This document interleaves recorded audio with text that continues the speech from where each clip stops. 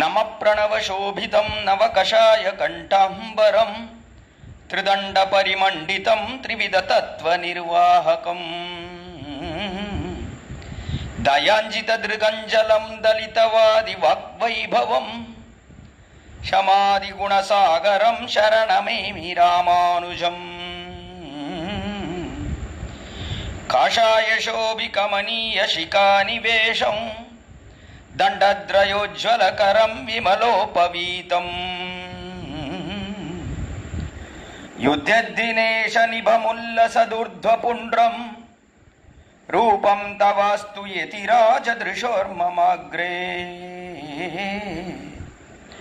ಏತಾನಿ ತಾನಿ ಭುವನತ್ರಯ ಪಾವನಾನಿ ಸಂಸಾರ ರೋಗ ಶಕಲೀಕರಣ ಔಷಧಾನಿ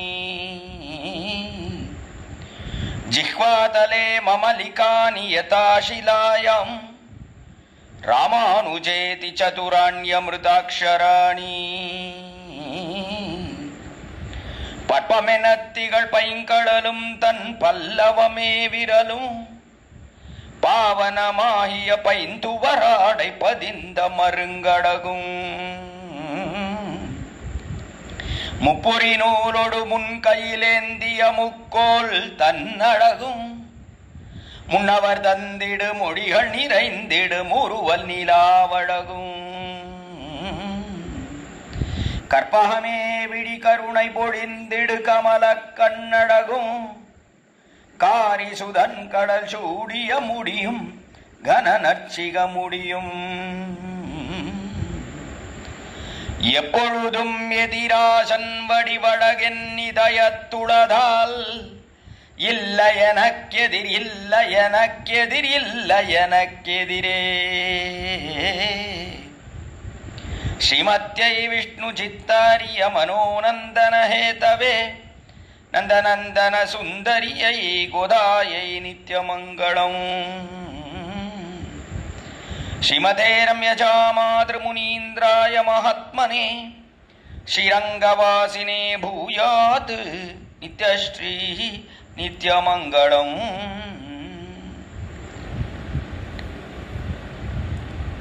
ಅನಂತ ಪ್ರಥಮಂ ರೂಪಂ ಲಕ್ಷ್ಮಣಸ್ತು ತತಃಪರಂ ಬಲಭದ್ರಸ್ತೃತೀಯಸ್ತು ಕಲೌ ಕಶ್ಚಿತ್ ಭವಿಷ್ಯತಿ ಎಂಬುದು ಭವಿಷ್ಯತ್ ಪುರಾಣ ವಚನ. ಈ ವಚನಕ್ಕೆ ಅನುಗುಣವಾಗಿ ಅನಂತ ಅಂತ ಹೆಸರು ಪಡೆದಿರುವ ಆದಿಶೇಷ ಅವನು ಪರಮಪದದಲ್ಲಿ ಇರುವಾಗ ಭಗವಂತ ಈ ಲೋಕದಲ್ಲಿ ಶ್ರೀರಾಮನಾಗಿ ಬಂದು ಅವತರಿಸಿದ. ಆ ರೀತಿ ಅವತಾರ ಮಾಡುವಾಗ ಆದಿಶೇಷನು ಭಗವಂತನಿಗೆ ಎಲ್ಲ ಕೈಂಕರ್ಯಗಳನ್ನು ಮಾಡಬೇಕು ಎನ್ನುವ ಅಭಿಲಾಷೆಯಿಂದ ಅವನು ಈ ಲೋಕದಲ್ಲಿ ಅವತರಿಸಿದ. ಅನಂತ ಪ್ರಥಮಂ ರೂಪಂ ಲಕ್ಷ್ಮಣಸ್ತು ತತಃಪರಂ. ಭಗವಾನ್ ಶ್ರೀಮನ್ನಾರಾಯಣನು ಈ ಲೋಕದಲ್ಲಿ ರಾಮನಾಗಿ ಅವತರಿಸಿದ ಕಾಲದಲ್ಲಿ ಆದಿಶೇಷನು ಅವನು ಈ ಲೋಕದಲ್ಲಿ ಲಕ್ಷ್ಮಣನಾಗಿ ಬಂದು ಅವತರಿಸಿದ. ಲಕ್ಷ್ಮಣಸ್ತು ತತಃಪರಂ ಬಲಭದ್ರಸ್ತೃತೀಯಸ್ತು. ಅದೇ ಆ ಶ್ರೀಮನ್ನಾರಾಯಣನು ಈ ಲೋಕದಲ್ಲಿ ಕೃಷ್ಣನಾಗಿ ದ್ವಾಪರಯುಗದಲ್ಲಿ ಅವತರಿಸಿದ ಕಾಲದಲ್ಲಿ ಆದಿಶೇಷನು ಈ ಲೋಕದಲ್ಲಿ ಅವನಿಗೆ ಅಣ್ಣನಾಗಿ ಬಲರಾಮ ಅನ್ನುವ ಹೆಸರ ಜೊತೆ ಇಲ್ಲಿ ಅವತರಿಸಿದ. ಆ ರೀತಿಯೇ ಕಲೌ ಕಶ್ಚಿತ್ ಭವಿಷ್ಯತಿ ಅಂತ ಕಲಿಯುಗದಲ್ಲಿ ಕಶ್ಚಿತ್ ಭವಿಷ್ಯತಿ ಒಬ್ಬರಾಗಿ ಈ ಆದಿಶೇಷನು ಅವತರಿಸುತ್ತಾನೆ ಅನ್ನುವುದು ಭವಿಷ್ಯತ್ ಪುರಾಣ ವಚನ. ಆ ಪುರಾಣ ವಚನಕ್ಕೆ ಅನುಗುಣವಾಗಿ ಈ ಲೋಕದಲ್ಲಿ ಆದಿಶೇಷನು ತ್ರೇತಾಯುಗದಲ್ಲಿ ರಾಮನಿಗೆ ಸಹೋದರನಾಗಿ ತಮ್ಮನಾಗಿ ಲಕ್ಷ್ಮಣನಾಗಿ ಅವತರಿಸಿ ದ್ವಾಪರಯುಗದಲ್ಲಿ ಭಗವಂತ ಶ್ರೀಕೃಷ್ಣನಾಗಿ ಅವತರಿಸಿದ ಕಾಲದಲ್ಲಿ ಅವನು ಬಲರಾಮನಾಗಿ ಅವತರಿಸಿ ಕಲಿಯುಗದಲ್ಲಿ ಒಬ್ಬರಾಗಿ ಅವತರಿಸುತ್ತಾನೆ. ಅಂದರೆ ಆ ಒಬ್ಬರು ಯಾರು ಅಂದರೆ ಅವರೇ ಶ್ರೀರಾಮಾನುಜರು. ಆ ರಾಮಾನುಜರು ಬೇರೆ ಯಾರೂ ಅಲ್ಲ, ಆದಿಶೇಷನ ಅಪರಾವತಾರ. ಯಾಕೆ ಆದಿಶೇಷ ಈ ಲೋಕದಲ್ಲಿ ಬಂದು ಅವತರಿಸಿದ ಅಂದರೆ ಭಗವಂತನ ನಿಯಮನಾನುಗುಣವಾಗಿ ಈ ಲೋಕದಲ್ಲಿ ಅವತರಿಸಿದ. ಭಗವಂತ ಆದಿಶೇಷನನ್ನು ಕರೆದು, ಆದಿಶೇಷನೇ ನೀನು ಹೋಗಿ ಈ ಭೂಲೋಕದಲ್ಲಿ 200 ವರ್ಷಗಳು ಇದ್ದು ಈ ಲೋಕದಲ್ಲಿ ಇರುವವರನ್ನೆಲ್ಲ ಚೆನ್ನಾಗಿ ತಿದ್ದಿಸಿ ನನ್ನಲ್ಲಿ ಸೇರಿಸಬೇಕು ಅನ್ನುವುದು ಆದಿಶೇಷನಿಗೆ ನಿಯಮನ. ಕಾರಣ ಏನೆಂದರೆ, ನಾನು ಎಷ್ಟೋ ಅವತಾರಗಳನ್ನೆಲ್ಲ ಮಾಡಿ ನೋಡಿದಾಗ ಲೋಕದಲ್ಲಿರುವವರೆಲ್ಲ ಎಲ್ಲರೂ ನನ್ನ ಒಂದು ಪ್ರಭಾವವನ್ನು ತೋರಿಸಿದರೆ ಅವರು ಇವನು ಬಹಳ ದೊಡ್ಡವನಾಗಿದ್ದಾನೆ, ನಮ್ಮ ಥರ ಮನುಷ್ಯನಾಗಿದ್ದರೂ ಕೂಡ ಇವನು ಯಾರೋ ಒಬ್ಬ, ನಮ್ಮಲ್ಲಿ ಒಬ್ಬನಲ್ಲ, ಯಾಕಂದರೆ ಇಷ್ಟೊಂದು ಪ್ರಭಾವಗಳಿದೆ, ಇಷ್ಟೊಂದು ಶಕ್ತಿ ವಿಶೇಷವಿದೆ ಇವನಲ್ಲಿ ಅಂತ ಅವಜಾನಂತಿ ಮಾಂ ಮೂಢಾಹ ಮಾನುಷೀಂ ತನು ಮಾಶ್ರುತಂ ಪರಂಭಾವಂ ಅಜಾನಂತಹ ಮಮಭೂತ ಮಹೇಶ್ವರಂ ಅನ್ನುವ ಗೀತಾಚಾರ್ಯನ ಒಂದು ವಚನಕ್ಕೆ ಅನುಗುಣವಾಗಿ ಅವಜಾನಂತಿ ಮಾಂ ಮೂಢಾಹ, ಈ ಲೋಕದಲ್ಲಿ ಇರುವವರೆಲ್ಲ ಮೂಢರು, ಅವರಿಗೆ ನಾನು ಮನುಷ್ಯ ರೂಪದಲ್ಲಿ ಅವತರಿಸಿದರೆ ಇವನು ಯಾರು, ಸಾಮಾನ್ಯವಾಗಿರುವ ಒಂದು ಮನುಷ್ಯ, ನಮ್ಮ ತರಹ ಇರುವ ಒಂದು ಮನುಷ್ಯ ಅಂತ ನೋಡ್ತಾರೆ. ಅಥವಾ ನನ್ನ ಪ್ರಭಾವವನ್ನು ಅವರಿಗೆ ತೋರಿಸಿದರೆ ಅವರು ಇವನು ತುಂಬ ದೊಡ್ಡವನು, ಅಮ್ಮಾನ್ ಆಡಿಪ್ಪಿರಾನ್ ಅವನ್ ಎಬ್ಬಿಡತ್ತಾನ್ ಯಾನ್ ಯಾರ್ ಅಂತ, ಇವನು ಬಹಳ ದೊಡ್ಡ ಸ್ವಾಮಿಯಾಗಿದ್ದಾನೆ, ಇವನ ಜೊತೆ ನಾನು ಹೇಗೆ ಸೇರುವುದು ಅನ್ನುವ ಅಭಿಪ್ರಾಯದಲ್ಲಿದ್ದಾರೆ. ಈ ಥರ ನನ್ನ ಪ್ರಭಾವವನ್ನು ತೋರಿಸಿದ್ರೂ ಸರಿ ಅಥವಾ ನನ್ನ ಸೌಲಭ್ಯವನ್ನು ತೋರಿಸಿದ್ರೂ ಸರಿ, ಈ ಲೋಕದಲ್ಲಿ ಇರುವವರು ನನ್ನನ್ನು ಬಂದು ಯಾರೂ ಸೇರುವುದೇ ಇಲ್ಲ. ಆ ಕಾರಣದಿಂದ ಆದಿಶೇಷನೇ, ನೀನು ಹೋಗಿ ಭೂಲೋಕದಲ್ಲಿ ಇದ್ದು ಎಲ್ಲರನ್ನೂ ನನ್ನ ಜೊತೆ ಸೇರಿಸಬೇಕು. ಜೀವಾತ್ಮಗಳೆಲ್ಲ ನನಗೆ ಬೇಕಾಗಿದ್ದಾರೆ, ಈ ಲೋಕದಲ್ಲಿ ಅವರುಗಳೆಲ್ಲ ಬಂದು ನನಗೆ ಕೈಂಕರ್ಯ ಮಾಡೋಕ್ಕೆ ಎಲ್ಲರಿಗೂ ಪ್ರಾಪ್ತಿ ಇದೆ. ಆ ಪ್ರಾಪ್ತಿಗೆ ಅನುಗುಣವಾಗಿ ಅವರುಗಳಿಗೆ ಚೆನ್ನಾಗಿ ಜ್ಞಾನೋಪದೇಶಗಳನ್ನು ಮಾಡಿ ಅವರನ್ನು ತಿದ್ದಿಸಿ ಈ ಲೋಕಕ್ಕೆ ಬರುವಂತೆ ಮಾಡಬೇಕು ಅಂತ ಆದಿಶೇಷನಿಗೆ ನಿಯಮನ ಮಾಡಿದ ಭಗವಂತ. ಆ ಕಾರಣಕ್ಕಾಗಿ ಆದಿಶೇಷನು ಈ ಲೋಕದಲ್ಲಿ ಶ್ರೀಪೆರುಂಬುದೂರ್ ಅನ್ನುವ ಆಶ್ಚರ್ಯವಾದ ಒಂದು ದಿವ್ಯದೇಶದಲ್ಲಿ ಬಂದು ಸೋಮಯ ಯಾಜಿ ಪೆರುಮಾಳ್ ಅನ್ನುವವರಿಗೂ ಕಾಂತಿಮತಿ ಅನ್ನುವವರಿಗೂ ಮಗನಾಗಿ ಬಂದು ಇಲ್ಲಿ ಅವತರಿಸಿದರು. 1017ನೇ ವರ್ಷದಲ್ಲಿ ಈ ಲೋಕದಲ್ಲಿ ಶ್ರೀಪೆರುಂಬುದೂರಲ್ಲಿ ಚೈತ್ರ ಮಾಸದಲ್ಲಿ ಆರ್ದ್ರ ನಕ್ಷತ್ರದಲ್ಲಿ ಶ್ರೀರಾಮಾನುಜರ ಅವತಾರ. ಈ ರಾಮಾನುಜರ ವೈಭವ ಅನ್ನುವುದು ಅದು ವಾಚಾಮಗೋಚರ. ಆದರೂ ಕೂಡ ಈ ರಾಮಾನುಜರ ವೈಭವವನ್ನು ಈ ಒಂದು ಗೋಷ್ಠಿಯಲ್ಲಿ ವಿಣ್ಣಪ್ಪಿಸಬೇಕು ಅನ್ನುವುದು ಶ್ರೀಮದ್ವೇದ ಮಾರ್ಗ ಪ್ರತಿಷ್ಠಾಪನಾಚಾರ್ಯ ಉಭಯ ವೇದಾಂತ ಪ್ರವರ್ತಕರಾಗಿ ಪರಮಹಂಸ ಪರಿವ್ರಾಜಕಾಚಾರ್ಯರಾಗಿರುವ ಯದುಗಿರಿ ಯತಿರಾಜ ನಾರಾಯಣ ರಾಮಾನುಜ ಜೀಯರ್ ಸ್ವಾಮಿ ಅವರ ನಿಯಮನ. ಆ ನಿಯಮನಾನುಗುಣವಾಗಿ ಅಡಿಯೇನು ಇಲ್ಲಿ ಈ ರಾಮಾನುಜರ ವೈಭವವನ್ನು ಹೇಳಬೇಕು ಅಂತ ಒಂದು ಅಭಿಲಾಷೆ ಕೊಂಡು ಬಂದಿದ್ದೇನೆ. ರಾಮಾನುಜರ ವೈಭವವನ್ನು ಹೇಳುವುದು ಅನ್ನುವುದು ಅದು ಅಸಾಧ್ಯವಾದ ಕಾರ್ಯ. ಯಾರಿಗೆ ಅಸಾಧ್ಯ ಅಂದರೆ, ಸಹಸ್ರಶೀರ್ಷ ಪುರುಷ ಅಂತ ಒಂದು ವೈಭವ ಇರುವ ಭಗವಂತ ಶ್ರೀಮನ್ನಾರಾಯಣನಿಗೆ ಇವರ ಒಂದು ವೈಭವವನ್ನು ಹೇಳುವುದು ಅಂದರೆ ಅದು ಅಸಾಧ್ಯ. ಆ ರೀತಿಯೇ ಉಳಿದ ಆಳ್ವಾರ್ಗಳಿಗೆ ಇವರ ವೈಭವವನ್ನು ಹೇಳಬೇಕು ಅಂದರೆ ಅದು ಅಸಾಧ್ಯ. ಆಚಾರ್ಯರಿಗೆ ಇವರ ವೈಭವವನ್ನು ಹೇಳಬೇಕು ಅಂದರೆ ಅದು ಅಸಾಧ್ಯ. ಆದರೆ ನೀವೇ ಹೇಗೆ ಹೇಳಕ್ಕೆ ಬಂದಿದ್ದೀರಾ ಅಂತ ಕೇಳೋದು ಬೇಡ. ಸ್ವಾಮಿಯ ನಿಯಮನಾನುಗುಣವಾಗಿ ಯಥಾಶಕ್ತಿ ಯಥಾಮತಿ ಈ ಗೋಷ್ಠಿಯಲ್ಲಿ ರಾಮಾನುಜರ ವೈಭವ ಅನ್ನುವ ಶೀರ್ಷಿಕೆಗೆ ಅನುಗುಣವಾಗಿ ವಿಣ್ಣಪ್ಪಿಸೋಣ ಅಂತ ಬಂದಿದ್ದೇನೆ. ಕೆಲವೊಂದು ವಿಚಾರಗಳು ರಾಮಾನುಜರ ವೈಭವ ಅಂತ ಹೇಳಿದ್ರೆ ಅವರ ಆಯುಸ್ಸು ಅಂತ ನೋಡಿದ್ರೆ ಅದು 120 ಸಂವತ್ಸರ. 120 ಸಂವತ್ಸರಗಳಲ್ಲಿ ಅವರು ಮಾಡಿರುವ ಕಾರ್ಯಗಳು ಅಂದರೆ ಅದು ವಾಚಾಮಾಜುಗೋಚರವಾದ ಕಾರ್ಯಗಳು. ಅರ್ಧ ಕ್ಷಣ ಕೂಡ ವ್ಯರ್ಥವಾಗದಂತೆ ಎಲ್ಲ ಉಪಯೋಗವಾಗಿರುವ ಕಾರ್ಯಗಳನ್ನೇ ಮಾಡಿದ್ದಾರೆ ಸ್ವಾಮಿ ರಾಮಾನುಜರು. ಆ ಥರ ಇರುವ ಕಾರ್ಯಗಳನ್ನೆಲ್ಲ ನಾವು ಅನುಭವಿಸಬೇಕು ಅಂತ ಹೇಳಿದ್ರೆ ಅದು ಅಸಾಧ್ಯವಾದ ಕಾರ್ಯವೇ. ಅದು 1.5 ಗಂಟೆ ಕಾಲದಲ್ಲಿ ಅನುಭವಿಸುವುದು ಅಸಾಧ್ಯವಾದ ಕಾರ್ಯ.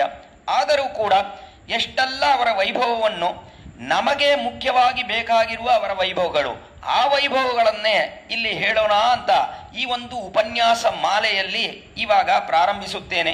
ಈ ಉಪನ್ಯಾಸ ಮಾಲೆಯಲ್ಲಿ 4 ಉಪನ್ಯಾಸಗಳನ್ನು ನಾವು ಅನುಭವಿಸಿದ್ದೇವೆ. ಅದರಲ್ಲಿ 3 ಉಪನ್ಯಾಸಗಳನ್ನು ಅನುಭವಿಸಿ ಇದು 4ನೇ ಉಪನ್ಯಾಸ. ಅದರಲ್ಲಿ ಮೊದಲನೇ ಉಪನ್ಯಾಸ ರಾಮವೈಭವ ಅನ್ನುವ ಉಪನ್ಯಾಸ, ಸೀತಾವೈಭವ ಅನ್ನುವ ಉಪನ್ಯಾಸ ಎರಡನೇ ಉಪನ್ಯಾಸ, ಮೂರನೆಯದು ಅನುಜ ವೈಭವ ಅನ್ನುವುದು. ಇವಾಗ ನಾವು ಇವತ್ತು ಅನುಭವಿಸುವ ವೈಭವ ಅದು ರಾಮಾನುಜ ವೈಭವ.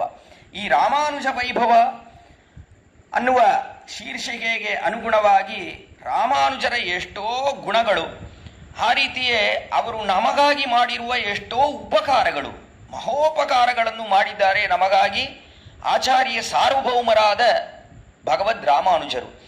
ಆ ಉಪಕಾರಗಳನ್ನೇ ನಾವು ಇಲ್ಲಿ ಅನುಸಂಧಾನ ಮಾಡುವ ಮೂಲಕ ಈ ಒಂದು ಆಶ್ಚರ್ಯವಾದ ಅಮೃತ ಮಹೋತ್ಸವ, ನಮ್ಮ ಜಿ.ಆರ್. ಸ್ವಾಮಿಗೆ 75ನೇ ತಿರುನಕ್ಷತ್ರ ವೈಭವ, ಆ ವೈಭವಕ್ಕೆ ಅನುಗುಣವಾಗಿ ಇಲ್ಲಿ ನಡೆಯುವ ಅಮೃತ ಮಹೋತ್ಸವ, ಚಾತುರ್ಮಾಸ್ಯ ಸಂಕಲ್ಪದಲ್ಲಿ ನಡೆಯುವ ಅಮೃತ ಮಹೋತ್ಸವ, ಅದಕ್ಕೆ ಅನುಗುಣವಾಗಿ ರಾಮಾನುಜರ ವೈಭವವನ್ನು ಅಡಿಯೇನಿನ ಈ ಒಂದು ಮಂದಮತಿಗೆ ಎಷ್ಟೆಲ್ಲ ಹೇಳಲು ಸಾಧ್ಯವೇ ಅಷ್ಟು ಹೇಳಿ ಸತ್ತೆಯನ್ನು ಪಡೆಯೋಣ ಅಂತ ಪ್ರಾರಂಭಿಸುತ್ತೇನೆ. ಸ್ವಾಮಿ ರಾಮಾನುಜರು ಶ್ರೀಪೆರುಂಬುದೂರಲ್ಲಿ ಅವತರಿಸಿ ಆಮೇಲೆ ಅವರಿಗೆ ಕ್ರಮೇಣ ಒಂದು ಆಶ್ಚರ್ಯವಾದ ಒಂದು ನಾಮಧೇಯವಾಯಿತು. ಅದನ್ನು ಆ ನಾಮ ಅಂದರೆ ಹೆಸರನ್ನು ಕೊಟ್ಟವರು ಪೆರಿಯ ತಿರುಮಲೈ ನಂಬಿ ಅನ್ನುವ ಶ್ರೀರಾಮಾನುಜರ ಮಾತುಲರಾದವರು. ಅವರು ತಿರುಮಲೆಯಲ್ಲಿ ತಿರುವೇಂಕಟಮುಡಿಯಾನಿಗೆ ಕೈಂಕರ್ಯಗಳನ್ನೆಲ್ಲ ಮಾಡುತ್ತಿದ್ದರು. ರಾಮಾನುಜರ ಅವತಾರವನ್ನು ಕೇಳಿದ ಕೂಡಲೇ ಅವರು ತಿರುಮಲೆಯಿಂದ ಬಂದರು. ಮಾತುಲರಾದ ಕಾರಣದಿಂದ ಬಂದು ಇವರಿಗೆ ಸರಿಯಾದ ಕಾಲದಲ್ಲಿ ಅಂದರೆ 12ನೇ ದಿನ ಇವರಿಗೆ ಜಾತಕರಣ ನಾಮಕರಣವನ್ನು ಮಾಡಿದ್ರು. ನಾಮಕರಣ ಏನು ಮಾಡಿದ್ರು ಇವರಿಗೆ ಅಂದರೆ ಅದು ಇಳೆಯಾಳ್ವಾರ್ ಅನ್ನುವ ನಾಮಕರಣ.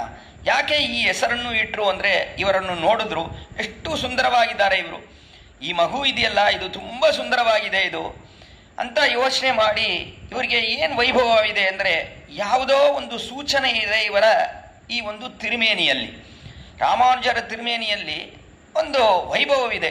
ಅದು ಏನು ಅಂದರೆ ಆ ಕಾಲದಲ್ಲಿ ಲಕ್ಷ್ಮಣ ಅವನಿಗೆ ಒಂದು ವೈಭವವಿತ್ತು. ಏನಿತ್ತು ಅಂದರೆ ವಶಿಷ್ಠಾಚಾರ್ಯರು ಬಂದು ನೋಡಿದ್ರು. ಮೊದಲು ನೋಡಿದ ಕೂಡಲೇ ರಾಮನನ್ನು ನೋಡಿದ ಕಾಲದಲ್ಲಿ ರಾಮನ ತಿರುಮೇನಿ ಇವನಿಗೆ ಏನು ಹೆಸರು ಇಡೋದು ಅಂತ ವಶಿಷ್ಠಾಚಾರ್ಯರಿಗೆ ತುಂಬ ಯೋಚನೆ ಆಯಿತು.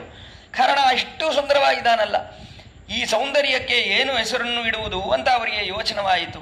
ಆವಾಗ ಆ ಒಂದು ತಿರುಮೇನಿ ಅಂದರೆ ಶ್ರೀರಾಮನ ಆ ತಿರುಮೇನಿ ಅದೇ ಹೇಳಿತು ಅಂದರೆ ಶರೀರ, ತಿರುಮೇನಿ ಅಂದರೆ ಶರೀರ. ಆ ತಿರುಮೇನಿ ಅದೇ ಹೇಳಿತು ವಶಿಷ್ಠಾಚಾರ್ಯರಿಗೆ, ಏನು ವಶಿಷ್ಠಾಚಾರ್ಯರೇ ಯಾಕೆ ಇಷ್ಟೊಂದು ಯೋಚನೆ, ನನಗೆ ರಾಮ ಅಂತ ಹೆಸರಿಡಿ, ನಿಮಗೆ ಎಷ್ಟು ಆನಂದವಾಯಿತು ನನ್ನನ್ನು ನೋಡಿದ ಕೂಡಲೇ, ಅದರಿಂದ ನನಗೆ ರಾಮ ಅಂತಾನೇ ಹೆಸರಿಡಿ. ಅಂದರೆ ಏನರ್ಥ, ರಮಯತೀತಿ ರಾಮ ಅಂತ ಎಲ್ಲರನ್ನೂ ಆನಂದ ಸಾಗರದಲ್ಲಿ ಮುಳುಗಿಸುವ ಒಂದು ಸೌಂದರ್ಯ. ಆ ಸೌಂದರ್ಯ ಇದೆಯಲ್ಲ ಅದೇ ಹೇಳಿತು ಆ ಕಾಲದಲ್ಲಿ ರಾಮ ಅಂತ ಹೆಸರಿಡಬೇಕು ಅಂತ. ಆದ್ದರಿಂದ ಅವನಿಗೆ ರಾಮ ಅಂತ ಹೆಸರಿಟ್ಟರು ವಶಿಷ್ಠಾಚಾರ್ಯರು. ಆಮೇಲೆ ಭರತನನ್ನು ನೋಡಿದ ಕೂಡಲೇ ಭರತ ರಾಜ್ಯವನ್ನು ಆಡುವುದಕ್ಕೆ ಅಂತಾನೆ ಜನಿಸಿದ್ದಾನೆ ಅನ್ನುವ ಕಾರಣದಿಂದ ಅವನಿಗೆ ಭರತ ಇತಿ ರಾಜ್ಯಸ್ಯ ಭರಣಾತ್ ಅಂತ ಭರತ ಅಂತ ಹೆಸರನ್ನು ಇಟ್ಟರು. ಆಮೇಲೆ ಲಕ್ಷ್ಮಣನನ್ನು ನೋಡಿದ ಕಾಲದಲ್ಲಿ ಇವನಿಗೆ ಏನೋ ಒಂದು ವಿಶೇಷವಾದ ಒಂದು ಲಕ್ಷಣ ಇದೆ. ಏನು ಲಕ್ಷಣ ಇದೆ ಅಂದರೆ ಇವನು ರಾಮನಿಗಾಗಿಯೇ ಹುಟ್ಟಿದ್ದಾನೆ, ರಾಮನಿಗೆ ಎಲ್ಲ ಕೈಂಕರ್ಯವನ್ನು ಮಾಡಲು ಇವನಿಗೆ ಎಲ್ಲ ವಿಧವಾದ ಲಕ್ಷಣಗಳೂ ಇದೆ ಅನ್ನುವ ಅಭಿಪ್ರಾಯದಿಂದ ವಶಿಷ್ಠಾಚಾರ್ಯರು ಲಕ್ಷ್ಮಣ ಅಂದರೆ ಇವನಿಗೆ ಆ ಲಕ್ಷ್ಮಣ ಅಂದರೆ ಒಂದು ಲಕ್ಷಣ ಇದೆ. ಏನು ಲಕ್ಷಣ ಇದೆ ಅಂದರೆ ಕೈಂಕರ್ಯ ಮಾಡುವ ಲಕ್ಷಣ ಇದೆ ಇವನಿಗೆ ಅನ್ನುವ ಕಾರಣದಿಂದ ಲಕ್ಷ್ಮಣ ಅಂತ ಹೆಸರಿಟ್ಟರು ವಶಿಷ್ಠಾಚಾರ್ಯರು ಲಕ್ಷ್ಮಣನಿಗೆ. ಆ ರೀತಿಯೇ ಇಲ್ಲೂ ಕೂಡ ಪೆರಿಯ ತಿರುಮಲೈ ನಂಬಿ ಈ ರಾಮಾನುಜರ ತಿರುಮೇನಿಯನ್ನು ನೋಡಿದ ಕೂಡಲೇ ಈ ತಿರುಮೇನಿ ಕೈಂಕರ್ಯಕ್ಕಾಗಿಯೇ ಇದೆ. ಯಾರಿಗೆ ಕೈಂಕರ್ಯ ಅಂದರೆ ಆ ಕಾಲದಲ್ಲಿ ಲಕ್ಷ್ಮಣ ರಾಮನಿಗೆ ಕೈಂಕರ್ಯ ಮಾಡ್ದ. ಈ ರಾಮಾನುಜರು ಇವರು ಆಳ್ವಾರಿಗೆ ಕೈಂಕರ್ಯ ಮಾಡುವುದಕ್ಕಾಗಿ ಅವತರಿಸಿದ್ದಾರೆ. ನಮ್ಮಾಳ್ವಾರಿಗೆ ಕೈಂಕರ್ಯ ಮಾಡುವುದೇ ಇವರಿಗೆ ಪರಮ ಪ್ರಯೋಜನ ಅಂತ ಒಂದು ಲಕ್ಷಣೆ ಇವರ ತಿರುಮೇನಿಯಲ್ಲೇ ಇದೆ ಅನ್ನುವ ಭಾವನೆಯಿಂದ ಪೆರಿಯ ತಿರುಮಲೈ ನಂಬಿ ಭಗವದ್ ರಾಮಾನುಜರಿಗೆ ಮೊದಲು ಇಳೆಯಾಳ್ವಾರ್ ಅನ್ನುವ ಒಂದು ಹೆಸರನ್ನು ಇಟ್ಟರು. ಇಳೆಯಾಳ್ವಾರ್ ಅಂತ ಆವಾಗಿಂದ ಹೆಸರಾಯಿತು ಶ್ರೀರಾಮಾನುಜರಿಗೆ. ಇಳೆಯಾಳ್ವಾರ್ ಬೆಳೆದ ಮೇಲೆ ಇವರಿಗೆ ಚೌಳ, ಉಪನಯನ, ಅನ್ನಪ್ರಾಶನ ಎಲ್ಲ ಕ್ರಮೇಣ ಆಯಿತು. ಎಲ್ಲ ಕ್ರಮೇಣ ಆದ ಮೇಲೆ 7 ವರ್ಷಕ್ಕೆ ಇದೆಲ್ಲ ಆದ ಮೇಲೆ 7 ವರ್ಷದಿಂದ ಇವರು ಆಶ್ಚರ್ಯವಾಗಿ ವೇದಾಭ್ಯಾಸ ಇದನ್ನೆಲ್ಲ ಮಾಡಿ ಸಕಲ ಶಾಸ್ತ್ರಗಳನ್ನಲ್ಲೂ ಕಡಿತುಕೊಂಡು ಆಮೇಲೆ ಇನ್ನಷ್ಟು ಶಾಸ್ತ್ರಗಳನ್ನು ನಾವು ಕಡಿಯಬೇಕು ಅನ್ನುವ ಅಭಿಪ್ರಾಯದಿಂದ ಪಕ್ಕದಲ್ಲಿ ಶ್ರೀಪೆರಂಬೂದೂರಲ್ಲಿ ಪಕ್ಕದಲ್ಲಿ ಇರುವ ತಿರುಪುಟ್ಕುಳಿ ಅನ್ನುವ ದಿವ್ಯದೇಶದಲ್ಲಿ ಯಾದವ ಪ್ರಕಾಶ ಅನ್ನುವ ಏಕದಂಡಿ ಸನ್ಯಾಸಿ, ಅದ್ವೈತ ಸನ್ಯಾಸಿ, ಅವನಲ್ಲಿ ಹೋಗಿ ಅದ್ವೈತ ಮತವಾಗಿ ವೇದಾಂತಕ್ಕೆ ಅರ್ಥಗಳನ್ನು ಕೇಳಬೇಕು ಅನ್ನುವ ಅಭಿಲಾಷೆಯಿಂದ ರಾಮಾನುಜರು ಇಳೆಯಾಳ್ವಾರ್ ಅಲ್ಲಿ ಹೋಗಿ ಸೇರಿದ್ರು. ಅಲ್ಲಿ ಹೋಗಿ ಸೇರಿ ಯಾದವ ಪ್ರಕಾಶನಲ್ಲಿ ಎಷ್ಟೋ ಅರ್ಥಗಳನ್ನು ಕೇಳುವಾಗ ಅವಾಗ ಯಾದವ ಪ್ರಕಾಶ ವಿಪರೀತವಾಗಿ ಕೆಲವೊಂದು ಅರ್ಥಗಳನ್ನು ವೇದಾಂತ ವಾಕ್ಯಗಳಿಗೆ ಹೇಳಲು ಪ್ರಾರಂಭಿಸಿದ. ಸತ್ಯಂ ಜ್ಞಾನಂ ಅನಂತಂ ಬ್ರಹ್ಮ ತಸ್ಯೇತ ಕಪ್ಯಾಸಂ ಪುಂಡರೀಕಮೇವ ಮಕ್ಷಿಣಿ ಅನ್ನುವ ಎಷ್ಟೋ ವೇದಾಂತ ವಾಕ್ಯಗಳಿಗೆ ವಿಪರೀತವಾದ ಅರ್ಥಗಳನ್ನು ಹೇಳುವಾಗ ಇಳೆಯಾಳ್ವಾರಿಗೆ ಬಹಳ ನೋವಾಯಿತು. ಈ ರೀತಿ ಅರ್ಥಗಳನ್ನು ಹೇಳ್ತಾ ಇದ್ದಾನಲ್ಲ ಇವನು ಅಂತ ಸದರ್ಥಗಳನ್ನೆಲ್ಲ ಇಳೆಯಾಳ್ವಾರ್ ಹೇಳಲು ಪ್ರಾರಂಭಿಸಿದರು. ಆವಾಗ ಹೇಳುವಾಗ ಬಹಳ ಕುಪಿತನಾದ ಯಾದವ ಪ್ರಕಾಶ ಆ ಕೋಪದ ಕಾರಣದಿಂದ ಈ ಇಳೆಯಾಳ್ವಾರನ್ನು ನಾವು ಕೊಂದು ಬಿಡಬೇಕು ಅಂತ ಯೋಚನೆ ಮಾಡಿ ಅದಕ್ಕೆ ಅಂತ ಒಂದು ತೀರ್ಥಯಾತ್ರೆ ಅಂತ ಹೇಳಿ ಗಂಗಾ ತೀರದಲ್ಲಿ ಹೋಗಿ ಅಲ್ಲಿ ಮಣಿಕರ್ಣಿಕಾ ಘಟ್ಟ ಅಂತ ಒಂದು ಸ್ಥಳ ಇದೆ. ಆ ಸ್ಥಳದಲ್ಲಿ ಈ ಇಳೆಯಾಳ್ವಾರನ್ನು ಮೂಳ್ಗಿಸಿ ಇವರನ್ನು ಕೊಂದು ಬಿಟ್ರೆ ಇನ್ನು ಮುಂದೆ ಈ ತರ ಅರ್ಥಗಳನ್ನು ಇವರು ಹೇಳುವುದಿಲ್ಲ ವೇದಾಂತಕ್ಕೆ ಅನ್ನುವುದು ಅವನ ಅಭಿಪ್ರಾಯ, ಯಾದವ ಪ್ರಕಾಶನ ಅಭಿಪ್ರಾಯ. ಆದ್ದರಿಂದ ತೀರ್ಥಯಾತ್ರೆ ಅಂತ ಹೇಳಿ ಎಲ್ಲ ಶಿಷ್ಯರುಗಳನ್ನು ಕರೆದುಕೊಂಡು ಅಲ್ಲಿ ಹೋಗುವ ದಾರಿಯಲ್ಲಿ ಅಲ್ಲಿ ಇವರ ಸಹೋದರರಾದವರು ಅವರು ಎಂಬಾರ್ ಅಂತ ಹೇಳುವವರು, ಗೋವಿಂದ ಪೆರ್ಮಾಳ್ ಅಂತ ಇರುವವರು, ಅವರು ಈ ಇಳೆಯಾಳ್ವಾರಿಗೆ ರಹಸ್ಯವಾದ ಒಂದು ಸ್ಥಳದಲ್ಲಿ ಇವರಿಗೆ ಈ ತರ ನಿಮ್ಮನ್ನು ಕೊಲ್ಲಲು ಯಾದವ ಪ್ರಕಾಶ ತೀರ್ಮಾನ ಮಾಡಿದ್ದಾನೆ, ಆದ್ದರಿಂದ ಈ ತೀರ್ಥಯಾತ್ರೆ ಅಂತ ಹೇಳಿದ್ರು. ಇದನ್ನು ಕೇಳಿದ ಕೂಡಲೇ ಇಳೆಯಾಳ್ವಾರಿಗೆ ಬಹಳ ವ್ಯಥೆಯಾಯಿತು. ಅಲ್ಲೇ ಕಾಡಲ್ಲೇ ಇದ್ರು, ವಿಂಧ್ಯಾಟವಿಯಲ್ಲೇ ಇದ್ರು. ಯಾದವ ಪ್ರಕಾಶ ಅಲ್ಲೆಲ್ಲ ಹುಡುಕಿ ನೋಡಿ ಸರಿ ಕಾಡಲ್ಲಿ ಇಲ್ಲ, ಇಳೆಯಾಳ್ವಾರ್ ಇಲ್ಲ ಅನ್ನುವ ಕಾರಣದಿಂದ ಸರಿ ನಾವು ಇನ್ನ ಮುಂದೆ ಯಾತ್ರೆಯನ್ನು ನಾವು ತೊಡಗಿ ಮೇಲೆ ಹೋಗೋಣ. ಇವರಿಗೆ ಇಳೆಯಾಳ್ವಾರಿಗೆ ಏನೋ ಇಲ್ಲೇ ಆಪತ್ತಾಗಿದೆ, ಅವರಿಗೆ ಯಾವುದೋ ಮೃಗದಿಂದ ಏನೋ ಕಷ್ಟ ಆಗಿರಬೇಕು ಅಥವಾ ಅವರು ಇಲ್ಲೇ ಅವರ ಪ್ರಾಣವನ್ನು ತ್ಯಜಿಸಿರಬೇಕು ಅನ್ನುವ ಅಭಿಪ್ರಾಯದಿಂದ ಯಾದವ ಪ್ರಕಾಶ ತನ್ನ ಯಾತ್ರೆಯನ್ನು ಮುಂದುವರೆದ. ಆದರೆ ಇಳೆಯಾಳ್ವಾರ್ ಇಲ್ಲೇ ವಿಂಧ್ಯಾಟವಿಯಲ್ಲಿ ಇದ್ದು ಆಮೇಲೆ ಕಾಂಚೀಪುರದಲ್ಲಿ ಇರುವ ವರದರಾಜ ಪೆರುಮಾಳ್ ಆ ರೀತಿಯೇ ಪೆರಿಂದೇವಿತ್ತಾಯಾರ್ ಇವರುಗಳು ಇವರನ್ನು ಅಲ್ಲಿಂದ ಕರೆದುಕೊಂಡು ಬಂದು ತಿರ್ಗಾ ಕಾಂಚೀಪುರದಲ್ಲಿ ಸೇರಿಸಿದ್ರು ಅನ್ನುವ ಆಶ್ಚರ್ಯವಾದ ವೈಭವವನ್ನು ನೋಡುತ್ತೇವೆ. ಈ ತರ ಕಾಂಚೀಪುರಕ್ಕೆ ಬಂದ ಮೇಲೆ ಅಲ್ಲಿ ಇವರು ಕೈಂಕರ್ಯವನ್ನು ಮಾಡಲು ಪ್ರಾರಂಭಿಸಿದರು. ಶ್ರೀ ವರದರಾಜ ಪೆರುಮಾಳಿಗೆ ತೀರ್ಥವನ್ನು ಸಮರ್ಪಿಸಲು ಪ್ರಾರಂಭಿಸಿದರು. ಯಾಕಂದ್ರೆ ವರದರಾಜ ಪೆರುಮಾಳಿಗೆ ಪೆರಿಂದೇವಿ ತಾಯಾರಿಗೆ ನೀರಿನ ಅಭಿಲಾಷೆ ಇತ್ತು ವಿಂಧ್ಯಾಟವಿಯಲ್ಲಿ ಇರುವಾಗ. ಆದ್ದರಿಂದ ಇವರಿಗೆ ನೀರನ್ನು ಸಮರ್ಪಿಸೋಣ ಅಂತ ತಿರುಮಂಜನಕ್ಕಾಗಿ ಅಭಿಷೇಕಕ್ಕಾಗಿ ಅಲ್ಲಿರುವ ಒಂದು ಬಾವಿಯಿಂದ ಇವರು ನೀರನ್ನು ದಿನಾ ಸಮರ್ಪಿಸಿ ಬಂದರು. ಈ ತರ ಸಮರ್ಪಿಸುವಾಗ ಆವಾಗ ಯಾದವ ಪ್ರಕಾಶ ತೀರ್ಥಯಾತ್ರೆಯನ್ನು ಮುಗಿಸಿಕೊಂಡು ಬಂದ ಕೂಡಲೇ ನೋಡ್ದ, ತುಂಬಾ ಆಶ್ಚರ್ಯವಾಯಿತು ಅವನಿಗೆ. ಇದೇನು ಇವರು ಇಲ್ಲೇ ಇದ್ದಾರಲ್ಲ ಇಳೆಯಾಳ್ವಾರ್, ಹೇಗೆ ತಿರ್ಗಾ ಬಂದ್ರು ಅಂತ ಎಲ್ಲ ಕೇಳಿದಾಗ ಅವರು ಹೇಳಿದ್ರು, ಇಳೆಯಾಳ್ವಾರ್ ಹೇಳಿದ್ರು ಈ ತರ ನಡೆಯಿತು ಅಂತ ಹೇಳಿದ ಮೇಲೆ ತುಂಬಾ ಆನಂದವಾಯಿತು ಯಾದವ ಪ್ರಕಾಶನಿಗೆ. ಇನ್ನ ಇದಾರಲ್ಲ, ಸರಿ ಇರ್ಲಿ ಪರವಾಗಿಲ್ಲ ಅಂತ ಹೇಳಿ ತಿರ್ಗಾ ವೇದಾಂತ ಅರ್ಥಗಳನ್ನೆಲ್ಲ ಅವರಿಗೆ ಹೇಳಲು ಪ್ರಾರಂಭಿಸಿದ ಯಾದವ ಪ್ರಕಾಶ ಅಂತ ವೃತ್ತಾಂತವನ್ನು ನಾವು ನೋಡುತ್ತೇವೆ. ಈ ತರ ಇಳೆಯಾಳ್ವಾರಲ್ಲಿ ಇರುವಾಗ ಆ ಸಮಯದಲ್ಲಿ ಇಲ್ಲಿಂದ ಕಾಂಚೀಪುರದಿಂದ ಹೋದ ಶ್ರೀ ವೈಷ್ಣವರುಗಳು ಶ್ರೀರಂಗದಲ್ಲಿ ಹೋಗಿ ಅಲ್ಲಿ ಪರಮಾಚಾರ್ಯರಾದ ಯಾಮುನಾಚಾರ್ಯರನ್ನು ನೋಡಿ ಕಾಂಚೀಪುರದಲ್ಲಿ ಏನು ವಿಶೇಷ ಅಂತ ಅವರು ಪ್ರಶ್ನೆ ಮಾಡಲು ಆವಾಗ ಇವರು ಹೇಳಿದ್ರು, ಕಾಂಚೀಪುರದಲ್ಲಿ ಇಳೆಯಾಳ್ವಾರ್ ಅನ್ನುವರು ಅವತರಿಸಿದ್ದಾರೆ. ಆ ಇಳೆಯಾಳ್ವಾರ್ ತುಂಬ ಜ್ಞಾನ ವಿಶಿಷ್ಟರಾಗಿದ್ದಾರೆ. ಇಷ್ಟೊಂದು ಜ್ಞಾನ ಅನ್ನುವುದು ಅದು ಇಷ್ಟು ಚಿಕ್ಕ ವಯಸ್ಸಲ್ಲಿ ಅದು ನೋಡುವುದು ತುಂಬ ಆಶ್ಚರ್ಯವಾಗಿದೆ. ಅದು ಯಾದವ ಪ್ರಕಾಶನಲ್ಲಿ ವೇದಾಂತ ವಿಷಯವಾಗಿರುವ ಆ ಒಂದು ಅರ್ಥ ವಿಶೇಷಗಳನ್ನೆಲ್ಲ ಅವನಲ್ಲಿ ವಿಶಿಷ್ಟಾದ್ವೈತ ಪರವಾಗಿ ಹೇಳುತ್ತಿದ್ದಾರೆ ಇವರು ಅಂತ ಎಲ್ಲ ಹೇಳಿದ್ರು. ಇದನ್ನು ಕೇಳಿದ್ರು ಪರಮಾಚಾರ್ಯರಾದ ಯಾಮುನಾಚಾರ್ಯರು ಅವರಿಗೆ ಬಹಳ ಸಂತೋಷವಾಯಿತು. ಒಂದು ವೇಳೆ ಅವತಾರ ಪುರುಷರು ಯಾರೋ ಜನಿಸಿದ್ದಾರೋ, ನಮ್ಮಲ್ಲಿ ಒಂದು ವಿಗ್ರಹವಿದೆ, ಆ ಕಾಲದಲ್ಲಿ ನಾಥಮುನಿಗಳಿಗೆ ಪ್ರಸಾದಿಸಿದ ವಿಗ್ರಹ ಸ್ವಾಮಿ ನಮ್ಮಾಳ್ವಾರ್ ನಾಥಮುನಿಗಳಿಗೆ ಇವರು ಇನ್ನ ಮುಂದೆ ಒಂದು ಕಾಲದಲ್ಲಿ ಅವತರಿಸುತ್ತಾರೆ ಅಂತ ಹೇಳಿ ಒಂದು ವಿಗ್ರಹವನ್ನು ಕೊಟ್ಟರು ನಾಥಮುನಿಗಳಿಗೆ ಸ್ವಾಮಿ ನಮ್ಮಾಳ್ವಾರ್. ಆ ವಿಗ್ರಹ ಅವರೇ ಇವಾಗ ಅವತರಿಸಿದ್ದಾರ ಅಂತ, ಅದು ರಾಮಾನುಜರ ವಿಗ್ರಹ. ಆ ವಿಗ್ರಹವನ್ನೇ ಪರಂಪರೆಯಾಗಿ ಇವರು ಆರಾಧಿಸಿ ತಿರುವಾರಾಧನೆ ಮಾಡಿ ಬಂದಿದ್ದಾರೆ.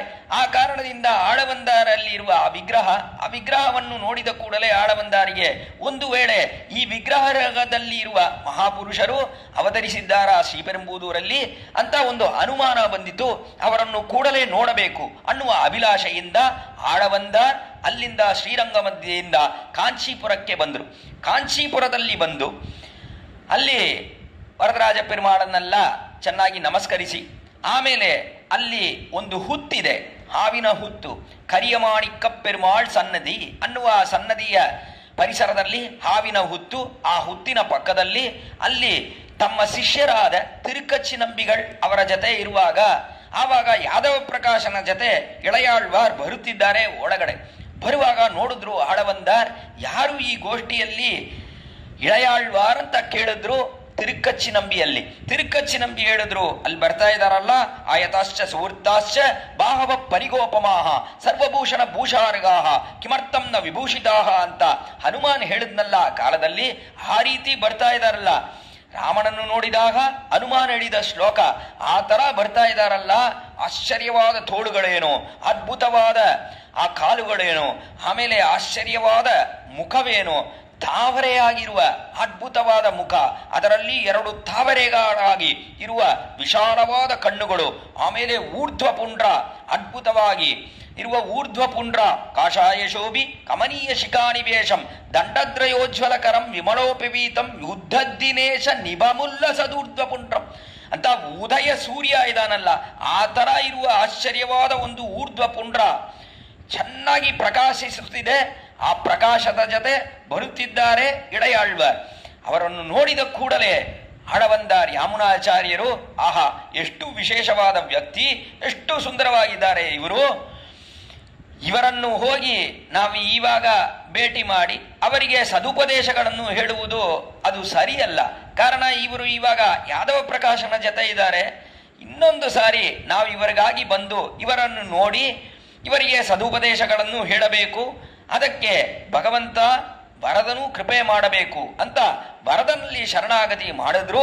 ಯಸ್ಯ ಪ್ರಸಾದ ಕಲೆಯ ಬದಿರ ಶೃಣೋತಿ ಪಂಗು ಪ್ರದಾವತಿ ಜವೇನ ಚ ಭಕ್ತಿ ಮೂಕಃ ಅಂತ ಪ್ರಪಶ್ಯತಿ ಸ್ವಂ ಲಭತೆ ಚ ವಂದ್ಯ ತಂ ದೇವಮೇವ ವರದಂ ಶರಣಂ ಗತೋಸ್ಮಿ ಅಂತ ಅಲ್ಲಿ ವರದರಾಜನಲ್ಲಿ ಶರಣಾಗತಿ ಮಾಡಿದ್ರು ಪರಮಾಚಾರ್ಯರು ಯಾಮುನಾಚಾರ್ಯ. ಇವಾಗ ಯಾದವ ಪ್ರಕಾಶನ ಜೊತೆ ಇರುವ ಈ ಒಂದು ಇಳೆಯಾಳ್ವಾರ್ ಇನ್ನ ಮುಂದೆ ಎಲ್ಲ ಶಾಸ್ತ್ರಗಳನ್ನು ಕಲಿತುಕೊಂಡು ಇವರು ಎಲ್ಲ ಕಡೆ ಹೋಗಿ ಎಲ್ಲರಿಗೂ ಆ ಶಾಸ್ತ್ರವನ್ನೆಲ್ಲ ಹೇಳಿ ಲೋಕವನ್ನೆಲ್ಲ ಭಗವಂತನಿಗೆ ಮಾಡಿಸಬೇಕು ಅನ್ನುವ ಅಭಿಲಾಷೆಯಿಂದ ಅಲ್ಲಿ ಒಂದು ಶರಣಾಗತಿ ಮಾಡಿದ್ರು ಪರಮಾಚಾರ್ಯರು. ಭರತನಲ್ಲಿ ಶರಣಾಗತಿ ಮಾಡಿ ಇವರು ಕಟಾಕ್ಷ ಮಾಡಿದ್ರು. ಅವಾಗ ಕಟಾಕ್ಷನ ವೀಕ್ಷಣ ಇದೆಯಲ್ಲ ಆಳವಂದಾರಡು, ಅದು ಬಹಳ ಮುಖ್ಯವಾದದ್ದು ಅಲ್ಲಿ ಇಳೆಯಾಳ್ವಾರಿಗೆ. ಆವಾಗ ಕಟಾಕ್ಷ ಆಮುದಲ್ವನ್ ಇವನೆನ್ನೆ ದತ್ತೆತ್ತಿ ಎನ್ನಾಮುದಲ್ವಂದು ಬುಗುಂದು ನಲ್ಲಿನ್ ಕವಿ ಎನ್ನುವ ಆಳ್ವಾರಿನ ಪಾಶುರಕ್ಕೆ ಅನುಗುಣವಾಗಿ ಆಮುದಲ್ವನ್ ಅಂತ ಹೇಳಿದ್ರೆ ಏನು ಅಂದ್ರೆ ಈ ಸಂಪ್ರದಾಯಕ್ಕೆ ಇವನು ಮುದಲ್ವನ್ ಅಂದ್ರೆ ಇವನು ಪ್ರಥಮನಾಗಿರಬೇಕು ಈ ಸಂಪ್ರದಾಯಕ್ಕೆ ಅಂತ ಹೇಳಿದ್ರೆ ಅದು ಭಗವದ್ ರಾಮಾನುಜರು ಅಂದ್ರೆ ಇಳೆಯಾಳ್ವಾರೇ ಈ ಸಂಪ್ರದಾಯಕ್ಕೆ ಮುಖ್ಯವಾದವರು ಅನ್ನುವ ಒಂದು ವೈಭವ ಇವರಿಗೆ ಬಂದು ಸೇರಬೇಕು ಅಂತ ಅಭಿಲಾಷೆ ಬಂತು ಯಾಮುನಾಚಾರ್ಯರಿಗೆ. ವಿಶೇಷ ಕಟಾಕ್ಷವನ್ನು ಮಾಡಿದ್ರು. ಏನು ಅನಂತ ಪ್ರಥಮಂ ರೂಪಂ ಅಂತ ಆದಿಶೇಷನಾದವನಿಗೆ ಎಷ್ಟೋ ಜ್ಞಾನವಿರಬೇಕು. ಪ್ರಕೃಷ್ಟ ವಿಜ್ಞಾನ ಬಲೈಕಧಾಮನಿ ಅನ್ನುವುದು ಆದಿಶೇಷನಿಗೆ ಇರುವ ಒಂದು ವಿಶೇಷ. ಅಂದ್ರೆ ಪ್ರಕೃಷ್ಟ ವಿಜ್ಞಾನ ಬಲೈಕಧಾಮನಿ ಅಂತ ವಿಶೇಷವಾದ ಜ್ಞಾನ, ಆ ರೀತಿಯೇ ವಿಶೇಷವಾದ ಬಲ ಶಕ್ತಿ, ಅವುಗಳೆಲ್ಲ ಇರುವ ಒಂದೇ ಸ್ಥಳ ಅಂದರೆ ಅದು ಆದಿಶೇಷನಲ್ಲಿದೆ ಅನ್ನುವುದಕ್ಕೆ ಅನುಗುಣವಾಗಿ ಇವರಿಗೆ ವಿಶೇಷವಾದ ಜ್ಞಾನವು, ಬಲ, ಶಕ್ತಿ ಇದೆಲ್ಲ ಇತ್ತು ಆದಿಶೇಷನಿಗೆ.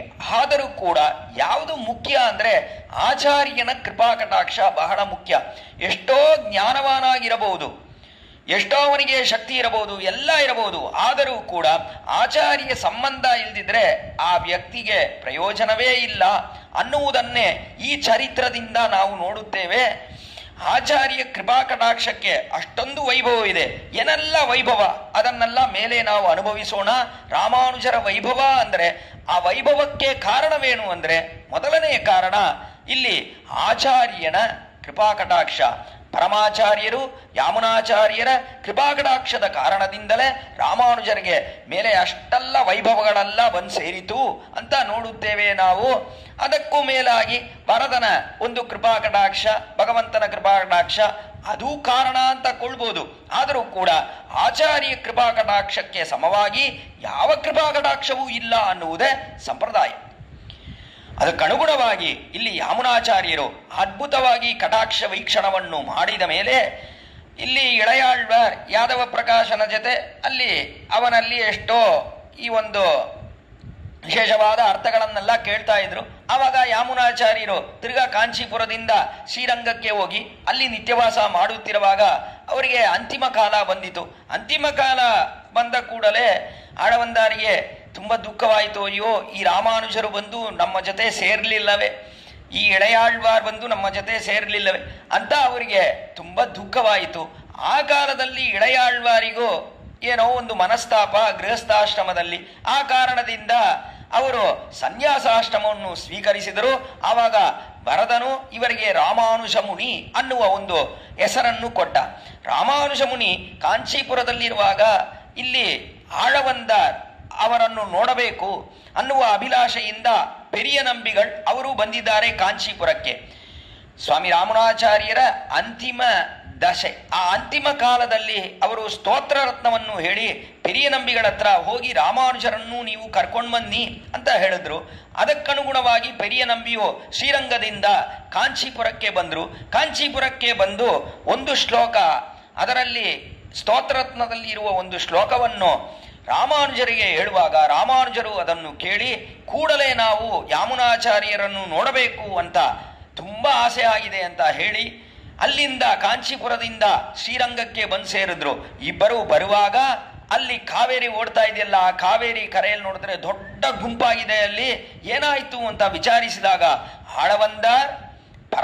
ಆಳವಂದಾರಿಗೆ ಪರಮಪದ ಪ್ರಾಪ್ತಿ ಆಯಿತು ಅಂತ ಎಲ್ಲರೂ ಹೇಳಿದ್ರು.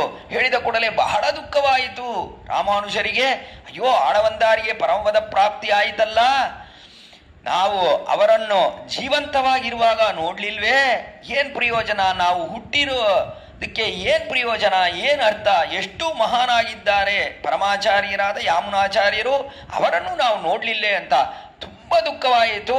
ವಿಪರೀತವಾಗಿ ಅಳಲು ಪ್ರಾರಂಭಿಸಿದರು ಸ್ವಾಮಿ ರಾಮಾನುಜರು. ಆವಾಗ ಹೇಳಿದ್ರು, ಎಷ್ಟೋ ಕಷ್ಟಗಳು ಬರುತ್ತೆ, ದೊಡ್ಡವರಿಗೂ ಕೂಡ ಎಷ್ಟೋ ಕಷ್ಟಗಳು ಬರುತ್ತೆ. ಶ್ರೇಯಾಂಸಿ ಬಹುವಿಜ್ಞಾನಿ ಭವಂತಿ ಮಹತಾಮಪಿ ಅಂತ ಹೇಳಿದ್ರು.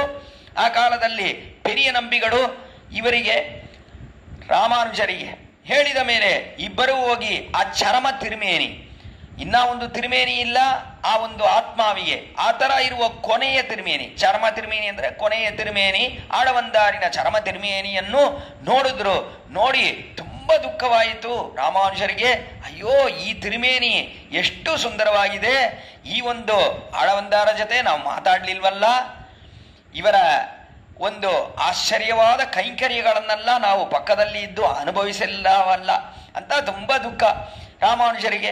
ಆವಾಗ ಒಂದನ್ನು ಗಮನಿಸಿದರು ರಾಮಾನುಜರು. ಅವರ ಕೈ ಬೆರಳುಗಳಲ್ಲಿ 3 ಬೆರಳುಗಳು ಅವುಗಳು ಮುಚ್ಚಿದ್ದೆವು.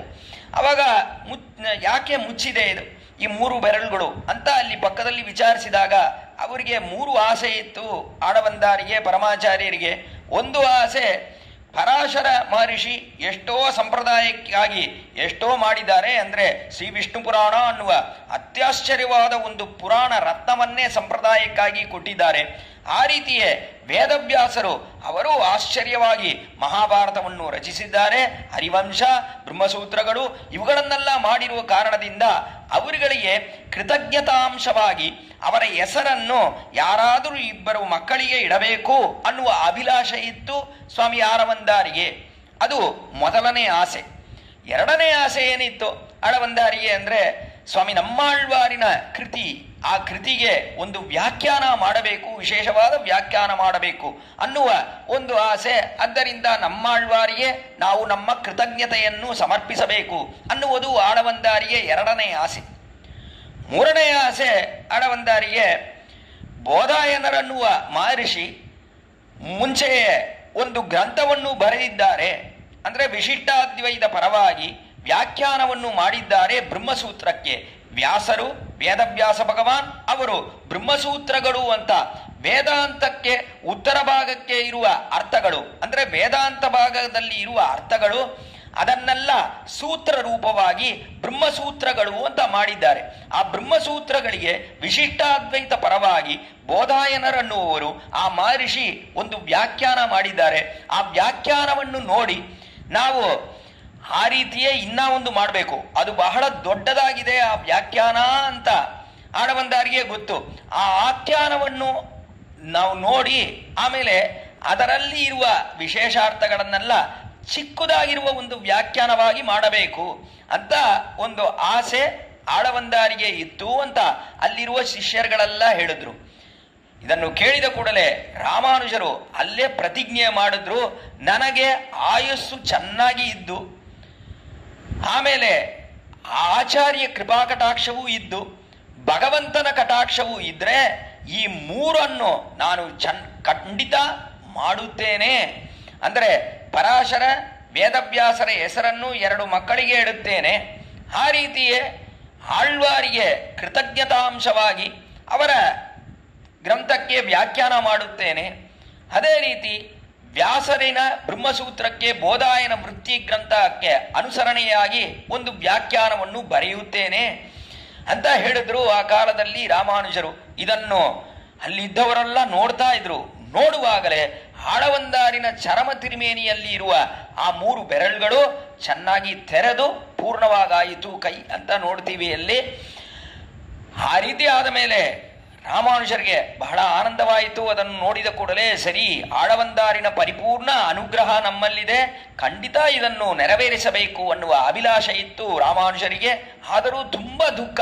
ಆ ಕಾರಣದಿಂದ ಪೆರಿಯ ಪೆರುಮಾಳನ್ನು, ಆ ರೀತಿಯ ಶ್ರೀರಂಗನಾಚಿಯಾರ್ ಪೆರಿಯ ಬಿರಾಟಿಯಾರನ್ನು ತಿರುವರಂಗಂ ಪೆರಿಯ ಕೋಯಿಲ್ ಶ್ರೀರಂಗದಲ್ಲಿ ಅವರನ್ನು ಆ ಕಾಲದಲ್ಲಿ ನಮಸ್ಕಾರ ಮಾಡಲಿಲ್ಲ, ಅವರ ದರ್ಶನಕ್ಕಾಗಿ ಅಲ್ಲಿ ಹೋಗಲಿಲ್ಲ ಒಳಗಡೆ. ಆ ರೀತಿಯೇ ಅಲ್ಲಿಂದ ಕಾವೇರಿಯಲ್ಲೇ ಚರಮ ತಿರುಮೇನಿಯನ್ನು ನೋಡಿದ ಕೂಡಲೇ ಅಲ್ಲಿಂದ ತಿರ್ಗಾ ಬಂದು ಸೇರಿದ್ರು, ಕಾಂಚೀಪುರಕ್ಕೆ ಬಂದು ಸೇರಿದ್ರು ಇಳೆಯಾಳ್ವಾರ್ ಸ್ವಾಮಿ ರಾಮಾನುಜರು. ಇಲ್ಲಿ ಬಂದು ಇಲ್ಲಿರುವಾಗ ಪೆರಿಯ ನಂಬಿಗೆ ಆಜ್ಞೆ ಇರುವ ಕಾರಣದಿಂದ ಅವರು ಬಂದರು. ತಿರ್ಗಾ ಬರುವಾಗ ಇವರು ಕಾಂಚೀಪುರದಿಂದ ಅಲ್ಲಿ ಶ್ರೀರಂಗಕ್ಕೆ ಹೋಗುವ ದಾರಿಯಲ್ಲಿ ಆವಾಗ ಪೆರಿಯ ನಂಬಿ ಜೊತೆ ಭೇಟಿಯಾಗಿ ಅಲ್ಲಿ ಮಧುರಾಂತಕ ಅನ್ನುವ ದಿವ್ಯದೇಶದಲ್ಲಿ ಪಂಚಸಂಸ್ಕಾರವನ್ನು ಪಡೆದರು. ಇದು ರಾಮಾನುಜರ ಮುಖ್ಯವಾದ ವೈಭವ. ಕಾರಣವೇನೆಂದರೆ ಆಚಾರ್ಯ ಕೃಪಾ ಕಟಾಕ್ಷದಿಂದ ಎಷ್ಟೆಲ್ಲ ಸಾಧಿಸಿದ್ದಾರೆ ಸ್ವಾಮಿ ರಾಮಾನುಜರು ಅನ್ನುವುದೇ ಮುಖ್ಯವಾಗಿ ನಾವು ಅರಿಯಬೇಕಾದ ವಿಷಯ. ಅದರಲ್ಲಿ ರಾಮಾನುಜರು ಇಲ್ಲಿ ಶ್ರೀರಂಗದಿಂದ ಬಂದಿರುವ ಪೆರಿಯ ನಂಬಿ ಜೊತೆ ಇವರಿಗೆ ಭೇಟಿಯಾಗಿ ಅಲ್ಲಿ ಪಂಚಸಂಸ್ಕಾರ ಆಯಿತು ಮಧುರಾಂತಕದಲ್ಲಿ. ಪಂಚಸಂಸ್ಕಾರ ಆದಮೇಲೆ ಪೆರಿಯ ನಂಬಿಗಳು ಇಲ್ಲೇ ಬಂದು ಇರುವಾಗ, ಇವರ ಜೊತೆ ಇರುವಾಗ ಇಲ್ಲಿ ರಾಮಾನುಜರಿಗೆ ಅವರು ಎಷ್ಟೋ ಅರ್ಥವಿಶೇಷಗಳನ್ನೆಲ್ಲ ಹೇಳಿದ್ರು. ಪೆರಿಯ ನಂಬಿ ಕಾಂಚೀಪುರದಲ್ಲಿ ಅರ್ಥವಿಶೇಷಗಳನ್ನೆಲ್ಲ ಕೇಳಿದ್ರು. ಆಮೇಲೆ ರಾಮಾನುಜರು ಇಲ್ಲಿಂದ ತಿರುವರಂಗಂ ಪೆರಿಯ ಕೋಯಿಲ್ ಶ್ರೀರಂಗಕ್ಕೆ ಅಲ್ಲೇ ಹೋಗಿ ಸೇರಿದ್ರು, ಇಲ್ಲಿ ಕಾಂಚೀಪುರವನ್ನು ಬಿಟ್ಟು ಅನ್ನುವ ಒಂದು ವೃತ್ತಾಂತವನ್ನು ನೋಡುತ್ತೇವೆ. ಅಲ್ಲಿ ಹೋಗಿ ಸೇರಿದ ಮೇಲೆ, ಶ್ರೀರಂಗದಲ್ಲಿ ಹೋಗಿ ಸೇರಿದ ಮೇಲೆ ರಾಮಾನುಜರು ಗದ್ಯತ್ರಯ ಅನ್ನುವ ಆಶ್ಚರ್ಯವಾದ ಒಂದು ದಿವ್ಯ ಗ್ರಂಥವನ್ನು ಅನುಗ್ರಹಿಸಿದರು. ಅದು ಬಹಳ ಮುಖ್ಯವಾದದ್ದು, ನಮಗೆ ಬಹಳ ಮುಖ್ಯವಾದದ್ದು ಅದು. ಕಾರಣವೇನೆಂದರೆ ಅದರಲ್ಲಿ 3 ಗದ್ಯಗಳನ್ನು ನೋಡುತ್ತೇವೆ. ಶರಣಾಗತಿ ಗದ್ಯ, ಶ್ರೀರಂಗ ಗದ್ಯ, ಶ್ರೀ ವೈಕುಂಠ ಗದ್ಯ ಅಂತ 3 ಗದ್ಯಗಳು. ಆ 3 ಗದ್ಯಗಳನ್ನೆಲ್ಲ ಅಲ್ಲಿ ಅನುಗ್ರಹಿಸಿದರು ಸ್ವಾಮಿ ರಾಮಾನುಜರು. ಒಂದು ಸಮಯ ರಾಮಾನುಜರು ಶ್ರೀರಂಗದಲ್ಲಿ ದೇವಸ್ಥಾನಕ್ಕೆ ಹೋದರು. ಆವತ್ತು ಪಾಲ್ಗುಣಿ ಮಾಸದಲ್ಲಿ ಉತ್ತರ ನಕ್ಷತ್ರ.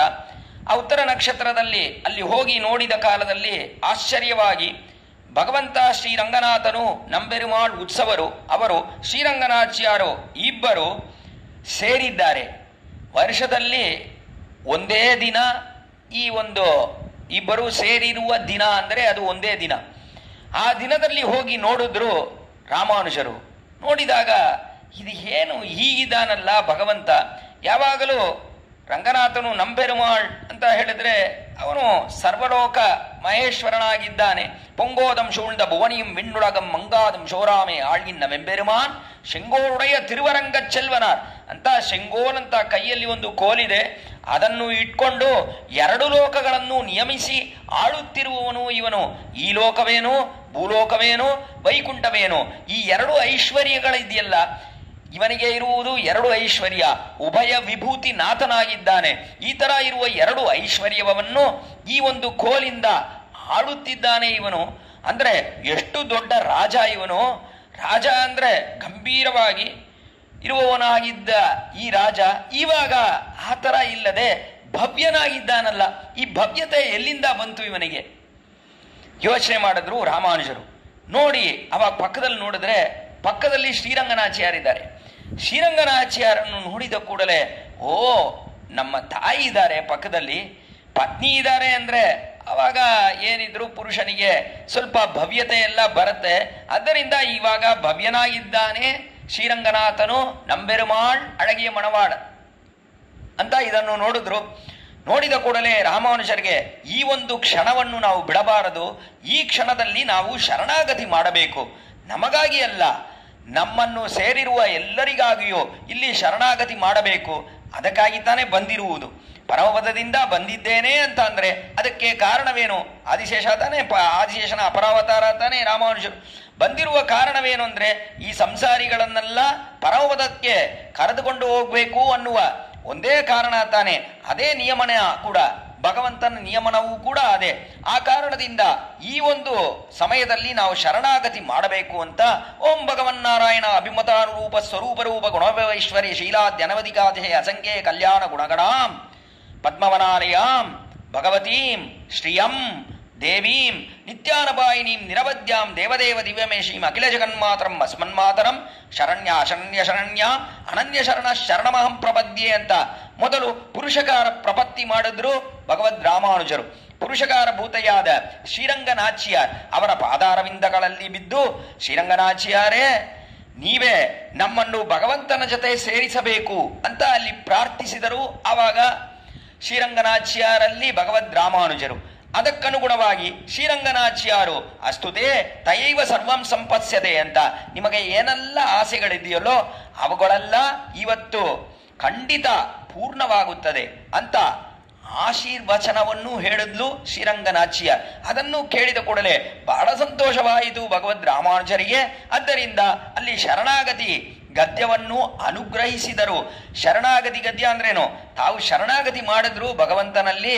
ಭಗವಂತ ಅವನು ಹೇಳ್ದ, ನಂಬೆರುಮಾಳ್ ರಂಗನಾಥನು ಅವನು ಹೇಳ್ದ ಆ ಕಾಲದಲ್ಲಿ, ರಾಮಾನುಜರೇ ನಿಮಗೆ ಮಾತ್ರ ಮೋಕ್ಷವಲ್ಲ, ಈ ಶರಣಾಗತಿಯಿಂದ ನಿಮಗೆ ಮಾತ್ರ ಮೋಕ್ಷವಲ್ಲ, ಆದರೆ ನಿಮ್ಮ ಜೊತೆ ಯಾರೆಲ್ಲ ಇದ್ದಾರೋ ಅಂದ್ರೆ ನಿಮ್ಮ ಸಂಬಂಧಿಗಳು ಅವರಿಗೆ ಎಲ್ಲರಿಗೂ ಮೋಕ್ಷ, ಅವರಿಗೆ ಎಲ್ಲರಿಗೂ ಪರಮಪದ ಪ್ರಾಪ್ತಿ ನಿಶ್ಚಯ ಅಂತ ಹೇಳಿದ್ರು. ಆ ಕಾರಣದಿಂದಲೇ ಆಮೇಲೆ ಭಗವದ್ ರಾಮಾನುಜರು ಅಲ್ಲಿ ಶ್ರೀರಂಗ ಗದ್ಯವನ್ನು ಅನುಗ್ರಹಿಸಿ ಆಮೇಲೆ ಶ್ರೀವೈಕುಂಠ ಗದ್ಯ ಅಂತ, ಶ್ರೀವೈಕುಂಠದಲ್ಲಿ ಹೇಗೆಲ್ಲ ಇದೆ, ಪರಮಪದ ಅಂದ್ರೆ ಹೇಗಿದೆ ಅಂದ್ರೆ ಅದನ್ನು ಯಾವುದನ್ನು ಕೊಂಡು ನಾವು ಅನುಭವಿಸಬೇಕು ಅಂದ್ರೆ ಈ ಒಂದು ಗದ್ಯತ್ರಯದಲ್ಲಿ ಇರುವ ಶ್ರೀವೈಕುಂಠ ಗದ್ಯವನ್ನು ಕೊಂಡು ನಾವು ಅನುಭವಿಸಬೇಕು. ಕಾರಣ ಅಲ್ಲಿಂದ ಬಂದವರಲ್ಲ ಇವರು ರಾಮಾನುಜರು. ಆದ್ದರಿಂದ ಅಲ್ಲೆಲ್ಲವನ್ನು ನೋಡಿದ್ದಾರೆ. ಆದಿಶೇಷನಾಗಿದ್ದು ಅಲ್ಲಿ ಪರಮಪದದಲ್ಲಿ ಯಾವ ರೀತಿ ಇದೆ ಎಲ್ಲ ಅನ್ನುವುದನ್ನೆಲ್ಲ ನೋಡಿ ಅದರಲ್ಲಿ ಸುಂದರವಾದ ವರ್ಣನೆಯನ್ನು ಮಾಡ್ತಾರೆ ಶ್ರೀವೈಕುಂಠ ಗದ್ಯದಲ್ಲಿ. ಇದನ್ನೆಲ್ಲ ಮಾಡಿದ ಮೇಲೆ ರಾಮಾನುಜರು ನೋಡಿದ್ರು, ಸರಿ ಇವತ್ತೇನೋ ನಾವು ಇಲ್ಲಿ ಶರಣಾಗತಿ ಮಾಡಿದ್ದೇವೆ, ಈ ಕಾಲದಲ್ಲಿ ನಮ್ಮ ಜೊತೆ ಇರುವವರಿಗೆ ನಮ್ಮ ಸಂಬಂಧವಿದೆ, ಆದರೆ ಇನ್ನು ಮುಂದೆ ಬರುವ ಕಾಲದಲ್ಲಿ ಅವರಿಗೆ ಎಲ್ಲರಿಗೂ ಹೇಗೆ ಸಂಬಂಧ ಆಗತ್ತೆ, ನಮ್ಮ ಜೊತೆ ಇವಾಗಿರುವವರಿಗೆ ಸಂಬಂಧವಿದೆ. ಆದರೆ ಇನ್ನ ಕಾಲ ಇದೆಯಲ್ಲ, ಆ ಕಾಲದಲ್ಲಿ ಉಳಿದ ಕಾಲದಲ್ಲಿ ಬರುವವರಿಗೆ ನಮ್ಮ ಜೊತೆ ಹೇಗೆ ಸಂಬಂಧ ಆಗತ್ತೆ? ಭಗವಂತ ಏನೋ ಹೇಳಿದ್ದಾನೆ, ನಿಮ್ಮ ಸಂಬಂಧಿಗಳಿಗೆ ಮೋಕ್ಷ ನಿಶ್ಚಯ ಅಂತ ಹೇಳಿದ್ದಾನೆ. ಆ ಥರ ಇರುವಾಗ ನಮ್ಮ ಸಂಬಂಧವನ್ನು ಅವರಿಗೂ ನಾವು ಮಾಡಬೇಕು. ಹೇಗೆ ಮಾಡೋದು ಅಂದರೆ, ಆವಾಗ ಅವರಿಗೆ ಒಂದು ಜ್ಞಾಪಕಕ್ಕೆ ಬಂತು. ಇಲ್ಲಿ 74 ಒಂದು ಆಶ್ಚರ್ಯವಾದ ಮದಗಳು ಅವುಗಳ ಜೊತೆ ಇರುವ ಒಂದು ದೊಡ್ಡ ಕೊಳ. ಆ ಕೊಳ ಅದನ್ನು ನೋಡಿದ ಜ್ಞಾಪಕ ಬಂತು. ಅದಕ್ಕನುಗುಣವಾಗಿ 74 ಆಚಾರ್ಯ ಪುರುಷರನ್ನು ನಾವು ನಿಯಮಿಸಬೇಕು ಅನ್ನುವ ಅಭಿಪ್ರಾಯ ಬಂದಿತು ಭಗವದ್ ರಾಮಾನುಜರಿಗೆ. 74 ಸಿಂಹಾಸನಾಧಿಪತಿಗಳು ಅಂತ ಅವರಿಗೆ ಹೆಸರು. 74 ಆಚಾರ್ಯ ಪುರುಷರುಗಳು ಅಂದ್ರೆ ಏನು? ಆಚಾರ್ಯರು ಭಗವದ್ ರಾಮಾನುಜರು. ಅವರ ಪುರುಷರು ಅಂದ್ರೆ ಅವರಿಗೆ ಕೆಲಸ ಮಾಡುವವರು ಅಂತ ಅರ್ಥ. ರಾಜ್ಞ ಪುರುಷ ಇತಿವತ್, ರಾಜಪುರುಷ ಅಂತ ಹೇಳಿದ್ರೆ ಏನು? ರಾಜದ್ವಾರದಲ್ಲಿ ಕೆಲಸ ಮಾಡುವವನು ಅಂತ ಅರ್ಥ. ರಾಜನಿಗೆ ಮಂತ್ರಿಯಾಗಿದ್ದು ಎಲ್ಲ ಕೆಲಸಗಳನ್ನು ಮಾಡುವವನು ಅಂತ ಅರ್ಥ. ಆ ರೀತಿಯೇ ಇಲ್ಲೂ ಕೂಡ ಆಚಾರ್ಯ ಪುರುಷರು ಅಂತ ಹೇಳಿದ್ರೆ ಆಚಾರ್ಯ ಸಾರ್ವಭೌಮರಾದ ಭಗವದ್ ರಾಮಾನುಜರಿಗೆ ಎಲ್ಲ ಕೈಂಕರ್ಯಗಳನ್ನು ಮಾಡುವವರು ಇವರು. ಅವರ ಜೊತೆ ಒಂದು ಸಂಬಂಧವನ್ನು ಮಾಡಿಸಿಕೊಡುವವರು ಇವರು. ಆದ್ದರಿಂದ ಆಚಾರ್ಯ ಪುರುಷರುಗಳನ್ನು ನಿಯಮಿಸಿ ಆಚಾರ್ಯ ಪುರುಷರುಗಳ ಮೂಲಕ ಆ 74 ಸಿಂಹಾಸನಾಧಿಪತಿಗಳ ಮೂಲಕ ಭಗವದ್ ರಾಮಾನುಜರ ಸಂಬಂಧ ಇಂದಿನವರೆಗೂ ನಮಗೂ ಬಂದು ಸೇರುತ್ತಿದೆ ಅನ್ನುವುದೇ ಇಲ್ಲಿ ವಿಶೇಷ. ಆ ಕಾರಣದಿಂದಲೇ ಭಗವದ್ ರಾಮಾನುಜರು ಮಾಡಿರುವ ಒಂದು ಉಪಕಾರ ಅಂದರೆ ಇದಕ್ಕಿಂತ ಹೆಚ್ಚಾಗಿರುವ ಉಪಕಾರವಿಲ್ಲ ಅಂತ ಹೇಳಬೇಕು. ಅಷ್ಟೊಂದು ಆಶ್ಚರ್ಯವಾದ ಉಪಕಾರವನ್ನು ಸ್ವಾಮಿ ಎಂಬೆರುಮಾನಾರ್ ಮಾಡಿದ್ರು. ಈ ರೀತಿ ಮಾಡಿದ್ರಲ್ಲ, ಇದಕ್ಕೆಲ್ಲ ಕಾರಣವೇನು ಅಂದರೆ ಇದಕ್ಕೆಲ್ಲ ಕಾರಣ ಆಚಾರ್ಯ ಕೃಪಾಕಟಾಕ್ಷ. ಈ ಆಚಾರ್ಯ ಕೃಪಾಕಟಾಕ್ಷ ಅನ್ನುವುದು ಆಚಾರ್ಯರು ಅಂದರೆ ಯಾವ ಆಚಾರ್ಯರು ಅಂದರೆ ಪರಮಾಚಾರ್ಯರಾದ ಯಾಮುನಾಚಾರ್ಯರು. ಸರಿ, ಯಾಮುನಾಚಾರ್ಯರಲ್ಲಿ ಎಲ್ಲ ಅರ್ಥ ವಿಶೇಷಗಳನ್ನೆಲ್ಲ ಕೇಳಿದ್ರ ಇವರು ಅಂದ್ರೆ ಅವರಲ್ಲಿ ಎಲ್ಲ ಅರ್ಥ ವಿಶೇಷಗಳನ್ನು ಕೇಳಿಲ್ಲ. ಕಾರಣ ಏನಂದ್ರೆ ಅವರು ಇವರನ್ನು ನೋಡುವಾಗ ಅವರು ಪರಮಪದ ಪ್ರಾಪ್ತಿಯ ಆಗ್ಬಿಡ್ತು ಆರವಂದಾರಿಗೆ. ಹೇಗೆ ಕೇಳೋದು? ಅವರಲ್ಲಿ ಕೇಳಲಿಲ್ಲ. ಆದರೂ ಕೂಡ ಅವರ ಶಿಷ್ಯರಾದ 5 ಶಿಷ್ಯರು ಪೆರಿಯನಂಬಿ, ಅವರಲ್ಲಿ ಪಂಚಸಂಸ್ಕಾರವಾಯಿತು, ಮಂತ್ರೋಪದೇಶವಾಯಿತು, ದಿವ್ಯ ಪ್ರಬಂಧಗಳು, ಅದರ ಸಂತೆಯೆಲ್ಲ ಆಯಿತು ರಾಮಾನುಜರಿಗೆ. ಪೆರಿಯನಂಬಿ, ಪೆರಿಯ ತಿರುಮಲೈ ನಂಬಿ ಅನ್ನುವ ಇವರ ಮಾತುಳರು. ಅವರಲ್ಲಿ ಶ್ರೀರಾಮಾಯಣ ಕಾಲಕ್ಷೇಪ, ಶ್ರೀರಾಮಾಯಣ ಅರ್ಥ ವಿಶೇಷಗಳನ್ನೆಲ್ಲ ಕೇಳಬೇಕು. ಬಹಳ ಮುಖ್ಯವಾಗಿರುವುದು ಸಂಪ್ರದಾಯಕ್ಕೆ ಅಂತ ಹೇಳಿದ್ರೆ ಅದು ಒಂದು ಶ್ರೀರಾಮಾಯಣ, ಮತ್ತೊಂದು ತಿರುವಾಯ್ಮೊಳಿ. ಈ ಎರಡಿನ ಅರ್ಥ ವಿಶೇಷಗಳನ್ನು ಖಂಡಿತ ಕೇಳಬೇಕು. ಆದ್ದರಿಂದ ಶ್ರೀರಾಮಾಯಣ ಅರ್ಥ ವಿಶೇಷಗಳನ್ನೆಲ್ಲ ತಿರುಮಲೆಗೆ ಹೋಗಿ ರಾಮಾನುಜರು ತಮ್ಮ ಮಾತುಳರಾದ ಪೆರಿಯ ತಿರುಮಲೈ ನಂಬಿಯಲ್ಲಿ ಎಲ್ಲ ಅರ್ಥಗಳನ್ನು ಕೇಳಿದರು. ತಿರುಕೋಟಿಯೂರ್ ನಂಬಿ ಇವರು 3ನೇ ಆಚಾರ್ಯರು. ಪೆರಿಯ ನಂಬಿ, ಪೆರಿಯ ತಿರುಮಲೈ ನಂಬಿ, ತಿರುಕೋಟಿಯೂರ್ ನಂಬಿ. ತಿರುಕೋಟಿಯೂರ್ ನಂಬಿ ಅನ್ನುವ 3ನೇ ಆಚಾರ್ಯರು. ಇವರಲ್ಲಿ ಚರ್ಮಶ್ಲೋಕ ಅರ್ಥವನ್ನು ಕೇಳಿದ್ರು. ಎಷ್ಟೋ ಅರ್ಥಗಳು, ಅದರಲ್ಲಿ ಚರ್ಮಶ್ಲೋಕ ಅರ್ಥ ಅನ್ನುವುದು ಮುಖ್ಯವಾದ ಅರ್ಥ. ಶ್ರೀರಂಗದಿಂದ ತಿರುಕೋಟಿಯೂರ್ ಅಂತ ಸುಮಾರು 75-80 ಮೈಲಿ ಇರುವ ತಿರುಕೋಟಿಯೂರ್ ಅನ್ನುವ ದಿವ್ಯದೇಶ. ಆ ತಿರುಕೋಟಿಯೂರ್ ಅನ್ನುವ ದಿವ್ಯದೇಶದಲ್ಲಿ ತಿರುಕೋಟಿಯೂರ್ ನಂಬಿ ಇದ್ದಾರೆ. ರಾಮಾನುಜರು ಇಲ್ಲಿ ಶ್ರೀರಂಗದಿಂದ ತಿರುಕೋಟಿಯೂರಿಗೆ ಹೋದರು. ಮೊದಲನೇ ಸರಿ ಹೋದಾಗ ಅಲ್ಲಿ ತಿರುಕೋಟಿಯೂರ್ ನಂಬಿ ಅವರ ತಿರುಮಾಡಿಗೆ ಎಲ್ಲಿದೆ ಅಂತ ಕೇಳಿದ್ರು. ಕೇಳಿದ್ರೆ ಅಲ್ಲಿರುವವರೆಲ್ಲ ಯಾರಿವರು? ತಿರುಕೋಟಿಯೂರ್ ನಂಬಿ ತಿರುಮಾಡಿ ಕೇಳ್ತಾ ಇದ್ದಾರಲ್ಲ. ತಿರುಕೋಟಿಯೂರ್ ನಂಬಿ ಅನ್ನುವರು ಯಾರಿಗೂ ಯಾವ ಅರ್ಥ ವಿಶೇಷಗಳನ್ನು ಹೇಳದೆ ತಾಮೊಬ್ಬರೇ ಇದ್ಕೊಂಡು ಆ ಅರ್ಥ ವಿಶೇಷಗಳನ್ನೆಲ್ಲ ಆಳವಂದಾರು ಹೇಳಿರುವ ಅರ್ಥ ವಿಶೇಷಗಳು, ತಮ್ಮ ಆಚಾರ್ಯರಾದ ಯಾಮುನಾಚಾರ್ಯರು ಹೇಳಿರುವ ಅರ್ಥ ವಿಶೇಷಗಳು, ಅವುಗಳನ್ನ ಅಲ್ಲ ತಾವು ಒಬ್ಬರೇ ಮನನ ಮಾಡ್ತಾ ಇದ್ದವರು ತಿರುಕೋಟಿಯೂರ್ ನಂಬಿ. ಆದ್ದರಿಂದ ಆ ಊರಲ್ಲಿರುವವರೆಲ್ಲ ಇವರು ಏನಪ್ಪ, ಏನು ಬಾಯಿ ಬಿಡದೇ ಇರುವ ಯಾರೋ ಒಬ್ಬರು ಈ ತಿರುಕೋಟಿಯೂರ್ ನಂಬಿ ಅನ್ನುವರು, ಇವರಿಗೆ ಏನ್ ಜ್ಞಾನವಿದೆ, ಏನಿದೆ, ಏನೂ ಗೊತ್ತಿಲ್ಲ ನಮಗೆ ಅನ್ನುವ ಅಭಿಪ್ರಾಯದಲ್ಲಿ ಇದ್ರು. ಅದರಿಂದ ಅವರು ರಾಮಾನುಜರು ಹೋಗಿ ಕೇಳಿದ ಕಾಲದಲ್ಲಿ ಅಲ್ಲಿದೆ ನೋಡಿ, ಅದೇ ಅವರ ತಿರುಮಾಡಿಗೆ ಅಂತ ತೋರಿಸಿದ್ರು. ತೋರಿಸಿದ ಕೂಡಲೇ ರಾಮಾನುಜರು ಇವರು ಎಲ್ಲಿ ತೋರಿಸಿದ್ರು ಅಲ್ಲಿಂದಲೇ ನಮಸ್ಕರಿಸಲು ಪ್ರಾರಂಭಿಸಿದ್ರು. ಅಲ್ಲೇ ನಮಸ್ಕಾರ ಮಾಡ್ತಾ ಮಾಡ್ತಾ ಎದ್ದು ಎದ್ದು ತಿರ್ಗಾ ನಮಸ್ಕಾರ ಮಾಡ್ತಾ ತಿರುಕೋಟಿಯೂರ್ ನಂಬಿ ಅವರ ಮಾಡಿಹೆ ತನಕ ಅಲ್ಲಿ ಹೋಗಿ ಅಲ್ಲಿ ನಿಂತು ಅಲ್ಲಿ ತಿರ್ಗಾ ನಮಸ್ಕಾರ ಮಾಡಿದ್ರು. ಉತ್ತಾಯ ಪುನಃ ಪ್ರಣಮ್ಯ ಅನ್ನುವ ಗದ್ಯತ್ರಯಕ್ಕೆ ಅನುಗುಣವಾಗಿ ತಿರ್ಗಾ ಎದ್ದು ನಮಸ್ಕಾರ ಮಾಡ್ತಾ ಮಾಡ್ತಾ ಆಚಾರ್ಯನ ಆ ಒಂದು ಮಹಲಿನ ತನಕ ನಮಸ್ಕಾರ ಮಾಡ್ತಾನೇ ಹೋದ್ರು. ಇದನ್ನು ನೋಡಿದ್ರು ಅಲ್ಲಿ ತಿರುಕೋಟಿಯೂರಲ್ಲಿರುವವರು, ನಮ್ಮ ಈ ತಿರುಕೋಟಿಯೂರು ನಮಗೆ ಇಷ್ಟೊಂದು ಪ್ರಭಾವ ಇದೆಯೇ, ಯಾರೋ ಒಬ್ರು ಬಂದಿದ್ದಾರೆ, ಅವರು ಇಷ್ಟು ಸಾರಿ ನಮಸ್ಕಾರ ಮಾಡ್ತಾ ಹೋಗ್ತಾ ಇದ್ದಾರಲ್ಲ, ಅದು ಒಬ್ರು ಸನ್ಯಾಸಿ, ಅವರು ಇಷ್ಟೊಂದು ಸಾರಿ ನಮಸ್ಕಾರ ಮಾಡ್ತಾ ಹೋಗ್ತಾ ಇದ್ದಾರಲ್ಲ ಅಂತ ಅವರಿಗೆ ತುಂಬಾ ಆಶ್ಚರ್ಯವಾಯಿತು. ತಿರುಕೋಟಿಯೂರು ನಂಬಿಯಲ್ಲಿ ಹೋಗಿ ತಿರುಕೋಟಿಯೂರು ನಂಬಿಯಲ್ಲಿ ನನಗೆ ವಿಶೇಷ ಅರ್ಥವನ್ನು ಹೇಳಬೇಕು ಅಂತ ಪ್ರಾರ್ಥಿಸಿದರು. ಆವಾಗ ತಿರುಕೋಟಿಯೂರು ನಂಬಿ ಯಾರಿಗೆ ಏನು ಹೇಳೋದು, ಹೇಳಕ್ಕೆ ಇಲ್ಲಿ ಏನೂ ಇಲ್ಲ, ಹೋಗಿ ಬನ್ನಿ, ಇನ್ನ ಒಂದು ಸರಿ ಬನ್ನಿ ನೋಡೋಣ ಅಂತ ಹೇಳಿದ್ರು. ಈ ರೀತಿಯೇ ತಿರ್ಗಾ ಬಂದ್ರು ರಾಮಾನುಜರು, ತಿರ್ಗಾ ಶ್ರೀರಂಗದಿಂದ ತಿರ್ಗಾ ತಿರುಕೋಟಿಯೂರಿಗೆ ಹೋದ್ರು. ಈ ತರ 18 ಸಾರಿ ತಿರುಕೋಟಿಯೂರಿಗೆ ಹೋದ್ರು ರಾಮಾನುಜರು. ಚರಮ ಶ್ಲೋಕಾರ್ಥವನ್ನು ಕೇಳಬೇಕು. ಶ್ರೀ ಗೀತಾಚಾರ್ಯನು ಹೇಳಿರುವ ಚರಮ ಶ್ಲೋಕಾರ್ಥ ಸರ್ವಧರ್ಮಾನ್ ಪರಿತ್ಯಜ್ಯ ಅನ್ನುವ ಶ್ಲೋಕದ ಅರ್ಥವನ್ನು ಕೇಳಬೇಕು ಅಂತ ಅಲ್ಲಿ ಹೋದ್ರೆ ಅವರು ಹೇಳಲಿಲ್ಲ.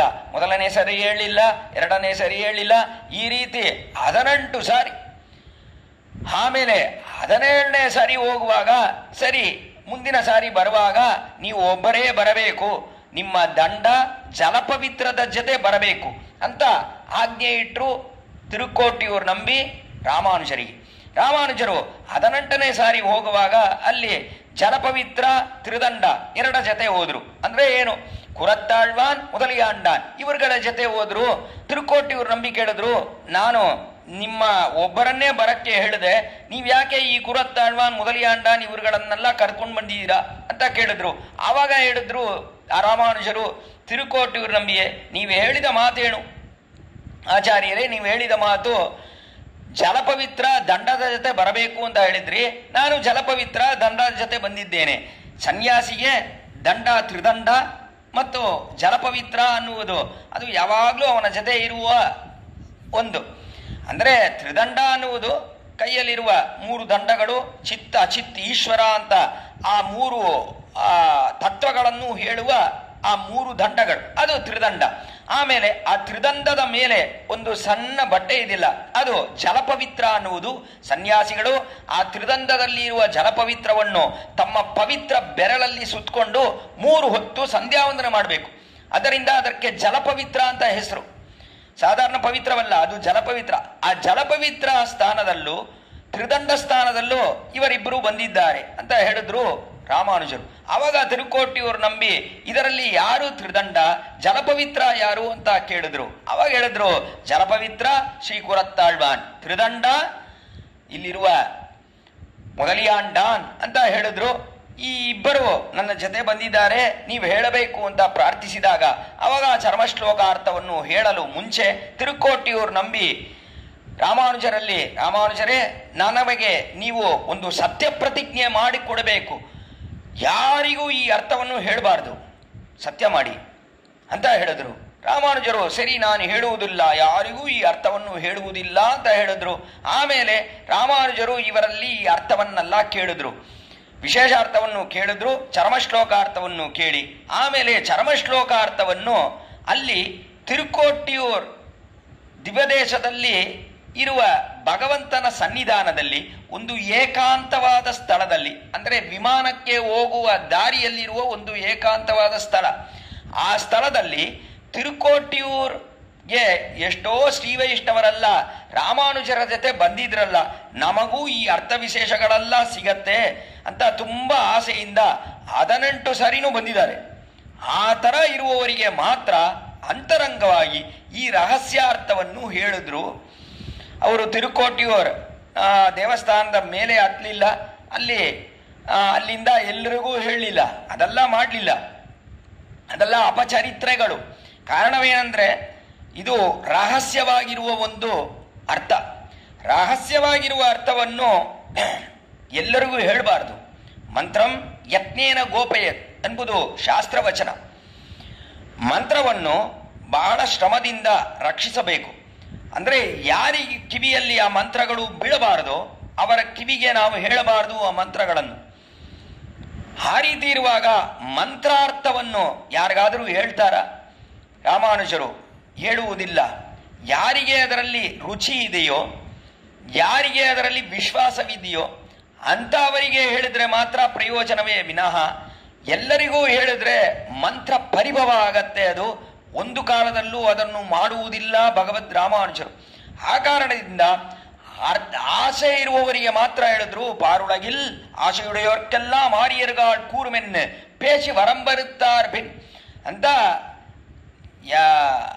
ಯಾರಿಗೆಲ್ಲ ಆಸೆ ಇದೆಯೋ ಅವರಿಗೆ ಹೇಳಬಹುದು, ಈ ಅರ್ಥಗಳನ್ನು ಹೇಳಬಹುದೇ ವಿನಃ ಆಸೆ ಇಲ್ಲ, ಅದರಲ್ಲಿ ರುಚಿ ಇಲ್ಲ, ವಿಶ್ವಾಸ ಇಲ್ಲ ಅನ್ನುವವನಿಗೆ ಹೇಳಿ ಏನು ಪ್ರಯೋಜನ?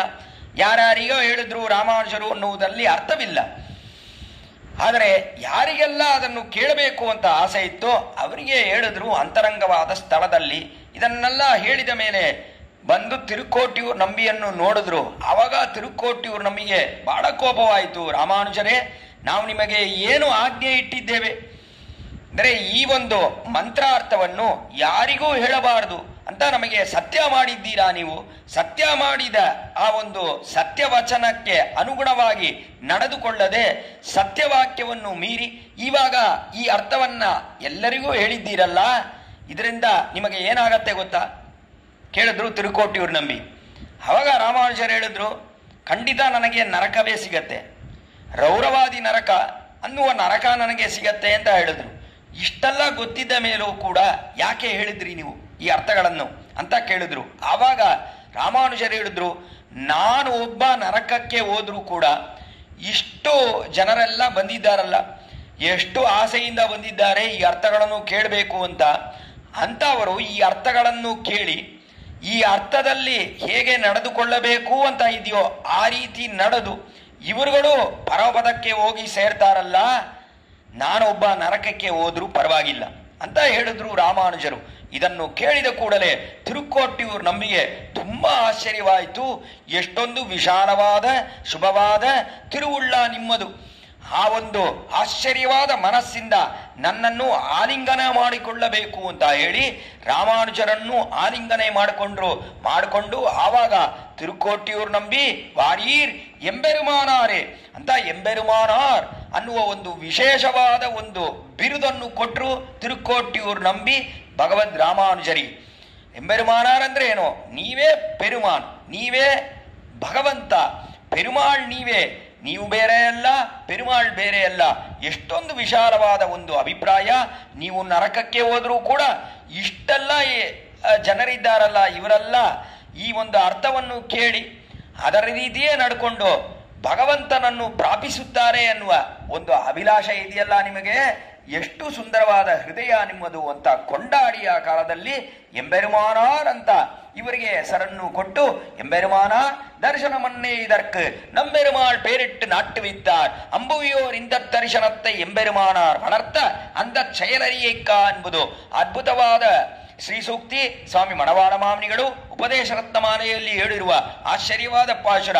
ಎಂಬೆರುಮಾನಾರ್ ದರ್ಶನಮನ್ನೇ ಇದರ್ಕ್, ಎಂಬೆರುಮಾನಾರ್ ದರ್ಶನಂ. ಇನ್ನ ಮುಂದೆ ಈ ವಿಶಿಷ್ಟಾದ್ವೈತ ಶ್ರೀವೈಷ್ಣವ ಸಂಪ್ರದಾಯಕ್ಕೆ ಎಂಬೆರುಮಾನಾರ್ ದರ್ಶನ ಅಂತಾನೆ ಹೆಸರು ಅಂತ ಅವಾಗ ಹೆಸರಿಟ್ರು. ಆ ಕಾಲದಲ್ಲಿ ತಿರುಕೋಟಿಯೂರು ನಂಬಿ பெருமானார் தரிசனமென்னே இதற்கு ನಂಬೆರುಮಾಳ್ ಪೇರಿಟ್ಟು ನಾಟ್ಟು ಬಿತ್ತಾರ್.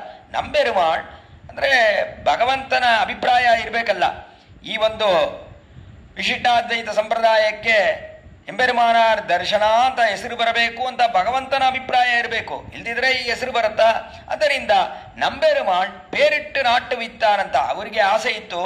ಆದರೆ ಅವರು ನೇರವಾಗಿ ಈ ಒಂದು ದರ್ಶನಕ್ಕೆ ಎಂಬೆರುಮಾನಾರ್ ದರ್ಶನ ಅಂತ ಹೆಸರನ್ನು ಇಡಲಿಲ್ಲ ನಂಬೆರುಮಾಳ್. ಆದರೆ ತಿರುಕೋಟಿಯೂರು ನಂಬಿ ಮೂಲಕವಾಗಿ ಈ ಒಂದು ಹೆಸರನ್ನು ಇಟ್ಟರು ಈ ಸಂಪ್ರದಾಯಕ್ಕೆ. ಇದು ಎಂಬೆರುಮಾನಾರ್ ದರ್ಶನಂ ಅಂತ ಹೇಳಿದ್ರು ಆ ಕಾಲದಲ್ಲಿ. ತಿರುಕೋಟಿಯೂರು ನಂಬಿ ಹೇಳಿದ ಮೇಲೆ ಈ ಒಂದು ದರ್ಶನಕ್ಕೆ, ಈ ವಿಶಿಷ್ಟಾದ್ವೈತ ಸಂಪ್ರದಾಯಕ್ಕೆ ಎಂಬೆರುಮಾನಾರ್ ದರ್ಶನ ಅಂತಾನೆ ಹೆಸರು ಬಂತು ಅಂತ ನೋಡ್ತೀವಿ. ಅಷ್ಟೊಂದು ವೈಭವ ರಾಮಾನುಜರ ವೈಭವ. ಆದ್ದರಿಂದ ಆಚಾರ್ಯ ಕೃಪಾ ಕಟಾಕ್ಷ. ಆದರೆ ಚರ್ಮಶ್ಲೋಕದಲ್ಲಿ ಹೇಳಿರುವ ವಿಶೇಷಾರ್ಥ, ಆ ವಿಶೇಷಾರ್ಥವನ್ನು ಇವತ್ತು ನಾವು ಅನುಭವಿಸುತ್ತೇವೆ. ಅಂದ್ರೆ ಎಷ್ಟೊಂದು ಉಪಕಾರ ಮಾಡಿದ್ದಾರೆ, ಇವತ್ತು ಅನುಭವಿಸುತ್ತೇವೆ ಅಂದ್ರೆ ಅದಕ್ಕೆ ಮೂಲ ಕಾರಣವೇನೆಂದ್ರೆ ರಾಮಾನುಜರ ಒಂದು ನಿರ್ಹೇತುಕ ಕೃಪೆಯೇ ಕಾರಣವೇ ವಿನಃ ಇಲ್ಲಿ ಬೇರೆ ಯಾವುದೂ ಇಲ್ಲ. ಇವತ್ತು ಆ ಚರ್ಮಶ್ಲೋಕಾರ್ಥವನ್ನು ನಾವು ಅನುಭವಿಸಲು ಸಾಧ್ಯವೇ? ಅದು ಅಸಾಧ್ಯವಾದ ಕಾರ್ಯ. ಆ ಕಾಲದಲ್ಲಿ ಇರುವವರಿಗೆ ಆ ಅರ್ಥಗಳನ್ನೆಲ್ಲ ಹೇಳುವುದಿಲ್ಲ ಅಂತ ಹೇಳಿದ್ರು ತಿರುಕೋಟಿಯೂರು ನಂಬಿ. ತಿರುಕೋಟಿಯೂರು ನಂಬಿ ಯಾಕೆ ಹೇಳಲಿಲ್ಲ? ಯಾಕೆ ರಾಮಾನುಜರಿಗೆ ಹೇಳಲಿಲ್ಲ? ಇಷ್ಟೆಲ್ಲ ಗೊತ್ತು. ರಾಮಾನುಜರಿಗೆ ಎಷ್ಟೊಂದು ಪ್ರೀತಿ ಇತ್ತು ಆಳವಂದಾರಲ್ಲಿ, ಎಷ್ಟೊಂದು ಭಕ್ತಿ ಇತ್ತು ಅಂತ ತಿರುಕೋಟಿಯೂರು ನಂಬಿಗೆ ಚೆನ್ನಾಗಿ ಗೊತ್ತು. ಪೆರಿಯ ನಂಬಿಗಳ ಶಿಷ್ಯರು ಇವರು ಅಂತ ಚೆನ್ನಾಗಿ ಗೊತ್ತು. ಇವರಿಗೆ ಎಷ್ಟೊಂದು ವೈಭವವಿದೆ ಅಂತ ಚೆನ್ನಾಗಿ ಗೊತ್ತು ತಿರುಕೋಟಿಯೂರು ನಂಬಿಗೆ. ಆದರೂ ಕೂಡ ಇವರನ್ನು ಇಷ್ಟೆಲ್ಲ ಪರೀಕ್ಷಿಸಬೇಕೆ? 18 ಸಾರಿ ನಡಿಬೇಕು ನೀವು ಶ್ರೀರಂಗದಿಂದ ತಿರುಕೋಟಿಯೂರಿಗೆ ಅಂತ ಹೇಳಿ ಇಷ್ಟೊಂದು ಪರೀಕ್ಷೆ ಬೇಕಾ ಅಂತ ವಿಚಾರ ಮಾಡಿದ್ರೆ, ಈ ಪರೀಕ್ಷೆ ರಾಮಾನುಜರಿಗೆ ಅಲ್ಲ, ಪರೀಕ್ಷೆ ರಾಮಾನುಜರಿಗೆ ಅಲ್ಲ. ಆದರೆ ನಮಗೆ ಆ ಒಂದು ಚರ್ಮಶ್ಲೋಕಾರ್ಥದ ವೈಭವ ನಮ್ಮ ಹೃದಯದಲ್ಲಿ ಚೆನ್ನಾಗಿ ಬರಬೇಕು ಅನ್ನುವ ಕಾರಣದಿಂದ ರಾಮಾನುಜರನ್ನು ಇಷ್ಟೊಂದು ಸಾರಿ ನಡೆಸಿದರು ಅಕಾಲದಲ್ಲಿ ತಿರುಕೋಟಿಯೂರು ನಂಬಿ. ನಮಗೆ ಆ ವೈಭವ ಗೊತ್ತಾಗಬೇಕು. ಎಷ್ಟು ವೈಭವ ಇರುವುದು ಆ ಚರ್ಮಶ್ಲೋಕ. ಆ ಚರ್ಮಶ್ಲೋಕ ಅರ್ಥ ಇವಾಗ ಸರ್ವಸುಲಭವಾಗಿದ್ದೆ, ಎಲ್ಲರಿಗೂ ಗೊತ್ತಾಗಿದೆ ಎನ್ನುವ ಕಾರಣದಿಂದ ಚರ್ಮಶ್ಲೋಕ ಅರ್ಥ ಸರಿ ಯಾರೋ ಒಬ್ರು ಹೇಳ್ತಾ ಇದ್ದಾರೆ ಅಂತ ಅದರಲ್ಲಿ ನಮಗೆ ವಿಶೇಷವಾದ ಪ್ರೀತಿ ಬರುವುದಿಲ್ಲ. ನಿಜವಾಗಿಯೂ ಆ ಕಾಲದಲ್ಲಿ ಆ ಚರ್ಮಶ್ಲೋಕ ಅನ್ನುವುದು, ಆ ಚರ್ಮಶ್ಲೋಕ ಅರ್ಥ, ಅದನ್ನು ನಮ್ಮ ಹೃದಯದಲ್ಲಿ ಕೊಂಡು ಅದರಲ್ಲಿ ವಿಶ್ವಾಸ ಬಂದು ಅದರಲ್ಲಿ ಹೇರುವ ರೀತಿಯಲ್ಲಿ ನಾವು ನಡೆದುಕೊಳ್ಳಬೇಕು ಅಂತ ನೋಡಿದ್ರೆ ಅದಕ್ಕೆ ಅಧಿಕಾರಿಗಳೇ ಇಲ್ವೇ? ಅದಕ್ಕೆ ಯಾರಿಗೆ ಅಧಿಕಾರ ಅಂತ ಕ್ವಾಲಿಫಿಕೇಶನ್, ಯಾರಿಗೆ ಕ್ವಾಲಿಫಿಕೇಶನ್ ಇದೆ ಅನ್ನುವುದು ತಿರುಕೋಟಿಯೂರು ನಂಬಿನ ಅಭಿಪ್ರಾಯ. ಯಾರಿಗೂ ಅಧಿಕಾರವೇ ಇಲ್ಲ. ಇದಕ್ಕೆ ಅಧಿಕಾರ ಪುರುಷರುಗಳು ಅಂತ ಹೇಳಿದ್ರೆ ಅವರಿಗೆ ಇದರಲ್ಲಿ ಮೊದಲು ರುಚಿ ವಿಶ್ವಾಸಗಳು ಇರಬೇಕು, ಅದರಲ್ಲಿ ಹೇಳುವಂತೆ ನಾವು ನಡೆದುಕೊಳ್ಳಬೇಕು ಅನ್ನುವ ಆಸೆ ಇರಬೇಕು. ಇಷ್ಟೆಲ್ಲ ಯಾರಿಗಿದೆ? ಯಾರಿಗೂ ಇಲ್ಲ. ಆದ್ದರಿಂದ ಈ ಒಂದು ಚರ್ಮಶ್ಲೋಕಾರ್ಥದ ವೈಭವ ಅದೇ ತಮ್ಮ ಹೃದಯದಲ್ಲಿ ಇತ್ತು ತಿರುಕೋಟಿಯೂರು ನಂಬಿಗೆ. ಆದ್ದರಿಂದ ಈ ಅರ್ಥವನ್ನು ನಾವು ಯಾರಿಗೂ ಹೇಳುವುದಿಲ್ಲ ಅನ್ನುವ ಒಂದು ಸಂಕಲ್ಪ ಅವರಲ್ಲಿ ಇತ್ತು. ಕಾರಣ ಮಂತ್ರವನ್ನು ಹೇಳಿದ್ರೆ ಅದನ್ನು ಕೇಳುವವನಿಗೆ ರುಚಿ ವಿಶ್ವಾಸಗಳು ಇರಬೇಕು. ಆ ರೀತಿ ಇರುವವನಿಗೆ ಇದ್ದರೆ ಮಾತ್ರ ಪ್ರಯೋಜನವೇ ವಿನಃ ಇಲ್ಲದಿದ್ರೆ ಅದಕ್ಕೆ ಪ್ರಯೋಜನವಿಲ್ಲ ಅನ್ನುವ ಕಾರಣದಿಂದ ಹೇಳಲಿಲ್ಲ. ಇವಾಗ ರಾಮಾನುಜರು 18 ಸಾರಿ ನಡೆದ್ರು ತಿರುಕೋಟಿಯೂರಿಗೆ ಶ್ರೀರಂಗದಿಂದ ಅಂತ ಹೇಳಿದ್ರೆ ಅವಾಗ ನಮಗೆ ಏನಾಗತ್ತೆ ಅಂದ್ರೆ ಆ ಮಂತ್ರ ಎಷ್ಟು ಆಶ್ಚರ್ಯವಾದ ಮಂತ್ರ, ಎಷ್ಟು ವಿಶೇಷವಾದ ಮಂತ್ರ, ಎಷ್ಟು ಪ್ರಭಾವವಿದೆ ಆ ಮಂತ್ರಕ್ಕೆ, ಅದರಲ್ಲಿ ರುಚಿ ವಿಶ್ವಾಸಗಳು ನಮಗೆ ಬರಬೇಕು.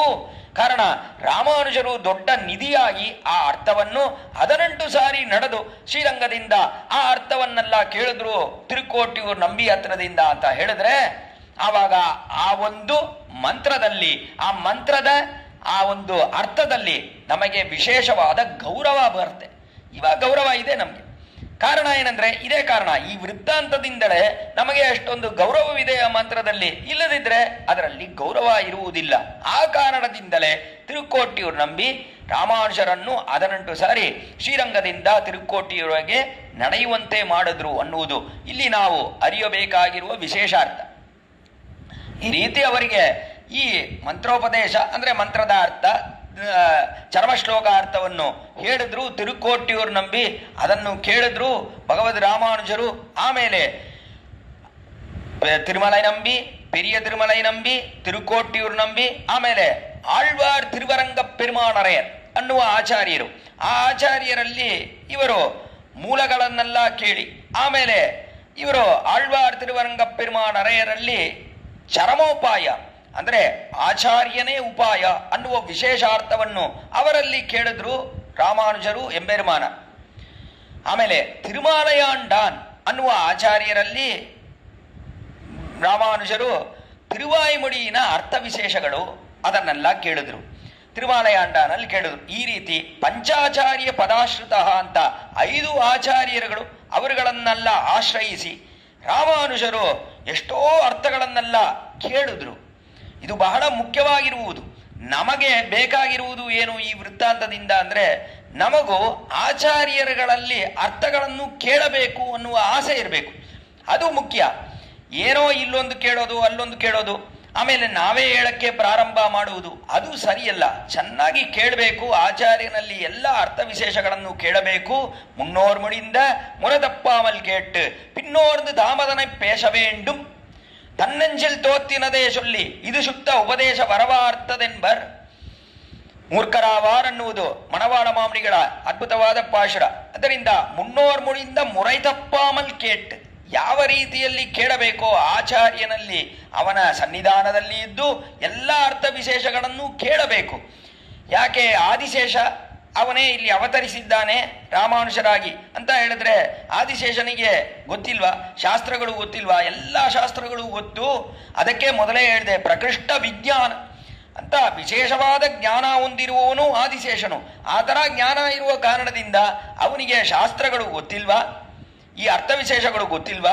ಚರಮ ಶ್ಲೋಕಾರ್ಥ ಗೊತ್ತಿಲ್ವಾ? ಅವನಿಗೆ ಎಲ್ಲ ಗೊತ್ತು. ಆದರೂ ಕೂಡ ಆಚಾರ್ಯನ ಸನ್ನಿಧಾನದಲ್ಲೇ ಇದ್ದು ಕೇಳಬೇಕು ಅನ್ನುವುದು ಪದ್ಧತಿ. ಈ ಲೋಕದ ಒಂದು ಪದ್ಧತಿ ಅದು. ಅದಕ್ಕನುಗುಣವಾಗಿ ನಾವು ಕೇಳಬೇಕು ಅನ್ನುವ ಅಭಿಲಾಷೆ ಅವರಿಗೂ ಇತ್ತು. ಈ ಒಂದು ಕ್ರಮವನ್ನು ನಾವು ಯಾವಾಗಲೂ ಅದರಲ್ಲೇ ನಾವು ಇದ್ದು ಆ ಕ್ರಮವನ್ನೇ ನಾವು ಎಲ್ಲರಿಗೂ ತೋರಿಸಬೇಕು ಅನ್ನುವ ಅಭಿಪ್ರಾಯವಿತ್ತು ರಾಮಾನುಜರಿಗೆ. ರಾಮನಾಗಿ ಅವತರಿಸಿದ ಭಗವಂತ ಸರ್ವಜ್ಞ. ಸರ್ವಜ್ಞನಿಗೆ ಗೊತ್ತಿಲ್ವಾ? ಎಲ್ಲ ಶಾಸ್ತ್ರಗಳು ಗೊತ್ತಿಲ್ವಾ? ಆದರೂ ಕೂಡ ವಶಿಷ್ಠ ಶಿಷ್ಯನಾಗಿದ್ದ. ಭಾರದ್ವಾಜಸ್ಯ ಶಾಸನಾತ್, ವಶಿಷ್ಠಸ್ಯ ಶಾಸನಾತ್, ಅಗಸ್ತ್ಯ ವಚನಾತ್ ಅಂತ ಎಲ್ಲ ಅವರುಗಳಲ್ಲ, ಋಷಿಗಳಲ್ಲ ಕೇಳಿ ಕೇಳಿ ಕೇಳಿ ಯಾವ ರೀತಿ ನಾವು ನಡೆದುಕೊಳ್ಳಬೇಕು ಅಂತ ಅವರುಗಳಿಗೆಲ್ಲ ಶಿಷ್ಯನಾಗಿದ್ದ ರಾಮನು. ಭಗವಂತ ರಾಮನೇ ಶಿಷ್ಯನಾಗಿದ್ದು ಇಷ್ಟೊಂದು ಅರ್ಥಗಳನ್ನೆಲ್ಲ ಕೇಳ್ದ ಅಂತ ಹೇಳಿದ್ರೆ ನಾವು ಆ ರೀತಿಯೇ ಇರಬೇಕು. ಆ ರೀತಿಯೇ ನಾವು ಏನ್ ಮಾಡಬೇಕು? ಆಚಾರ್ಯರ ಸನ್ನಿಧಾನದಲ್ಲಿ ಇದ್ದು ಅರ್ಥ ವಿಶೇಷಗಳನ್ನೆಲ್ಲ ಕೇಳಬೇಕು. ಚೆನ್ನಾಗಿ ಮೊದಲು ಕೇಳಬೇಕು. ಕೇಳಿದ ಮೇಲೆ ಜ್ಞಾನವನ್ನು ಚೆನ್ನಾಗಿ ಪಡೆದ ಮೇಲೆ ಆಮೇಲೆ ಉಪದೇಶಗಳನ್ನು ಮಾಡಬೇಕೇ ವಿನಃ ಒಂದು ಕಾಲದಲ್ಲಿ ಸ್ವಕಪೋಲ ಕಲ್ಪಿತವಾಗಿ ಒಂದು ಮಾತನ್ನು ಹೇಳುವುದು ಅನ್ನುವುದು ಅದು ಸರಿಯೇ ಅಲ್ಲ ಅನ್ನುವುದೇ ಸತ್ ಸಂಪ್ರದಾಯ, ನಮ್ಮುடைய ಸಂಪ್ರದಾಯ. ಆದ್ದರಿಂದ ಇಲ್ಲಿ ಎಲ್ಲ ಆಚಾರ್ಯರು ತಮ್ಮ ಆಚಾರ್ಯರಲ್ಲಿ ಕೇಳಿರುವ ಅರ್ಥವನ್ನೇ ಹೇಳುತ್ತಿದ್ದಾರೆ ಇಲ್ಲಿ ಅಂತ ನೋಡ್ತೀವಿ. ಆ ಥರ ಇದ್ದವರು ಅಂತ ನೋಡಿದ್ರೆ ಅದು ಭಗವದ್ ರಾಮಾನುಜರಿಗೆ ಇರುವ ಒಂದು ಅಪ್ರತಿಮವಾದ ಒಂದು ವೈಭವ. ಅದು ಏನು 5 ಆಚಾರ್ಯರುಗಳು ಪಂಚಾಚಾರ್ಯ ಪದಾಶ್ರಿತ ಅಂತ ರಾಮಾನುಜರು ಈ 5 ಆಚಾರ್ಯರಲ್ಲಿ ಇದ್ದು ಈ ಅರ್ಥ ವಿಶೇಷಗಳನ್ನೆಲ್ಲ ಕೇಳಿದ್ರು. ಕೇಳಿದ ಆ ಒಂದು ವಿಷಯವನ್ನು ನಾವು ಅನುಭವಿಸುವಾಗ ನಮಗೂ ಏನು ಅಭಿಪ್ರಾಯ ಬರಬೇಕು ಅಂದ್ರೆ ನಾವು ಕೇಳಬೇಕು, ಚೆನ್ನಾಗಿ ಆಚಾರ್ಯ ಸನ್ನಿಧಾನದಲ್ಲಿ ಕೇಳಬೇಕು ಅನ್ನುವುದನ್ನೇ ತೋರಿಸಿದ್ದಾರೆ ನಮಗೆ ಸ್ವಾಮಿ ರಾಮಾನುಜರು ಅಂತ ನೋಡ್ತೀವಿ. ಇದು ಒಂದು ಆಶ್ಚರ್ಯವಾದ ವೈಭವ. ಆಚಾರ್ಯ ಕೃಪಾಕಟಾಕ್ಷ, ಆಚಾರ್ಯ ಕೃಪಾಕಟಾಕ್ಷದ ಮೇಲೆ ಆಚಾರ್ಯನಲ್ಲಿ ಇದ್ದು ಎಲ್ಲ ಅರ್ಥಗಳನ್ನು ನಾವು ಕೇಳಬೇಕು ಅನ್ನುವುದು ನಮಗೆ ಹೇಳುವ ಒಂದು ಆಶ್ಚರ್ಯವಾದ ವೈಭವ, ರಾಮಾನುಜರ ವೈಭವ. ಅದನ್ನು ನೋಡ್ತೀವಿ ಇಲ್ಲಿ.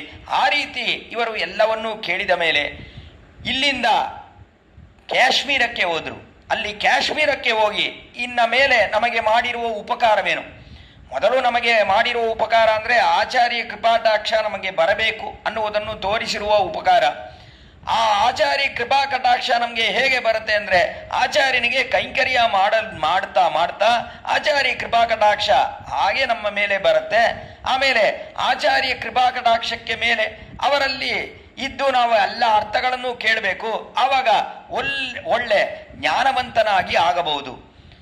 ಆಮೇಲೆ ಇನ್ನ ಒಂದು ಕಾರ್ಯ ಅಂದರೆ ಆಶ್ಚರ್ಯವಾದ ಉಪಕಾರ ಅಂದರೆ ನಮಗಾಗಿ ವೇದಾಂತ ಅರ್ಥವನ್ನು ಕೊಟ್ಟ ಉಪಕಾರ.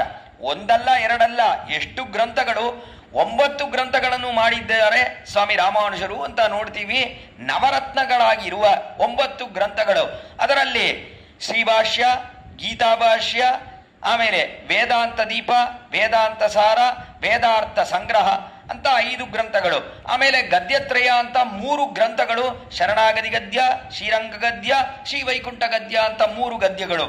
ಆಮೇಲೆ ಕೊನೆಯಲ್ಲಿ ನಿತ್ಯ ಗ್ರಂಥ ಅಂತ ತಿರುವಾರಾಧನ ಕ್ರಮ ಅದು ಹೇಳುವ ನಿತ್ಯ ಗ್ರಂಥ, ನಿತ್ಯ ನಾವು ಮಾಡಬೇಕಾದ ಕಾರ್ಯಗಳೇನು ಅಂತ ಹೇಳುವ ನಿತ್ಯ ಗ್ರಂಥ.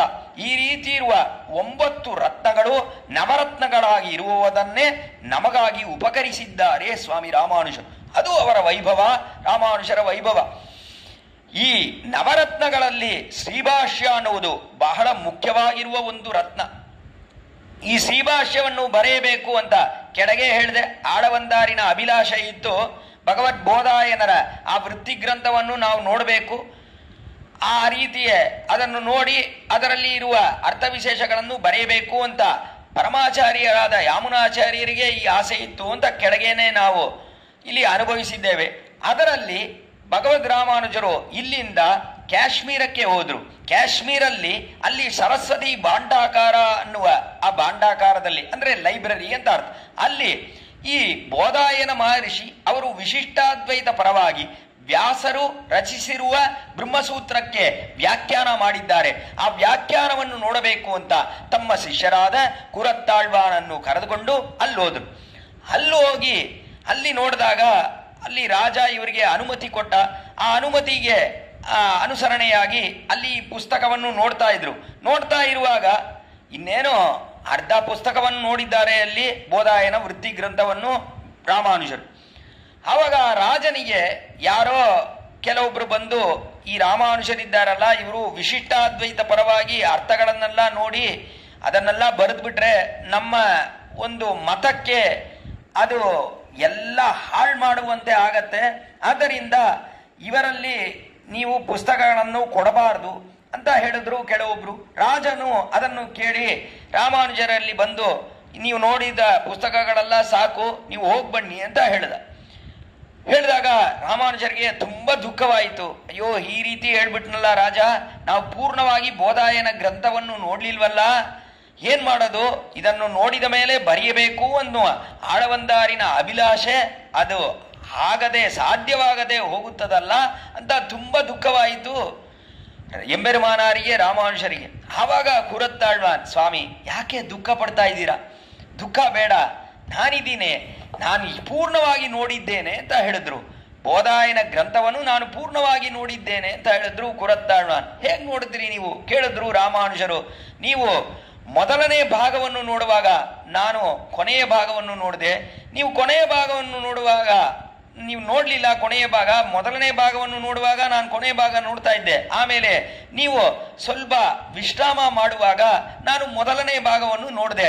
ಈ ರೀತಿ 2 ಭಾಗಗಳನ್ನು ಪೂರ್ಣವಾಗಿ ನೋಡಿದ್ದೇನೆ. ಆ 2 ಭಾಗಗಳನ್ನು ಪೂರ್ಣವಾಗಿ ನೋಡಿರುವ ಕಾರಣದಿಂದ ಅದನ್ನು ಇಲ್ಲೇ ಹೇಳಲ, ಅಲ್ಲದಿದ್ದರೆ 2 ಕಾವೇರಿಗಳು ಪ್ರವಾಹ ಮಾಡುತ್ತಿದೆಯಲ್ಲ ಅದರ ಮಧ್ಯೆ ಇರುವ ಶ್ರೀರಂಗದಲ್ಲಿ ಹೇಳಲ ಅಂತ ಕೇಳಿದ್ರು. ಉಭಯ ಕಾವೇರಿ ಮಧ್ಯದಲ್ಲಿ ಹೇಳಲ ಅಥವಾ ಇಲ್ಲೇ ಹೇಳಲ ಅಂತ ಕೇಳಿದ್ರು ಕುರತ್ತಾಳ್ವಾನ್. ತುಂಬಾ ಆನಂದವಾಯಿತು ರಾಮಾನುಜರಿಗೆ. ಆಹಾ, ಎಷ್ಟು ದೊಡ್ಡ ಶಿಷ್ಯರು ನೀವು, ಏನೊಂದು ಜ್ಞಾನ ನಿಮ್ಮ ಜ್ಞಾನ ಅಂತ ಅವರನ್ನು ಚೆನ್ನಾಗಿ ಆಲಿಂಗನ ಮಾಡಿಕೊಂಡ್ರು. ಆವಾಗ ರಾಮಾನುಜರು ಕುರತ್ತಾಳ್ವಾನನ್ನು ವಳರ್ತದ ನಾಳ್ பயன் பெற்றேன் வருகவென்னு மடக்கிழிய ಕೈಗೂಪಿ ವಣಂಗಿನಾಡೆ ವಳರ್ತದ ನಾಳ್ பயன் பெற்றேன். ನಿಮ್ಮನ್ನು ಚೆನ್ನಾಗಿ ಪೋಷಣೆ ಮಾಡಿರುವ ಕಾರಣದಿಂದ ನನಗೆ ಇವಾಗ ಲಾಭ. ನಿಮಗೆ ಎಷ್ಟೋ ಜ್ಞಾನೋಪದೇಶಗಳನ್ನೆಲ್ಲ ಮಾಡಿ ನಿಮ್ಮನ್ನು ಚೆನ್ನಾಗಿ ಬೆಳೆಸಿದೆ. ವಳರ್ತದ ನಾಳ್ பயன் பெற்றேன், ಅದರಿಂದ ಇವಾಗ ನನಗೆ ಲಾಭ. ನಿಮಗೆ ಎಷ್ಟೋ ಜ್ಞಾನೋಪದೇಶಗಳನ್ನೆಲ್ಲ ಮಾಡಿರುವ ಕಾರಣದಿಂದ ಈ ಬೋಧಾಯನ ವೃತ್ತಿ ಗ್ರಂಥವನ್ನು ನೀವು ಪೂರ್ಣವಾಗಿ ನೋಡಿ ಇವಾಗ ನನಗೆ ಅದರಲ್ಲಿ ಇರುವ ಅರ್ಥಗಳನ್ನೆಲ್ಲ ಚಾತು ಬಿಡದೆ, ಒಂದು ಅಕ್ಷರ ಬಿಡದೆ ಹಾಗೆ ಹೇಳ್ತೀನಿ ಅಂತ ಹೇಳ್ತಾ ಇದ್ದೀರಲ್ಲ, ಏನು ಆಶ್ಚರ್ಯ. ಅದು ಅದರಲ್ಲಿ ಇರುವ ಅರ್ಥಗಳನ್ನೆಲ್ಲ ಇಲ್ಲೊಂದು ಅರ್ಥ ಅಲ್ಲೊಂದು ಅರ್ಥ ಅಂತ ಹೇಳುವುದಿಲ್ಲ, ಚಾತು ಬಿಡದೆ, ವರ್ಬ್ಯಾಟಿಮ್ ಅಂತ ಹೇಳ್ತಾರೆ ಆಂಗ್ಲ ಭಾಷೆಯಲ್ಲಿ, ಚಾತು ಬಿಡದೆ ಹೇಳ್ತೀನಿ ಇಲ್ಲೇ ಅಂತ ಹೇಳ್ತಾ ಇದ್ದೀರಲ್ಲ, ಏನು ಜ್ಞಾನ ನಿಮ್ಮದು. ನಿಮ್ಮನ್ನು ಬೆಳೆಸಿದ ಕಾರಣದಿಂದ ನನಗೆ ಇವತ್ತು ಲಾಭ ಅಂತ ಹೇಳಿ ಅವರನ್ನು ಚೆನ್ನಾಗಿ ಆಲಿಂಗನೆ ಮಾಡಿಕೊಂಡ್ರು. ಅವಾಗ ಕುರತ್ತಾಳ್ವಾನನು ಅಲ್ಲಿಂದ ತಿರ್ಗಾ ಬಂದು ಕುರತ್ತಾಳ್ವಾನ್ ಬರೆಯಲು ಪ್ರಾರಂಭಿಸಿದರು. ರಾಮಾನುಜರು ತಾವು ಏನೆಲ್ಲ ಅರ್ಥಗಳನ್ನೆಲ್ಲ ತಮ್ಮ ಹೃದಯದಲ್ಲಿ ಧರಿಸಿದ್ರೋ ಆ ಪೂರ್ವ ಭಾಗ ಬೋಧಾಯನ ವೃತ್ತಿ ಗ್ರಂಥವನ್ನು ನೋಡಿ ಏನೆಲ್ಲ ಅರ್ಥಗಳನ್ನೆಲ್ಲ ತಮ್ಮ ಹೃದಯದಲ್ಲಿ ಕೊಂಡಿದ್ರೋ ಅದನ್ನೆಲ್ಲ ಹೇಳಲು ಪ್ರಾರಂಭಿಸಿದರು. ಕುರತ್ತಾಳ್ವಾನು ಬರೆದು ಪೂರ್ಣವಾಗಿ ಮುಗಿಸಿದ್ರು ಶ್ರೀಭಾಷ್ಯವನ್ನು ಅಂತ ನೋಡ್ತೀವಿ. ಅದಕ್ಕೆ ಶ್ರೀಭಾಷ್ಯ ಅಂತ ಸರಸ್ವತಿ ದೇವಿಯೇ ಅದಕ್ಕೆ ಹೆಸರು ಕೊಟ್ಟು, ಉಳಿದ ಭಾಷ್ಯಗಳಿಗೆ ಆ ಹೆಸರು ಇಲ್ಲ. ಶಂಕರ ಭಗವತ್ಪಾದರು ಅವರು ಭಾಷ್ಯ ಬರೆದಿದ್ದಾರೆ, ಅದ್ವೈತ ಪರವಾಗಿ ಬೋಧಾಯ ಬ್ರಹ್ಮಸೂತ್ರಕ್ಕೆ ವ್ಯಾಖ್ಯಾನ ಬರೆದಿದ್ದಾರೆ, ಅದಕ್ಕೆ ಶಂಕರ ಭಾಷ್ಯ ಅಂತ ಹೆಸರು. ಮಧ್ವಾಚಾರ್ಯರು ಆನಂದ ತೀರ್ಥರು ಅವರು ವ್ಯಾಖ್ಯಾನ ಬರೆದಿದ್ದಾರೆ, ಈ ಬ್ರಹ್ಮಸೂತ್ರಕ್ಕೆ. ಆ ವ್ಯಾಖ್ಯಾನಕ್ಕೆ ಮಧ್ವಭಾಷ್ಯ ಅಂತ ಹೆಸರು. ಆದರೆ ರಾಮಾನುಜರು ಬರೆದಿರುವ ಈ ಒಂದು ಭಾಷ್ಯಕ್ಕೆ ಮಾತ್ರ ಶ್ರೀಭಾಷ್ಯ ಅಂತ ಹೆಸರು.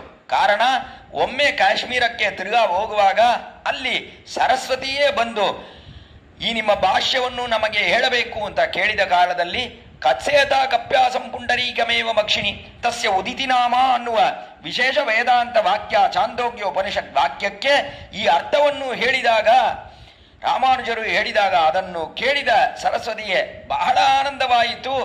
ನಿಮ್ಮ ಭಾಷ್ಯವೇ ಶ್ರೀಭಾಷ್ಯ ಅಂತ ಅವಳು ಕೊಂಡಾಡಿದ್ದಾಳೆ ಈ ಭಾಷ್ಯವನ್ನು ಅಂತ ನೋಡ್ತೀವಿ. ಅಷ್ಟೊಂದು ವೈಭವ ಇದೆ ಶ್ರೀಭಾಷ್ಯದಲ್ಲಿ. ಆ ಶ್ರೀಭಾಷ್ಯವನ್ನೇ ನಮಗೆ ಉಪಕರಿಸಿದ್ದಾರಲ್ಲ. ಭಗವದ್ಬೋಧಾಯನ ಕೃತಾಂ ವಿಸ್ತೀರ್ಣಾಂ ಬ್ರಹ್ಮಸೂತ್ರ ವಿಕ್ತಿಂ ಪೂರ್ವಾಚಾರ್ಯಾ ಸಂಶಿಷ್ಯು ತನ್ಮತಾನುಸಾರೇಣ ಸೂತ್ರಾಕ್ಷರಾಣಿ ವ್ಯಾಖ್ಯಾಸ್ಯಂತೆ ತಥಾತೋ ಬ್ರಹ್ಮ ಜಿಜ್ಞಾಸ ಅಂತ ಪ್ರಾರಂಭಿಸುತ್ತಾರೆ ಶ್ರೀಭಾಷ್ಯವನ್ನು ರಾಮಾನುಜರು ಭಾಷ್ಯಕಾರರು. ಲೇ ಭಗವದ್ಬೋಧಾಯನ ಕೃತಾಂ, ಭಗವದ್ಬೋಧಾಯನರು ಅವರು ಬರೆದಿದ್ದಾರೆ, ಈ ವ್ಯಾಖ್ಯಾನವನ್ನು ಬರೆದಿದ್ದಾರೆ. ಭಗವದ್ಬೋಧಾಯನ ಕೃತಾಂ ವಿಸ್ತೀರ್ಣಾಂ, ಅದು ತುಂಬ ವಿಸ್ತೀರ್ಣವಾಗಿದೆ, ತುಂಬ ದೊಡ್ಡದಾಗಿದೆ ಆ ವ್ಯಾಖ್ಯಾನ. ಬ್ರಹ್ಮಸೂತ್ರಕ್ಕೆ ಬೋಧಾಯನ ಮಹರ್ಷಿ ಬರೆದಿರುವ ವ್ಯಾಖ್ಯಾನ ತುಂಬ ವಿಸ್ತೀರ್ಣವಾಗಿದೆ, ದೊಡ್ಡದಾಗಿದೆ. ವಿಸ್ತೀರ್ಣ ಬ್ರಹ್ಮಸೂತ್ರ ವೃತ್ತಿಂ ಪೂರ್ವಾಚಾರ್ಯ ಸಂಶಿಕ್ಷಿಪು, ಬ್ರಹ್ಮಸೂತ್ರ ವೃತ್ತಿಂ, ಬ್ರಹ್ಮಸೂತ್ರಕ್ಕೆ ಅನುಸರಣೆಯಾಗಿ ಈ ವ್ಯಾಖ್ಯಾನ, ಅದನ್ನು ಪೂರ್ವಾಚಾರ್ಯ ಸಂಶಿಕ್ಷಿಪು, ಪೂರ್ವಾಚಾರ್ಯರು ನಮ್ಮ ಮುಂದೆ ಇರುವ ಆಚಾರ್ಯರು, ಯಾಮುನಾಚಾರ್ಯರು, ಪೆರಿಯ ನಂಬಿ, ಪೆರಿಯ ತಿರುಮಲ ನಂಬಿ, ತಿರುಕ್ಕೋಟ್ಯೂರ್ ನಂಬಿ ಅನ್ನುವ ಆಚಾರ್ಯರು, ಆ ಆಚಾರ್ಯ ಸಾರ್ವಭೌಮರಲ್ಲಿ ಕೇಳಿರುವ ಅರ್ಥಗಳು ಸಂಶಿಕ್ಷಿಪು ತನ್ಮತಾನುಸಾರೇಣ, ಅವರುಗಳಿಗೆ ಯಾವ ಅಭಿಪ್ರಾಯವಿದೆಯೋ ಅದನ್ನೇ ಇಲ್ಲಿ ನಾನು ವ್ಯಾಖ್ಯಾನವಾಗಿ ಬರೆಯುತ್ತೇನೆ ಅಂತ ಪ್ರಾರಂಭಿಸುತ್ತಾರೆ ಭಗವದ್ ರಾಮಾನುಜರು. ಅದರಿಂದ ನಮ್ಮ ಹಿರಿಯರು ಯಾವ ವಚನಗಳನ್ನು ಹೇಳಿದ್ದಾರೋ ಅದನ್ನೇ ಕೊಂಡು ನಾವು ಉಪಜೀವಿಸಬೇಕೇ ವಿನಃ ನಮ್ಮ ಮನಸ್ಸಲ್ಲಿ ಇದಕ್ಕೆ ಇದು ಅರ್ಥ, ಅದಕ್ಕೆ ಅದು ಅರ್ಥ ಅಂತ ಹೇಳುವುದು ಸರಿಯಲ್ಲ. ಅದನ್ನು ಈ ಪ್ರಥಮ ವಾಕ್ಯದಲ್ಲೇ ನೋಡುತ್ತೇವೆ. ಶ್ರೀಭಾಷ್ಯದ ಪ್ರಥಮ ವಾಕ್ಯದಲ್ಲಿ ತನ್ಮತಾನುಸಾರೇಣ ಸೂತ್ರಾಕ್ಷರಾಣಿ ವ್ಯಾಖ್ಯಾಸ್ಯಂತೆ ಅಂತ, ಅದಕ್ಕೆ ಅನುಗುಣವಾಗಿ ಪೂರ್ವಾಚಾರ್ಯರು ಅವರು ಯಾವ ಅರ್ಥಗಳನ್ನು ತೋರಿಸಿದ್ದಾರೋ ಈ ಬ್ರಹ್ಮಸೂತ್ರಕ್ಕೆ, ಅದಕ್ಕೆ ಅನುಗುಣವಾಗಿ ಭಗವದ್ಬೋಧಾಯನರು ಅವರು ರಚಿಸಿರುವ ಆ ಗ್ರಂಥಕ್ಕೆ ಅನುಗುಣವಾಗಿ ನಾನು ಇಲ್ಲಿ ವ್ಯಾಖ್ಯಾನ ಮಾಡುತ್ತೇನೆ ಅಂತ ಪ್ರಾರಂಭಿಸುತ್ತಾರೆ ಸ್ವಾಮಿ ಎಂಬೆರುಮಾನ. ಇದು ಇವರು ಮಾಡಿರುವ ದೊಡ್ಡ ಉಪಕಾರ, ನಮಗೆ ಈ ಶ್ರೀವೈಷ್ಣವ ಸಂಪ್ರದಾಯಕ್ಕೆ ಮಾಡಿರುವ ಮಹೋಪಕಾರ ಅಂದರೆ ಶ್ರೀಭಾಷ್ಯವನ್ನು ಕೊಟ್ಟಿರುವ ಉಪಕಾರ. ಕಾರಣವೇನೆಂದರೆ ಆ ಶ್ರೀಭಾಷ್ಯದಲ್ಲಿ ವೇದಾಂತ ವಾಕ್ಯಗಳಿಗೆ ಎಷ್ಟೋ ಅಪಾರ್ಥಗಳನ್ನೆಲ್ಲ ಹೇಳ್ತಾರಲ್ಲ, ಆ ಥರ ಇರುವ ಅಪಾರ್ಥಗಳನ್ನೆಲ್ಲ ಸರಿಯಲ್ಲ ಅಂತ ನಿಷೇಧಿಸಿ ಅದ್ಭುತವಾದ ಸದರ್ಥಗಳನ್ನೇ ತೋರಿಸಿದ್ದಾರೆ ಭಗವದ್ ರಾಮಾನುಜರು. ಆದ್ದರಿಂದಲೇ ಇವರಿಗೆ ಶ್ರೀಭಾಷ್ಯಕಾರರು ಅನ್ನುವ ಒಂದು ಹೆಸರನ್ನು ನೋಡುತ್ತೇವೆ ನಾವು. ಇದರಿಂದ ಅದರಲ್ಲಿ ಸದರ್ಥಗಳು ಅದೇ ತುಂಬಿದೆ. ಅದರಲ್ಲಿ ಕೊನೆಯ ವಾಕ್ಯ, ಅದರಲ್ಲಿ ಎಲ್ಲ ಇತಿ ಸರ್ವಂ ಸಮಂಜಸಂ, ಎಲ್ಲ ವೇದಾಂತ ವಾಕ್ಯಗಳು ಅವುಗಳೆಲ್ಲ ಸೇರಿದೆ ಅಂತ ಹೇಳುವ ಒಂದು ಕ್ರಮ ಇದೆಯಲ್ಲ, ಅದು ಬರೀ ಶ್ರೀಭಾಷ್ಯದಲ್ಲಿ ನೋಡುತ್ತೇವೆ, ಶಂಕರ ಭಾಷ್ಯದಲ್ಲೂ ಇಲ್ಲ, ಮಧ್ವ ಭಾಷ್ಯದಲ್ಲೂ ಇಲ್ಲ. ಕಾರಣವೇನೆಂದ್ರೆ ಅವುಗಳೆಲ್ಲ ಅಸಮಂಜಸ ಅಂದ್ರೆ ಏನು ಅಂದ್ರೆ ವೇದಾಂತ ವಾಕ್ಯಗಳಿಗೆಲ್ಲ ಎಲ್ಲ ಅರ್ಥಗಳು ಒಂದಾಗಿ ಸೇರಿಲ್ಲ ಅಲ್ಲಿ. ಅವರುಗಳು ಹೇಳುವುದು ಇದೆಯಲ್ಲ, ಅರ್ಥಗಳು ಒಂದಾಗಿ ಸೇರಿಲ್ಲ ಅಲ್ಲಿ. ಆದರೆ ಇಲ್ಲಿ ವೇದಾಂತ ವಾಕ್ಯಗಳು ಯಾವ ರೀತಿ ಇದ್ರೂ ಕೂಡ ಅವುಗಳೆಲ್ಲ ಚೆನ್ನಾಗಿ ಸೇರಿದೆ. ಕಾರಣವೇನೆಂದ್ರೆ ಶರೀರಿ ಭಾವವನ್ನು ಯಾರು ಸ್ವೀಕರಿಸುತ್ತಾನೋ ಅಂತ ಅವನಿಗೆ ವೇದಾಂತ ವಾಕ್ಯಗಳ ಎಲ್ಲ ಚೆನ್ನಾಗಿ ಹೊಂದುತ್ತದೆ. ಆ ಶರೀರಿ ಭಾವವನ್ನು ಯಾರು ಕೊಳ್ಳದೇ ಇದ್ದಾರೋ ಅಂದ್ರೆ ಅವರುಗಳು ಶರೀರಿ ಭಾವವನ್ನು ಕೊಳ್ಳುವುದಿಲ್ಲ. ಯಾರು ಅದ್ವೈತ ಮತ ಆಚಾರ್ಯರು, ಆ ರೀತಿಯೇ ದ್ವೈತ ಮತ ಆಚಾರ್ಯರು, ಅವರುಗಳು ಶರೀರಿ ಭಾವವನ್ನು ವೇದಾಂತಕ್ಕೆ ಅರ್ಥವಾಗಿ ಹೇಳುವುದಿಲ್ಲ.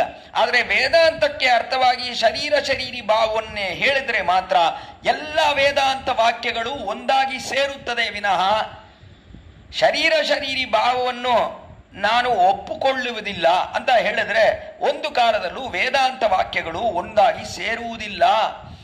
ಅದರ ಅರ್ಥಗಳು ಇದೆ ಅಂತ ನಿರ್ಧಾರಣೆ ಮಾಡುವುದು ಅಸಾಧ್ಯ. ಅಲ್ಲಿ ಶರೀರಿ ಭಾವ ಮುಖ್ಯವಾದದ್ದು ವೇದಾಂತಕ್ಕೆ. ಅದರಿಂದ ಅದನ್ನು ಕೊಂಡು ಹೇಳುವಾಗ ಎಲ್ಲ ಅರ್ಥಗಳು ಇತಿ ಸರ್ವಂ ಸಮಂಜಸಂ ಅಂತ ಎಲ್ಲ ಅರ್ಥಗಳು ಪೂರ್ಣವಾಯಿತು ಅಂತ ಹೇಳ್ತಾರೆ ಭಗವದ್ ರಾಮಾನುಜರು ಶ್ರೀ ಭಾಷ್ಯಕಾರರು. ಆ ಥರ ಶ್ರೀಭಾಷ್ಯವನ್ನು ಕೊಟ್ಟು ನಮಗೆ ದೊಡ್ಡ ಉಪಕಾರವನ್ನು ಮಾಡಿದ್ದಾರೆ ಶ್ರೀರಾಮಾನುಜರು. ಅದು ಅವರ ವೈಭವ. ಕೊನೆಯಲ್ಲಿ ನಮಗಾಗಿ ಆ ಕಾಲದಲ್ಲಿ ಭಗವಂತನಲ್ಲಿ ಶರಣಾಗತಿ ಮಾಡಿ ನಮಗಾಗಿ ಪರಮಪದವನ್ನೇ ಕೊಡಲು ಸಿದ್ಧವಾಗಿದ್ದಾರಲ್ಲ, ಅದು ದೊಡ್ಡ ಉಪಕಾರ. ನಾವು ಎಷ್ಟೋ ಕಷ್ಟವನ್ನು ಅನುಭವಿಸುತ್ತೇವೆ ಈ ಲೋಕದಲ್ಲಿ. ನಮಗೆ ಯಾವಾಗ ಉತ್ಕೃಷ್ಟವಾದ ಆನಂದ ನಮಗೆ ಅಂದರೆ ಪರಮಪದಕ್ಕೆ ಹೋಗಿ ಸೇರಬೇಕು. ಅಲ್ಲಿ ಸೇರಿದ್ರೆ ಮಾತ್ರ ನಮಗೆ ಪೂರ್ಣ ಆನಂದ. ಈ ಆತ್ಮ ಆನಂದಮಯನಾಗಿದ್ದಾನೆ. ಆನಂದಮಯನಾಗಿರುವ ಆತ್ಮಾವಿಗೆ ಏನ್ ಬೇಕು ಅಂದ್ರೆ ಆನಂದ ಬೇಕು. ಎಲ್ಲರಿಗೂ ಆನಂದ ತಾನೇ ಬೇಕು.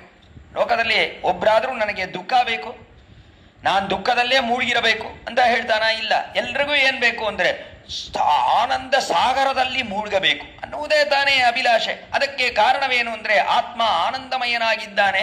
ಆದ್ದರಿಂದ ಎಲ್ಲರಿಗೂ ಆನಂದವೇ ಬೇಕು, ದುಃಖ ಬೇಡ. ಈ ತರ ಇರುವ ಆನಂದ ನಮಗೆ ಇಲ್ಲಿ ಸಿಗತ್ತಾ? ಈ ಲೋಕದಲ್ಲಿ ಖಂಡಿತ ಸಿಗಲ್ಲ. ಯಾರನ್ ಬೇಕಂದ್ರೂ ಕೇಳಿ, ಯಾರನ್ ಕೇಳಿದ್ರು ದಿನಾ ಏನೋ ಒಂದು ಕಷ್ಟ ಎಲ್ರಿಗೂ ಇದ್ದೇ ಇದೆ. ಬೆಳಗ್ಗೆ ಎದ್ದೇಳದೇ ಕಷ್ಟವಾಗಿದೆ. ಆಮೇಲೆ ಅದು ಮಾಡು ಇದು ಮಾಡು ಅಂತ ಹೇಳಿದ್ರೆ ಅದೆಲ್ಲ ಕಷ್ಟವಾಗಿದೆ. ಎಲ್ಲ ಕಷ್ಟವೇ ಈ ಲೋಕದಲ್ಲಿ, ಎಲ್ಲ ದುಃಖಮಯವಾಗಿದೆ. ಆದರೆ ಇದು ದುಃಖಗಳೇ ಇಲ್ಲದೆ ಇರುವ ಸ್ಥಳ ಅಂದ್ರೆ ಅದು ಪರಮಪದ. ಆದ್ದರಿಂದ ನಾವು ಪರಮಪದಕ್ಕೆ ಹೋಗಿ ಸೇರಿದ್ರೆ ಮಾತ್ರ ನಮಗೆ ದುಃಖ ಇರುವುದಿಲ್ಲ. ನಾವು ಪರಮಪದಕ್ಕೆ ಯಾವಾಗ ಹೋಗಿ ಸೇರಬಹುದು ಅಂದ್ರೆ ಭಗವದ್ ರಾಮಾನುಜರ ಸಂಬಂಧದಿಂದ ನಾವು ಪರಮಪದಕ್ಕೆ ಹೋಗಬಹುದು ಅನ್ನುವುದು ನಿಶ್ಚಯ. ಅದು ಅದರಲ್ಲಿ ಯಾವ ಸಂದೇಹವೂ ಇಲ್ಲ ಅನ್ನುವುದೇ ಆ ಕಾಲದಲ್ಲಿ ಪಂಗುನಿ ಉತ್ತರ ದಿನದಲ್ಲಿ ಭಗವಂತ ಶ್ರೀ ರಂಗನಾಥನು ರಾಮಾನುಜರಿಗೆ ಹೇಳುವ ಸತ್ಯವಾದ ಮಾತು ಅದು. ಅದರಿಂದ ನಮಗೆ ಮಾಡಿರುವ ದೊಡ್ಡ ಉಪಕಾರ, ಅವರ ಸಂಬಂಧವನ್ನು ನಾವು ಇವಾಗ ಅನುಭವಿಸುವಂತೆ ಮಾಡಿದ್ದಾರಲ್ಲ, ಅದು ದೊಡ್ಡ ಉಪಕಾರ. ಸ್ವಾಮಿ ರಾಮಾನುಜರು ಮಾಡಿರುವ ಉಪಕಾರ. ಇದಕ್ಕೆ ಮೇಲಾಗಿ ನಾವು ಒಮ್ಮೆಗೆ ಮುಖ್ಯವಾದ ಒಂದು ಅನುಭವ ಅಂತ ಹೇಳಿದ್ರೆ ತಿರುನಾರಾಯಣ ಪದದಲ್ಲಿ ಶೆಲ್ಲಪುಳ್ಳೆಯನ್ನೇ ಕೊಟ್ರಲ್ಲ ನಮಗೆ, ಅದು ನಮಗಾಗಿ ಮಾಡಿರುವ ದೊಡ್ಡ ಉಪಕಾರ. ರಾಮಾನುಜರು ಮಾಡಿರುವ ದೊಡ್ಡ ಉಪಕಾರ ಅಂದ್ರೆ ಅದು ಉಪಕಾರ. ಆ ಕಾಲದಲ್ಲಿ ತಿರುನಾರಾಯಣ ಪದದಲ್ಲಿ ರಾಮಾನುಜರು ಹೋಗಿರುವಾಗ ಅಲ್ಲಿ ಮೂಲವರು ಅವರೂ ಇರಲಿಲ್ಲ, ಉತ್ಸವರೂ ಇರಲಿಲ್ಲ.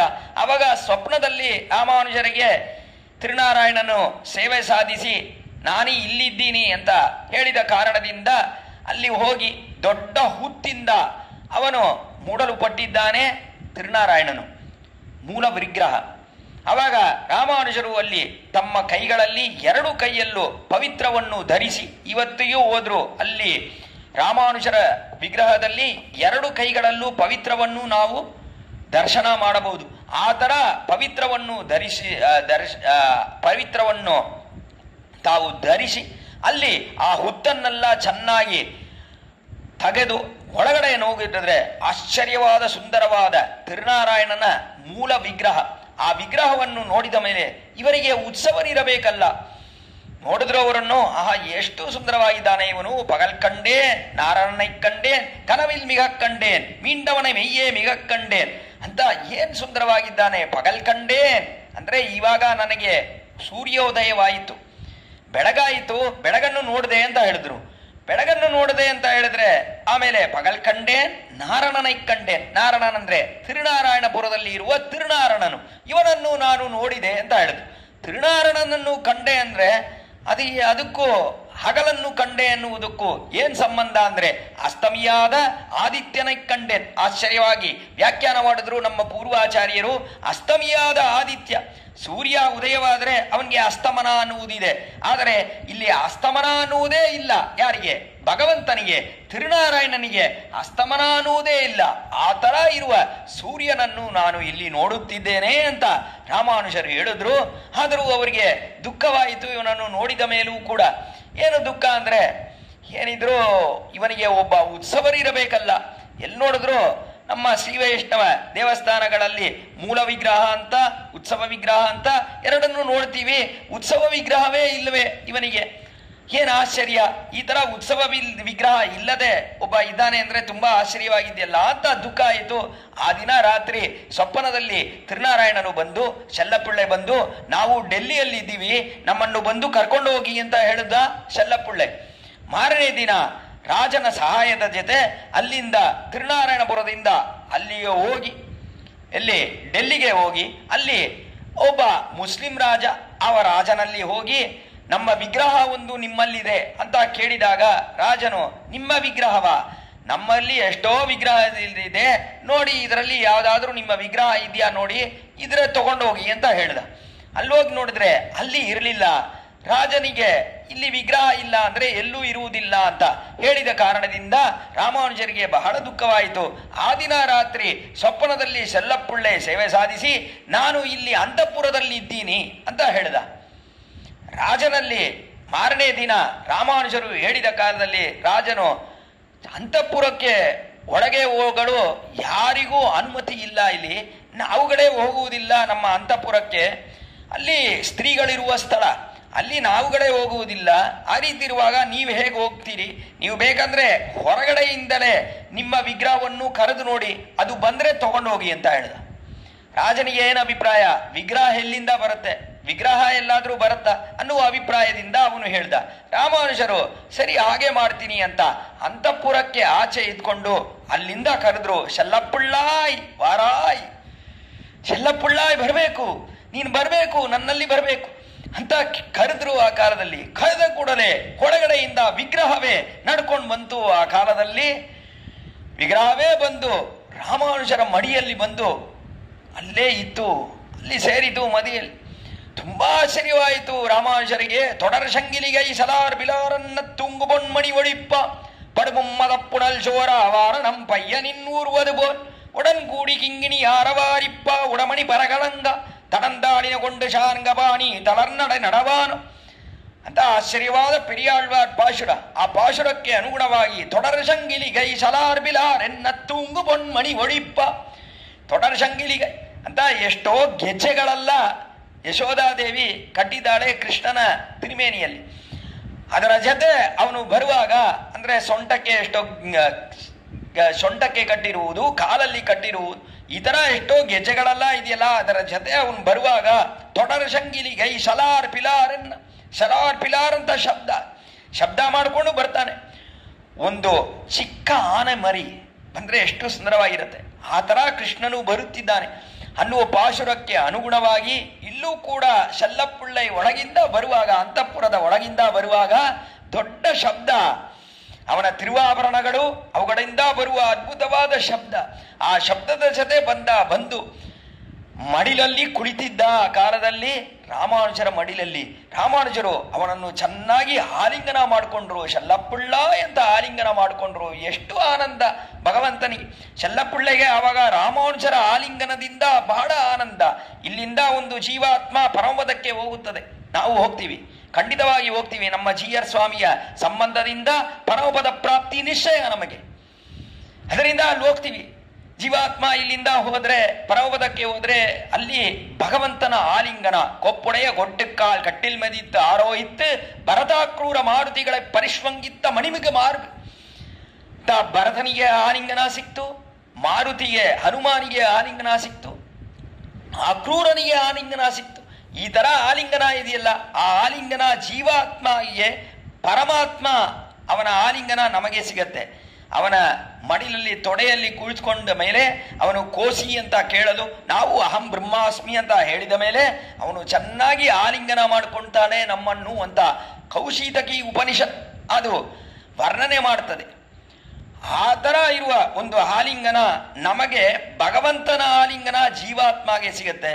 ಇಲ್ಲಿ ಏನು ಆಶ್ಚರ್ಯ ಅಂದ್ರೆ ಪರಮಾತ್ಮ ಭಗವಂತನಿಗೆ, ಶೆಲ್ಲಪ್ಪುಳ್ಳೆಗೆ ಜೀವಾತ್ಮ ಅವರ ಆಲಿಂಗನ, ಜೀವಾತ್ಮ ಸ್ವಾಮಿ ರಾಮಾನುಜರು ಅವರ ಆಲಿಂಗನ. ಇಲ್ಲಿ ಆಲಿಂಗನದಿಂದ ಅವನಿಗೆ ಬಹಳ ಆನಂದ, ನಮಗೆ ಆಲಿಂಗನದಿಂದ ನಮಗೆ ಪರಮಪದದಲ್ಲಿ ಅಷ್ಟು ಆನಂದ ಆಗತ್ತೆ. ದೊಡ್ಡ ಅಮೃತ ಸಾಗರದಲ್ಲಿ ನಮ್ಮನ್ನು ಚೆನ್ನಾಗಿ ಮೂಳ್ಗಿಸಿ ಎದ್ದೇಳಿಸಿದ್ರೆ ಹೇಗೆ ಆನಂದ ಆಗತ್ತೋ ಆ ತರ ಒಂದು ಆನಂದ ಭಗವಂತನ ಆಲಿಂಗನದಿಂದ ನಮಗೆ ಜೀವಾತ್ಮಾವಿಗೆ ಪರಮಪದದಲ್ಲಿ ಸಿಗತ್ತೆ. ಆದರೆ ಏನು ಆಶ್ಚರ್ಯ ಇಲ್ಲಿ ಅಂದ್ರೆ ಪರಮಾತ್ಮಾವಿಗೆ ಆನಂದ ಅಮೃತ ಸಾಗರದಲ್ಲಿ ಮೂಗುಳುಗುವಂತೆ ಒಂದು ಆನಂದ ಪರಮಾತ್ಮಾವಿಗೆ ಭಗವದ್ ರಾಮಾನುಜರ ಆಲಿಂಗನದಿಂದ ಅಂತ ಆಶ್ಚರ್ಯವಾಗಿ ನೋಡ್ತೀವಿ. ಆ ತರ ಒಂದು ಆಲಿಂಗನ ಆದ್ಮೇಲೆ ಭಗವದ್ ರಾಮಾನುಜರು ಈ ಒಂದು ವಿಗ್ರಹವನ್ನು ಕರ್ಕೊಂಡು ಅಲ್ಲಿಂದ ಡೆಲ್ಲಿಯಿಂದ ಬರ್ತಾ ಇದ್ದಾರೆ. ತಿರ್ಗಾ ಬರುವಾಗ ಅಲ್ಲಿ ಇದ್ದವಳು ಬಿವಿ ನಾಚ್ಯಾರ್ ಅನ್ನುವವಳು, ಆ ಒಂದು ಮುಸ್ಲಿಂ ಆ ಒಂದು ಹೆಂಗಸು ಚಿಕ್ಕವಳು, ಅವಳೇ ಈ ವಿಗ್ರಹವನ್ನು ಇಟ್ಕೊಂಡು ಆಟ ಆಡ್ತಾ ಇದ್ಲು, ಚೆಲ್ಲಪಿಳ್ಳೆಯನ್ನು ಇಟ್ಕೊಂಡು. ಅದರಿಂದ ಅವಳಿಗೂ ಈ ವಿಗ್ರಹವನ್ನು ಬಿಟ್ಟು ಇರಲು ಅಸಾಧ್ಯವಾಯಿತು. ಆದ್ದರಿಂದ ಅವಳು ಜೊತೆಯೇ ಬಂದು ಇಲ್ಲಿ ತಿರುನಾರಾಯಣಪುರಕ್ಕೆ ಬಂದು ಸೇರಿದ ಮೇಲೆ ಅಲ್ಲಿ ಧ್ವಜಸ್ತಂಭದ ಹತ್ರ ಬಂದ ಕೂಡಲೇ ಆ ಬಿವಿ ನಾಚಿಯಾರ್ ಅನ್ನುವ ಆ ಸ್ತ್ರೀ ಕೂಡ ಭಗವಂತನ ಜೊತೆ ಸೇರಿದ್ಲು, ಅಲ್ಲೇ ಮಾಯವಾಗಿ ಆದ್ಲು ಅನ್ನುವ ಒಂದು ಚರಿತ್ರವನ್ನು ನೋಡುತ್ತೇವೆ. ಅಲ್ಲಿ ಬಂದು ಚೆಲ್ಲಪಿಳ್ಳೆಯ ಪ್ರತಿಷ್ಠೆ ಆಯಿತು.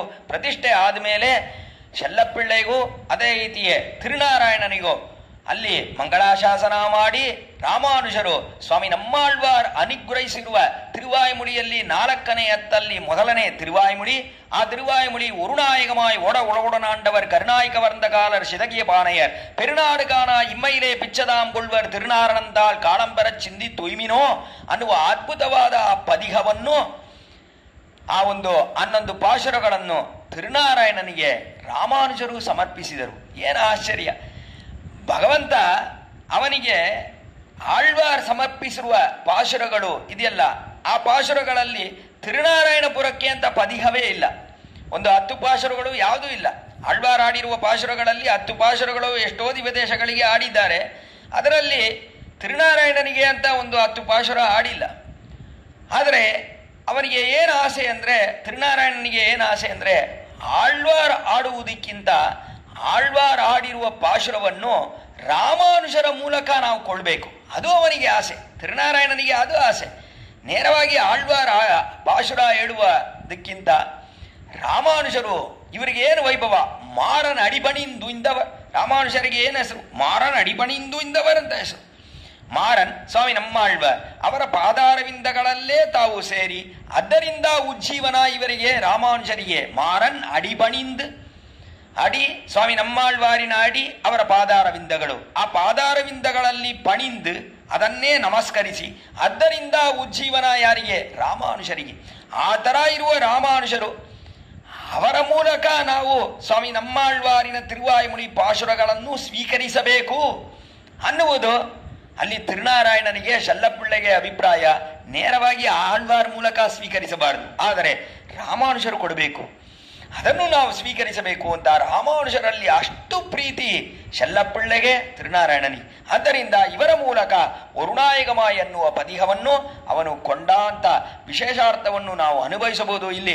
ಆ ಥರ ಇಲ್ಲಿ ಇದ್ದು ಭಗವದ್ ರಾಮಾನುಜರು 12 ವರ್ಷಗಳು ಅಲ್ಲಿ ಚೆಲ್ಲಪಿಳ್ಳೆಗೆ, ತಿರುನಾರಾಯಣನಿಗೆ ಎಲ್ಲ ವಿಧವಾದ ಕೈಂಕರ್ಯಗಳನ್ನು ಮಾಡಿದ್ರು. ಅಲ್ಲಿ ಎಲ್ಲ ಕೈಂಕರ್ಯಗಳನ್ನು ಮಾಡಿ ಎಲ್ಲ ಉತ್ಸವಗಳು ಒಂದು ಕೊರೆ ಇಲ್ಲದೆ ನಡೆಯಬೇಕು ಅಂತ, ಅದು ದಿನಗರದಲ್ಲಿ ನಡೆಯುವ ಉತ್ಸವ ಆಗಿದ್ರು ಸರಿ, ಪಕ್ಷೋತ್ಸವ, ಮಾಸೋತ್ಸವ, ಸಂವತ್ಸರೋತ್ಸವ, ನಿತ್ಯೋತ್ಸವ, ಎಲ್ಲ ಉತ್ಸವಗಳು ಚೆನ್ನಾಗಿ ನಡೆಯಬೇಕು ಅಂತ ಆ ನಿಯಮಗಳನ್ನೆಲ್ಲ ಮಾಡಿ ಕೊನೆಯಲ್ಲಿ 12 ವರ್ಷಗಳಾದ ಮೇಲೆ ಸರಿ ತಿರುವರಂಗಕ್ಕೆ ತಿರುಗಾ ಬರಬೇಕು, ನಂಬೆರುಮಾಳ್ ಪೆರಿಯ ಬೆರುಮಾಳ್ ಅವರು ಕರೆಯುತ್ತಿದ್ದಾರೆ ಅನ್ನುವ ಕಾರಣದಿಂದ ಅಲ್ಲಿಂದ ಬರುವಾಗ ಅಲ್ಲಿ ಚೆಲ್ಲಪಿಳ್ಳೆಗೆ, ತಿರುನಾರಾಯಣನಿಗೆ ನಿತ್ಯ ಕೈಂಕರ್ಯ ಮಾಡಬೇಕಲ್ಲ. ಆದ್ದರಿಂದ ಒಂದು 52 ಕೈಂಕರ್ಯ ಪರರನ್ನು ನೇಮಿಸಿದರು ಆ ಕಾಲದಲ್ಲಿ ರಾಮಾನುಜರು. 50 ಅಂತ ಅವರಿಗೆ ಹೆಸರು. ಅವರುಗಳು ಸರಿ ನಾವಿದ್ದು ಇಲ್ಲಿ ಕೈಂಕರ್ಯ ಮಾಡ್ತೀವಿ, ಆದರೂ ಕೂಡ ನಮಗೆ ತುಂಬ ದುಃಖವಾಗತ್ತೆ. ರಾಮಾನುಜರೇ ಎಂಬೆರುಮಾನಾರೇ, ನಿಮ್ಮನ್ನು ಬಿಟ್ಟಿರಬೇಕಲ್ವಾ, ಅದು ನಮಗೆ ತುಂಬ ದುಃಖ ಅಂತ ಹೇಳಿದ್ರು. ಅದರಿಂದ ರಾಮಾನುಜರು ನಿಮಗೆ ಒಂದು ವಿಗ್ರಹವನ್ನು ಮಾಡಿಕೊಡುತ್ತೇನೆ, ಆ ವಿಗ್ರಹವನ್ನು ಇಟ್ಕೊಳ್ಳಿ ಅಂತ ಹೇಳಿ ತಮ್ಮ ವಿಗ್ರಹವನ್ನೇ ಕೊಟ್ಟರು ಆ ಕಾಲದಲ್ಲಿ ಅವರಿಗೆ. ಅವಾಗ ಅವರು ಹೇಳಿದ್ರು, ಏನಿದ್ರು ವಿಗ್ರಹ ಮಾತಾಡುತ್ತೆಯಾ ಸ್ವಾಮಿ? ಮಾತಾಡಲ್ಲ, ನೀವು ಮಾತಾಡ್ತೀರಾ, ನಡೆಯುತ್ತೀರಾ, ನಿಮ್ಮ ಕಣ್ಣಿಂದ ನಮ್ಮನ್ನು ಕಟಾಕ್ಷಿಸುತ್ತೀರಾ, ಇದೆಲ್ಲ ಇದೆಯಾ ವಿಗ್ರಹಕ್ಕೆ? ಅದೆಲ್ಲ ಇಲ್ಲವೇ ಈ ವಿಗ್ರಹಕ್ಕೆ ಅಂತ ಹೇಳಿದ್ರು. ಆವಾಗ ರಾಮಾನುಜರು ತಮ್ಮ ಶಕ್ತಿಯಲ್ಲೆಲ್ಲ ಕೊಂಡು ಆ ವಿಗ್ರಹವನ್ನು ಚೆನ್ನಾಗಿ ಆಲಿಂಗನ ಮಾಡಿಕೊಂಡು ಅವಾಗ ಹೇಳಿದ್ರು ಆ 50 ಇವಾಗ ಈ ವಿಗ್ರಹವನ್ನು ಕರೆದು ನೋಡಿ ಅಂತ ಹೇಳಿದ್ರು. ಅವಾಗ ಅವರೆಲ್ಲ ಸೇರಿ ರಾಮಾನುಜರೇ ಅಂತ ಕರೆದ್ರು. ಕರೆದ ಕಾಲದಲ್ಲಿ ಇದ್ದೀನಿ ಇಲ್ಲಿ ಅಂತ ವಿಗ್ರಹವೇ ಹೇಳಿತು ಅನ್ನುವುದೇ ಆಶ್ಚರ್ಯವಾದ ಒಂದು ಐತಿಹ್ಯ.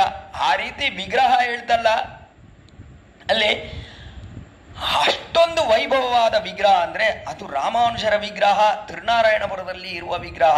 ಅಷ್ಟೊಂದು ವೈಭವ ಇದೆ ಆ ವಿಗ್ರಹಕ್ಕೆ. ಎಷ್ಟು ಸುಂದರವಾಗಿದ್ದ ವಿಗ್ರಹ. ಇವತ್ತು ನೋಡಿದ್ರು ಕೂಡ ರಾಮಾನುಜರನ್ನು ಅಲ್ಲಿ ನೋಡಿದ್ರೆ ಎಷ್ಟು ಸುಂದರವಾಗಿದ್ದಾರೆ, ಎಷ್ಟು ಮುದ್ದಾಗಿದೆ ಅವರ ಕೆನ್ನೆಗಳೆಲ್ಲ, ಅಷ್ಟು ಮುದ್ದಾಗಿದೆ. ಅಷ್ಟು ಸುಂದರವಾದ ತಿರುಮೇನಿ, ರಾಮಾನುಜರ ತಿರುಮೇನಿ ತಿರುನಾರಾಯಣಪುರದಲ್ಲಿ ಅಂತ ನೋಡ್ತೀವಿ.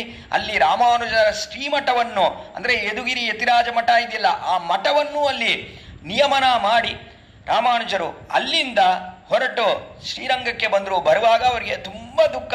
ಶೆಲ್ಲಪಿಳ್ಳೆಯನ್ನು ನೋಡ್ತಾ ನೋಡ್ತಾ ತಿರುಗಿ ನೋಡ್ತಾ, ಅಯ್ಯೋ ಶೆಲ್ಲಪಿಳ್ಳೆಯನ್ನು ಬಿಟ್ಟು ಹೋಗ್ಬೇಕಾಗಿದೆಯಲ್ಲ, ಈ ಶೆಲ್ಲಪಿಳ್ಳೆಯನ್ನು ಬಾವಿಯ ಕೆರೆದಲ್ಲಿ ಇರುವ ಒಂದು ಮಗುವಂತೆ ನೋಡ್ಕೋಬೇಕು. ಎಲ್ರಿಗೂ ಹೇಳಿದ್ರು ಅಲ್ಲಿ 50 ಬಾವಿಯ ಕೆರೆಯಲ್ಲಿ ಒಂದು ಮಗು ಇದ್ರೆ ಅದನ್ನು ಎಷ್ಟು ಜಾಗ್ರತೆಯಿಂದ ನೋಡ್ಕೋಬೇಕು, ಆ ರೀತಿಯೇ ನೀವು ಈ ಶೆಲ್ಲಪಿಳ್ಳೆಯನ್ನು ನೋಡ್ಕೋಬೇಕು ಅಂತ ಹೇಳಿ ಹಿಂದೆ ತಿರುಗಿ ನೋಡ್ತಾ, ಅಯ್ಯೋ ಶೆಲ್ಲಪಿಳ್ಳೆಯನ್ನು ಬಿಟ್ಟು ಹೋಗ್ಬೇಕಾಗಿರುವ ಒಂದು ದುರ್ಗತಿ ಬಂದಿದೆಯಲ್ಲ ನಮಗೆ, ಇಲ್ಲೇ ಇರಬೇಕು, ಶೆಲ್ಲಪಿಳ್ಳೆಯನ್ನೇ ನೋಡ್ತಾ ಇರಬೇಕು, ಇವನಿಗೆ ಎಲ್ಲ ಕೈಂಕರ್ಯವನ್ನು ಮಾಡಬೇಕು, ಎಷ್ಟು ಸುಂದರವಾಗಿದ್ದಾನೆ ಅಂತ ಅವನನ್ನೇ ನೋಡ್ತಾ ನೋಡ್ತಾ ತುಂಬ ದುಃಖದಿಂದ ತಿರ್ಗಾ ತಿರುನಾರಾಯಣಪುರದಿಂದ ಶ್ರೀರಂಗಕ್ಕೆ ಬಂದು ಸೇರಿದ್ರು ಅಂತ ನೋಡ್ತೀವಿ.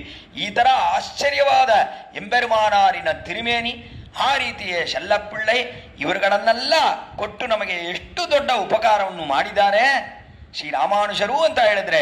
ಇವರ ವೈಭವವನ್ನು ಹೇಳ್ತಾ ಇದ್ರೆ ಎಷ್ಟು ಬೇಕೋ ಹೇಳ್ಬೋದು. ಆದರೆ ಮುಖ್ಯವಾಗಿರುವುದನ್ನು ಇಲ್ಲಿ ನಾವು ಅನುಭವಿಸಿದ್ದೇವೆ. ನಮಗೆ ಮಾಡಿರುವ ದೊಡ್ಡ ಉಪಕಾರಗಳು ಏನಂದ್ರೆ, ಮೊದಲನೇ ಉಪಕಾರ ಖಂಡಿತ ನಾವು ಆಚಾರ್ಯ ಸಂಬಂಧವನ್ನು ಕೊಳ್ಳಬೇಕು ಅಂತ ನಮಗೆ ಹೇಳಿದ್ದಾರೆ ಸ್ವಾಮಿ ರಾಮಾನುಜರು. ಆಚಾರ್ಯ ಸಂಬಂಧ ಇಲ್ದಿದ್ರೆ ಪ್ರಯೋಜನವಿಲ್ಲ. ಆಚಾರ್ಯ ಸಂಬಂಧದಿಂದಲೇ ನಮಗೆ ಮೋಕ್ಷ. ಆಚಾರ್ಯಾಭಿಮಾನವೇ ಉದ್ಧಾರಕ ಅಂತ ಶ್ರೀವಚನಭೂಷಣ ದಿವ್ಯಶಾಸ್ತ್ರದಲ್ಲಿ ಸೂತ್ರವನ್ನು ನೋಡುತ್ತೇವೆ. ಅತೀತಿ ಆಚಾರ್ಯರನ್ನು ಇವರು ಸ್ವೀಕರಿಸಿದ್ರು. ಅದು ಆಳವಂದಾರ್ ಪರಮಾಚಾರ್ಯರಾನ ಆಳವಂದಾರ್ ಅವರೇ ಇವರಿಗೆ ಆಚಾರ್ಯರಾಗಿದ್ರು. ಆಮೇಲೆ ಪಂಚಸಂಸ್ಕಾರ ಪೆರಿಯ ನಂಬಿಯಲ್ಲಿ ಅಂತ ನೋಡ್ತೀವಿ. ಆ ರೀತಿ ಇವರು ನಮಗೆ ಉಪಕಾರವನ್ನು ಮಾಡಿದ್ದಾರೆ. ಆಚಾರ್ಯ ಸಂಬಂಧ ಅವಶ್ಯ ಅಪೇಕ್ಷಾ ಅಂತ ಹೇಳಿದ್ದಾರೆ ಸ್ವಾಮಿ ರಾಮಾನುಜರು. ಅದಕ್ಕೆ ಮೇಲಾಗಿ ಇವರು ಮಾಡಿರುವ ದೊಡ್ಡ ಉಪಕಾರ ಏನಂದ್ರೆ, ಆಚಾರ್ಯ ಸಂಬಂಧ ಬಂತು ಅಂದಮೇಲೆ ಸರಿ ಆಯಿತು, ನಮಗೆ ಆಚಾರ್ಯನ ಜೊತೆ ಸಂಸ್ಕಾರ ಆಯಿತು, ಪಂಚಸಂಸ್ಕಾರ ಆಯಿತು, ಸಮಾಶ್ರಯಣ ಆಯಿತು, ಎಲ್ಲ ಆಯಿತು, ಮುಗೀತು. ಆಚಾರ್ಯನಿಗೂ ನಮಗೂ ಸಂಬಂಧ ಮುಗೀತು. ಇಲ್ಲದೇ ಯಾವತ್ತೋ ಒಂದಿನ ಆಚಾರ್ಯರನ್ನು ಹೋಗುವುದು, ನೋಡೋದು ಅವರ ತಿರುನಕ್ಷತ್ರದ ದಿನ ಅಂತ ಆ ದಿನದಲ್ಲಿ ಹೋಗಿ ಆಚಾರ್ಯರನ್ನು ನಮಸ್ಕರಿಸಿ ಅವ್ರಿಗೆ ಏನೋ ಒಂದು 4 ಹಣ್ಣನ್ನು ಕೊಟ್ಬಿಟ್ಟು ನಮಸ್ಕರಿಸಿ, ಏನೋ ಒಂದು ಸಂಭಾವನೆ ಕೊಟ್ಬಿಟ್ಟು, ಒಂದು ಶಲ್ಯ ಏನಾದರೂ ಒಂದು ಹಾಕ್ಬಿಟ್ಟು ಅವ್ರಿಗೆ ಆಯಿತು ಮುಗೀತು ಅಂತ ವರ್ಷಕ್ಕೆ ಒಮ್ಮೆ ಒಂದಿನ ವರ್ಷಕ್ಕೆ ಹೋಗಿ ನೋಡುವುದಿದೆಯಲ್ಲ, ಅದು ಸರಿಯಲ್ಲ. ಆಚಾರ್ಯ ಸನ್ನಿಧಾನದಲ್ಲಿ ನಾವು ಅರ್ಥ ವಿಶೇಷಗಳನ್ನು ಕೇಳಬೇಕು. ಒಳ್ಳೆ ಜ್ಞಾನ ಬೇಕು. ಜ್ಞಾನಕ್ಕೆ ತಕ್ಕನಂತೆ ಅನುಷ್ಠಾನ ಇರಬೇಕು. ಅದಿಲ್ಲದಿದ್ರೆ ಏನು ಪ್ರಯೋಜನವಿಲ್ಲ ಈ ಜೀವಾತ್ಮಗೆ ಅಂತ ಅದನ್ನು ನಿರೂಪಿಸಿದ್ದಾರೆ. ಅದು ನಮಗೆ ಮಾಡಿರುವ ದೊಡ್ಡ ಉಪಕಾರ. ರಾಮಾನುಜರು ಮಾಡಿರುವ ಉಪಕಾರ 5 ಆಚಾರ್ಯರಲ್ಲಿ ವಿಶೇಷಾರ್ಥಗಳನ್ನೆಲ್ಲ ಕೇಳಿದ್ರು. ಆ ರೀತಿಯೇ ವಿಶೇಷಾರ್ಥಗಳನ್ನು ಕೇಳಿರುವುದಕ್ಕೆ ಮೇಲೆ ಆಚಾರ್ಯನಿಗೆ ಏನು ಅಭಿಲಾಷೆ ಇದೆಯೋ ಅದನ್ನು ನೆರವೇರಿಸಬೇಕು ಒಬ್ಬ ಶಿಷ್ಯನ ಕರ್ತವ್ಯ ಅದು. ಆಚಾರ್ಯನಿಗೆ ಏನು ಆಸೆ ಇದೆ ಆಚಾರ್ಯನಲ್ಲಿ ಕೇಳಬೇಕು. ಏನ್ ನಿಮಗೆ ಬೇಕು ಅಂತ ಕೇಳಿ ಅವರಿಗೆ ಏನು ಆಸೆ ಇದೆಯೋ ಅದನ್ನು ನೆರವೇರಿಸಬೇಕು ಶಿಷ್ಯನಾದವನು. ಆ ರೀತಿಯೇ ಅದನ್ನು ತೋರಿಸಿದವರು ಯಾರು ಅಂದ್ರೆ ಬೆರುಮಾನಾರ್ ಶ್ರೀ ರಾಮಾನುಜರು. ಅಲ್ಲಿ ರಾಮನಾಚಾರ್ಯರಿಗೆ ಏನು ಅಭಿಲಾಷೆ ಇತ್ತೋ ಅದನ್ನೇ ಮಾಡಿದ್ರು. ಶ್ರೀಭಾಷ್ಯವನ್ನು ಬರೆದ್ರು. ಆ ರೀತಿಯೇ ಶ್ರೀ ಕುರತ್ತಾಳ್ವಾನಿನ ಮಕ್ಕಳು ಇಬ್ಬರಿಗೆ ಶ್ರೀ ಪರಾಶರ ಭಟ್ಟರಂತಾನೋ ಶ್ರೀ ವೇದವ್ಯಾಸ ಭಟ್ಟರಂತಾನೋ 2 ಹೆಸರನ್ನು ಇಟ್ಟರು. ಆಮೇಲೆ ತಿರುವಾಯ್ಮೊಳಿಗೆ ಒಂದು ವ್ಯಾಖ್ಯಾನವನ್ನು ತಾವು ನೇರವಾಗಿ ಬರೆದಿದ್ರು ಕೂಡ ತಮ್ಮ ಜ್ಞಾನಪುತ್ರರಾದ ತಿರುಕುರುಹೈ ಪಿರಾನ್ ಪಿಳ್ಳಾನ್ ಅನ್ನುವರನ್ನು ನಿಯಮಿಸಿ ಅವರ ಮೂಲಕ ತಿರುವಾಯ್ಮೊಳಿಗೆ ಒಂದು ವ್ಯಾಖ್ಯಾನವನ್ನು ಬರೆಯುವಂತೆ ಮಾಡಿದ್ರು ಸ್ವಾಮಿ ರಾಮಾನುಜರು. ಈ ರೀತಿ ಆಚಾರ್ಯನಿಗೆ ನಾವು ಏನು ಪ್ರಿಯವಾಗಿದೆಯೋ ಅದನ್ನು ಖಂಡಿತ ಮಾಡಬೇಕು. ಆ ರೀತಿ ಆಚಾರ್ಯನಿಗೆ ಮಾಡುವ ಕೈಂಕರ್ಯವೆಲ್ಲ ಅವನಿಗೆ ಪರತಂತ್ರನಾಗಿದ್ದು ಅವನ ಆಸೆಗೆ ಅನುಗುಣವಾಗಿ ಕೈಂಕರ್ಯಗಳನ್ನು ಮಾಡಬೇಕು. ಅವನ ಮುಖೋಲ್ಲಾಸಕ್ಕಾಗಿ ನಾವು ಕೈಂಕರ್ಯಗಳನ್ನು ಮಾಡಬೇಕು ಅನ್ನುವ ಒಂದು ವಿಶೇಷವಾದ ಅರ್ಥವನ್ನು ನಮಗಾಗಿ ಉಪಕರಿಸಿದ್ದಾರೆ ಸ್ವಾಮಿ ರಾಮಾನುಜರು. ಆಮೇಲೆ ನಮಗಾಗಿ ಕೊಟ್ಟಿದ್ದು ಅಂದರೆ ಆಶ್ಚರ್ಯವಾದ ಶ್ರೀಭಾಷ್ಯ ಅನ್ನುವ ಒಂದು ಗ್ರಂಥ. ಆ ಶ್ರೀಭಾಷ್ಯ ಇಲ್ಲದಿದ್ದರೆ ನವಗ್ರಂಥಗಳು ಅವುಗಳು ಎಲ್ಲ ಮುಖ್ಯವಾಗಿರುವುದೇ. ಅದರಲ್ಲೂ ಶ್ರೀಭಾಷ್ಯ ಅನ್ನುವುದು ಇಲ್ಲ ಅಂದರೆ ವೇದಾಂತ ವಾಕ್ಯಗಳಿಗೆ ಅರ್ಥ ನಾವು ತಿಳಿದುಕೊಳ್ಳುವುದು ಅಸಾಧ್ಯವಾಗುತ್ತದೆ. ಆ ಥರ ಒಂದು ಆಶ್ಚರ್ಯವಾದ ಕೃತಿಯನ್ನು ನಮಗಾಗಿ ಉಪಕರಿಸಿದ್ದಾರೆ ರಾಮಾನುಜರು. ಆಮೇಲೆ ಗದ್ಯತ್ರಯದ ಮೂಲಕ ನಮಗೆ ಒಂದು ಆಶ್ಚರ್ಯವಾದ ಸ್ಥಾನ ಎಲ್ಲಿ ಪರಮಪದದಲ್ಲಿ ಅದನ್ನು ನಮಗಾಗಿ ಕೊಟ್ಟಿದ್ದಾರೆ. ಶರಣಾಗತಿಗೆ ಅರ್ಥವನ್ನು ಹೇಳಿ ಭಗವಂತನೇ ನಿಮಗೂ ನಿಮ್ಮ ಸಂಬಂಧಿಗಳಿಗೂ ನಾವು ಮೋಕ್ಷವನ್ನು ಕೊಡುತ್ತೇವೆ ಅಂತ ಹೇಳಿರುವ ಕಾರಣದಿಂದ ನಮಗೂ ಮೋಕ್ಷ ನಿಶ್ಚಯ ರಾಮಾನುಜರ ಸಂಬಂಧದಿಂದ ಅಂತ ಇದು ಅವರು ಮಾಡಿರುವ ದೊಡ್ಡ ಉಪಕಾರ. ಆಮೇಲೆ ತಮ್ಮ ತಿರುಮೇನಿಯನ್ನೇ ಕೊಟ್ಟಿದ್ದಾರಲ್ಲ, ತಿರುನಾರಾಯಣ ಬರದಲ್ಲಿ ಶೆಲ್ಲಪ್ಪಳ್ಳೆಯನ್ನು ಕೊಟ್ಟಿದ್ದಾರೆ, ತಮ್ಮ ತಿರುಮೇನಿಯನ್ನೇ ಕೊಟ್ಟಿದ್ದಾರಲ್ಲ, ಇದು ಅವರು ಮಾಡಿರುವ ದೊಡ್ಡ ಉಪಕಾರ. ಯಾವತ್ತೋ ರಾಮಾನುಜರು ಇದ್ರು, ಆಮೇಲೆ ಇವಾಗಿಲ್ಲ.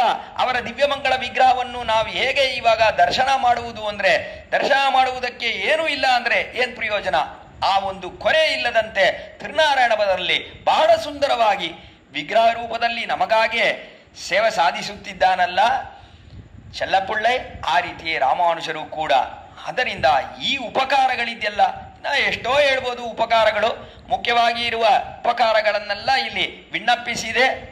ಅವಕಾಶವು ಪೂರ್ಣವಾಯಿತು. ಇಲ್ಲಿ ಈ ಥರ ಇರುವ ರಾಮಾನುಜರ ವೈಭವ, ಈ ರಾಮಾನುಜರ ವೈಭವಕ್ಕೆ ಏನು ಒಂದು ವೈಶಿಷ್ಟ್ಯತೆ ಅಂತ ಕೇಳಿದ್ರೆ, ಇಲ್ಲಿ ಮೊದಲು ಶ್ರೀರಾಮನ ವೈಭವ. ಶ್ರೀರಾಮನ ವೈಭವ ಅಂತ ನೋಡಿದ್ರೆ ರಾಮನ ವೈಭವಕ್ಕಿಂತ ಸೀತಾದೇವಿಯ ವೈಭವ ಹೆಚ್ಚಾಗಿರುವ ವೈಭವ. ಸೀತಾದೇವಿಯ ವೈಭವ ಅಂತ ನೋಡಿದ್ರೆ ಅದಕ್ಕಿಂತ ಪರತಂತ್ರನಾಗಿರುವ ಲಕ್ಷ್ಮಣನ ವೈಭವ ಅದು ಇನ್ನ ವಿಶೇಷವಾಗಿರುವ ವೈಭವ. ಅನುಜನ ವೈಭವ ಅದಕ್ಕಿಂತ ವಿಶೇಷವಾಗಿರುವ ವೈಭವ ಅಂದ್ರೆ ರಾಮಾನುಜರ ವೈಭವ. ರಾಮನ ವೈಭವ ಅಂತ ನೋಡಿದ್ರೆ ರಾಮ ಪರಮಾತ್ಮ, ಆ ಪರಮಾತ್ಮವಾದವನು ಧರ್ಮವನ್ನು ಇಲ್ಲಿ ಸಂಸ್ಥಾಪನೆ ಮಾಡಬೇಕು ಅಂತ ರಾಮನಾಗಿ ಬಂದು ಜನಿಸಿದ, ಧರ್ಮ ಸಂಸ್ಥಾಪನವನ್ನು ಮಾಡಿದ ರಾಮ ಅನ್ನುವುದು ಅವನಿಗೆ ಇರುವ ಒಂದು ವೈಭವ. ಅವನು ಹೇಗಿದ್ದಾನೆ ಅಂದರೆ ಅವನು ಶರಣಾಗತ ವತ್ಸಲಃ. ರಾಮನಿಗೆ ಏನು ಹೆಸರು ಅಂದರೆ ವಿದಿತಸ್ಸೈ ಧರ್ಮಜ್ಞ ಶರಣಾಗತ ವತ್ಸಲಃ ಅಂತ. ಅವನಿಗೆ ಶರಣಾಗತರಲ್ಲಿ ವಾತ್ಸಲ್ಯವಿದೆ. ಶರಣಾಗತರಿಗೆ ತನ್ನ ವಾತ್ಸಲ್ಯವನ್ನು ತೋರಿಸಿ ಅವರು ಎಷ್ಟು ಪಾಪಗಳನ್ನು ಮಾಡಿದರೂ ಕೂಡ ಆ ಪಾಪಗಳನ್ನೇ ಅವನಿಗೆ ವಿಶೇಷವಾಗಿ ಅದನ್ನೇ ಸ್ವೀಕರಿಸಿ, ಆ ಪಾಪಗಳನ್ನೇ ಸ್ವೀಕರಿಸಿ ಅವರಿಗೆ ಅವರಿಗೆ ಒಳ್ಳೆ ಗತಿಯನ್ನು ತೋರಿಸುವ ಒಂದು ವಿಶೇಷವಾದ ವ್ಯಕ್ತಿ ಅಂದರೆ ಅದು ಶ್ರೀರಾಮನು ಅಂತ ಹೇಳಬೇಕು. ಆದ್ದರಿಂದ ಶರಣಾಗತರಲ್ಲಿ ಅವನಿಗೆ ವಾತ್ಸಲ್ಯವಿದೆ ಅನ್ನುವುದು ಅವನಿಗೆ ಉಂಟಾದ ವೈಭವ, ರಾಮನಿಗೆ ಇರುವ ವೈಭವ. ಆದರೆ ಆ ವಾತ್ಸಲ್ಯ ಬರುವುದಕ್ಕೆ ಕಾರಣವಾಗಿರುವವಳು ಯಾರು ಅಂದರೆ ಪಕ್ಕದಲ್ಲಿ ಇರುವ ಸೀತಾದೇವಿ. ಆದ್ದರಿಂದ ಸೀತಾದೇವಿಯ ವೈಭವ ಅನ್ನುವುದಿದೆಯಲ್ಲ, ಅದು ರಾಮನ ವೈಭವಕ್ಕಿಂತ ಹೆಚ್ಚಾಗಿರುವ ವೈಭವ.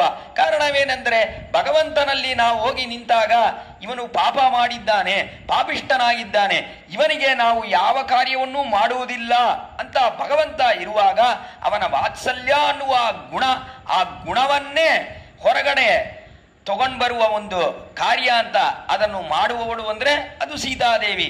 ಅವಳೇ ಅವನಲ್ಲಿ ಇರುವ ಗುಣಗಳು ಸೌಶೀಲ್ಯ, ವಾತ್ಸಲ್ಯ, ಕೃಪೆ, ಕರುಣೆ, ಕಾರುಣ್ಯ ಮುಂತಾದ ಗುಣಗಳಿದೆಯಲ್ಲ, ದಯೆ ಮುಂತಾದ ಗುಣಗಳು, ಈ ಗುಣಗಳೆಲ್ಲ ಅವನಲ್ಲಿ ಬರಬೇಕು. ಇದೆ, ಮೊದಲೇ ಇದೆ, ಹೊಸದಾಗಿ ಏನು ಬರ್ತಾ ಇಲ್ಲ, ಇಲ್ಲಿ ಇದೆ, ಅವನಲ್ಲಿ ಈ ಗುಣಗಳೆಲ್ಲ ಇದೆ. ಆದರೂ ಕೂಡ ನಮ್ಮ ಪಾಪಗಳನ್ನು ನೋಡಿದ ಕೂಡಲೇ ಅವನಿಗೆ ನಮ್ಮ ಪಾಪಗಳನ್ನು ಕೊಂಡು ನಮ್ಮನ್ನು ಚೆನ್ನಾಗಿ ಶಿಕ್ಷಿಸಬೇಕು ಅನ್ನುವ ಅಭಿಪ್ರಾಯ ಬರುತ್ತದೆ ಭಗವಂತನಿಗೆ.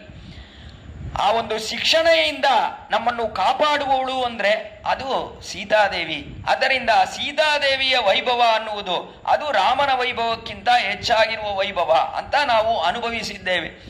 ಸೀತಾದೇವಿಯ ವೈಭವಕ್ಕಿಂತ ಹೇಳ್ಬೇಕಂದ್ರೂ ಲಕ್ಷ್ಮಣನ ವೈಭವ ಎಷ್ಟು ಆಶ್ಚರ್ಯವಾದ ವೈಭವ. ಅವನು ಕಾಡಿಗೆ ಹೋಗಿ ಎಲ್ಲ ಕೈಂಕರ್ಯಗಳನ್ನು ಮಾಡಿದ್ನಲ್ಲ. ಭವಾಂಸ್ತು ಸಾವೈರೇಕ್ಯ ಗಿರಿಸಾನುಶ್ರಂಸ್ಯದೆ ಅಹಂ ಸರ್ವಂ ಕರಿಷ್ಯಾಮಿ ಜಾಗೃತ ಸ್ವಪತಶ್ಚದೆ ಅಂತ ರಾಮನಿಗೂ ಸೀತಾದೇವಿಗೂ ಚಿತ್ರಕೂಟ ಪರ್ವತದಲ್ಲಿ ಇರುವಾಗ, ಕಾಡಲ್ಲಿ ಇರುವಾಗ ಎಲ್ಲ ಕೈಂಕರ್ಯಗಳನ್ನು ಮಾಡಿದ ಲಕ್ಷ್ಮಣ.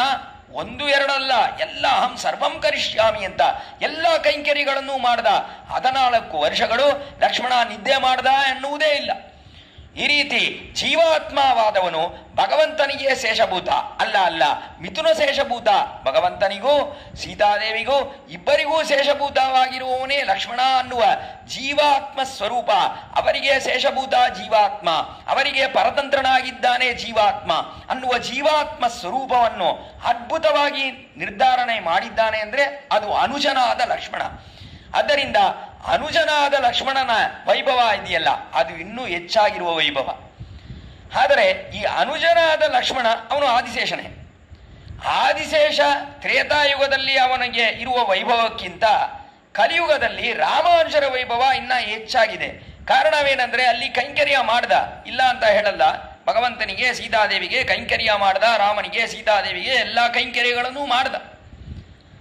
ಆದರೂ ಕೂಡ ಅವರ ಜತೆಯಲ್ಲೇ ಇದ್ದ, ಅವರ ಜತೆಯಲ್ಲೇ ಇದ್ದು ಕೈಂಕರ್ಯ ಮಾಡ್ದ. ಸೀತಾದೇವಿಯು ಕೂಡ ಅವತರಿಸುವಾಗ ಹೇಗೆ ಅವತರಿಸುತ್ತಾಳೆ? ಶ್ರೀಮಹಾಲಕ್ಷ್ಮಿ ತಾನೇ ಸೀತಾದೇವಿಯಾಗಿ ಅವತರಿಸಿದ್ದಾಳೆ. ಹೇಗೆ ಅವತರಿಸುತ್ತಾಳೆ ಅಂದ್ರೆ ರಾಘವತ್ವೇ ಅಭವತ್ ಸೀತಾ ರುಕ್ಮಿಣಿ ಕೃಷ್ಣ ಜನ್ಮಿನಿ ಅನ್ಯೇಷು ಚ ಅವತಾರೇಶು ವಿಷ್ಣೋಕ್ಯೇಶ ಅಣಪಾಯಿನಿ ಅಂತ ಇವಳು ಅವತರಿಸುವಾಗ ರಾಘವತ್ವೇ ಅಭವತ್ ಸೀತಾ, ರಾಘವನಾಗಿ ರಾಮನಾಗಿ ಶ್ರೀಮನ್ನಾರಾಯಣನು ಇಲ್ಲಿ ಅವತರಿಸಿದ್ರೆ ಆವಾಗ ಶ್ರೀ ಮಹಾಲಕ್ಷ್ಮಿ ಅವಳು ಸೀತಾದೇವಿಯಾಗಿ ಅವತರಿಸುತ್ತಾಳೆ. ಕೃಷ್ಣನಾಗಿ ಅವತರಿಸಿದ್ರೆ ರುಕ್ಮಿಣಿ ದೇವಿಯಾಗಿ ಅವತರಿಸುತ್ತಾಳೆ. ಈ ರೀತಿ ಭಗವಂತನನ್ನು ಬಿಡದೆ ಯಾವಾಗಲೂ ಶ್ರೀ ಮಹಾಲಕ್ಷ್ಮಿ ಅವನ ಜತೆ ಅವತರಿಸುತ್ತಾಳೆ ವಿನಃ ಅವನನ್ನು ಬಿಟ್ಟು ಅವತಾರ ಅನ್ನುವುದಿಲ್ಲ. ಆ ರೀತಿಯೇ ಲಕ್ಷ್ಮಣನು ಕೂಡ ರಾಮ ಸೀತಾದೇವಿ ಇಬ್ಬರಿಗೂ ಅವರ ಜೊತೆಯಲ್ಲೇ ಇದ್ದು ಕೈಂಕರ್ಯಗಳನ್ನು ಮಾಡಿದ. ಅದನ್ನು ಬಿಟ್ಟು ಅವರನ್ನು ಬಿಟ್ಟು ಇದ್ದ ಅನ್ನುವುದೇ ಇಲ್ಲ. ರಾಮನನ್ನು ಬಿಟ್ಟು ಒಂದು ದಿನವೂ ಇರಲಿಲ್ಲ ಲಕ್ಷ್ಮಣನು ಅಂತ ನೋಡ್ತೀವಿ. ಹೇಳ್ಬೇಕಂದ್ರೆ ರಾಮ ಇರಲಿಲ್ಲ ಲಕ್ಷ್ಮಣನನ್ನು ಬಿಟ್ಟು ಅಂತ ಹೇಳಬೇಕು. ಲಕ್ಷ್ಮಣನು ಬಿಟ್ಟು ರಾಮನಿಗೆ ಇರುವುದು ಅಸಾಧ್ಯ. ಈ ರೀತಿ ಇಬ್ಬರು ಯಾವಾಗಲೂ ಜೊತೆಯಲ್ಲೇ ಇದ್ರು ಅಂತ ನೋಡ್ತೀವಿ.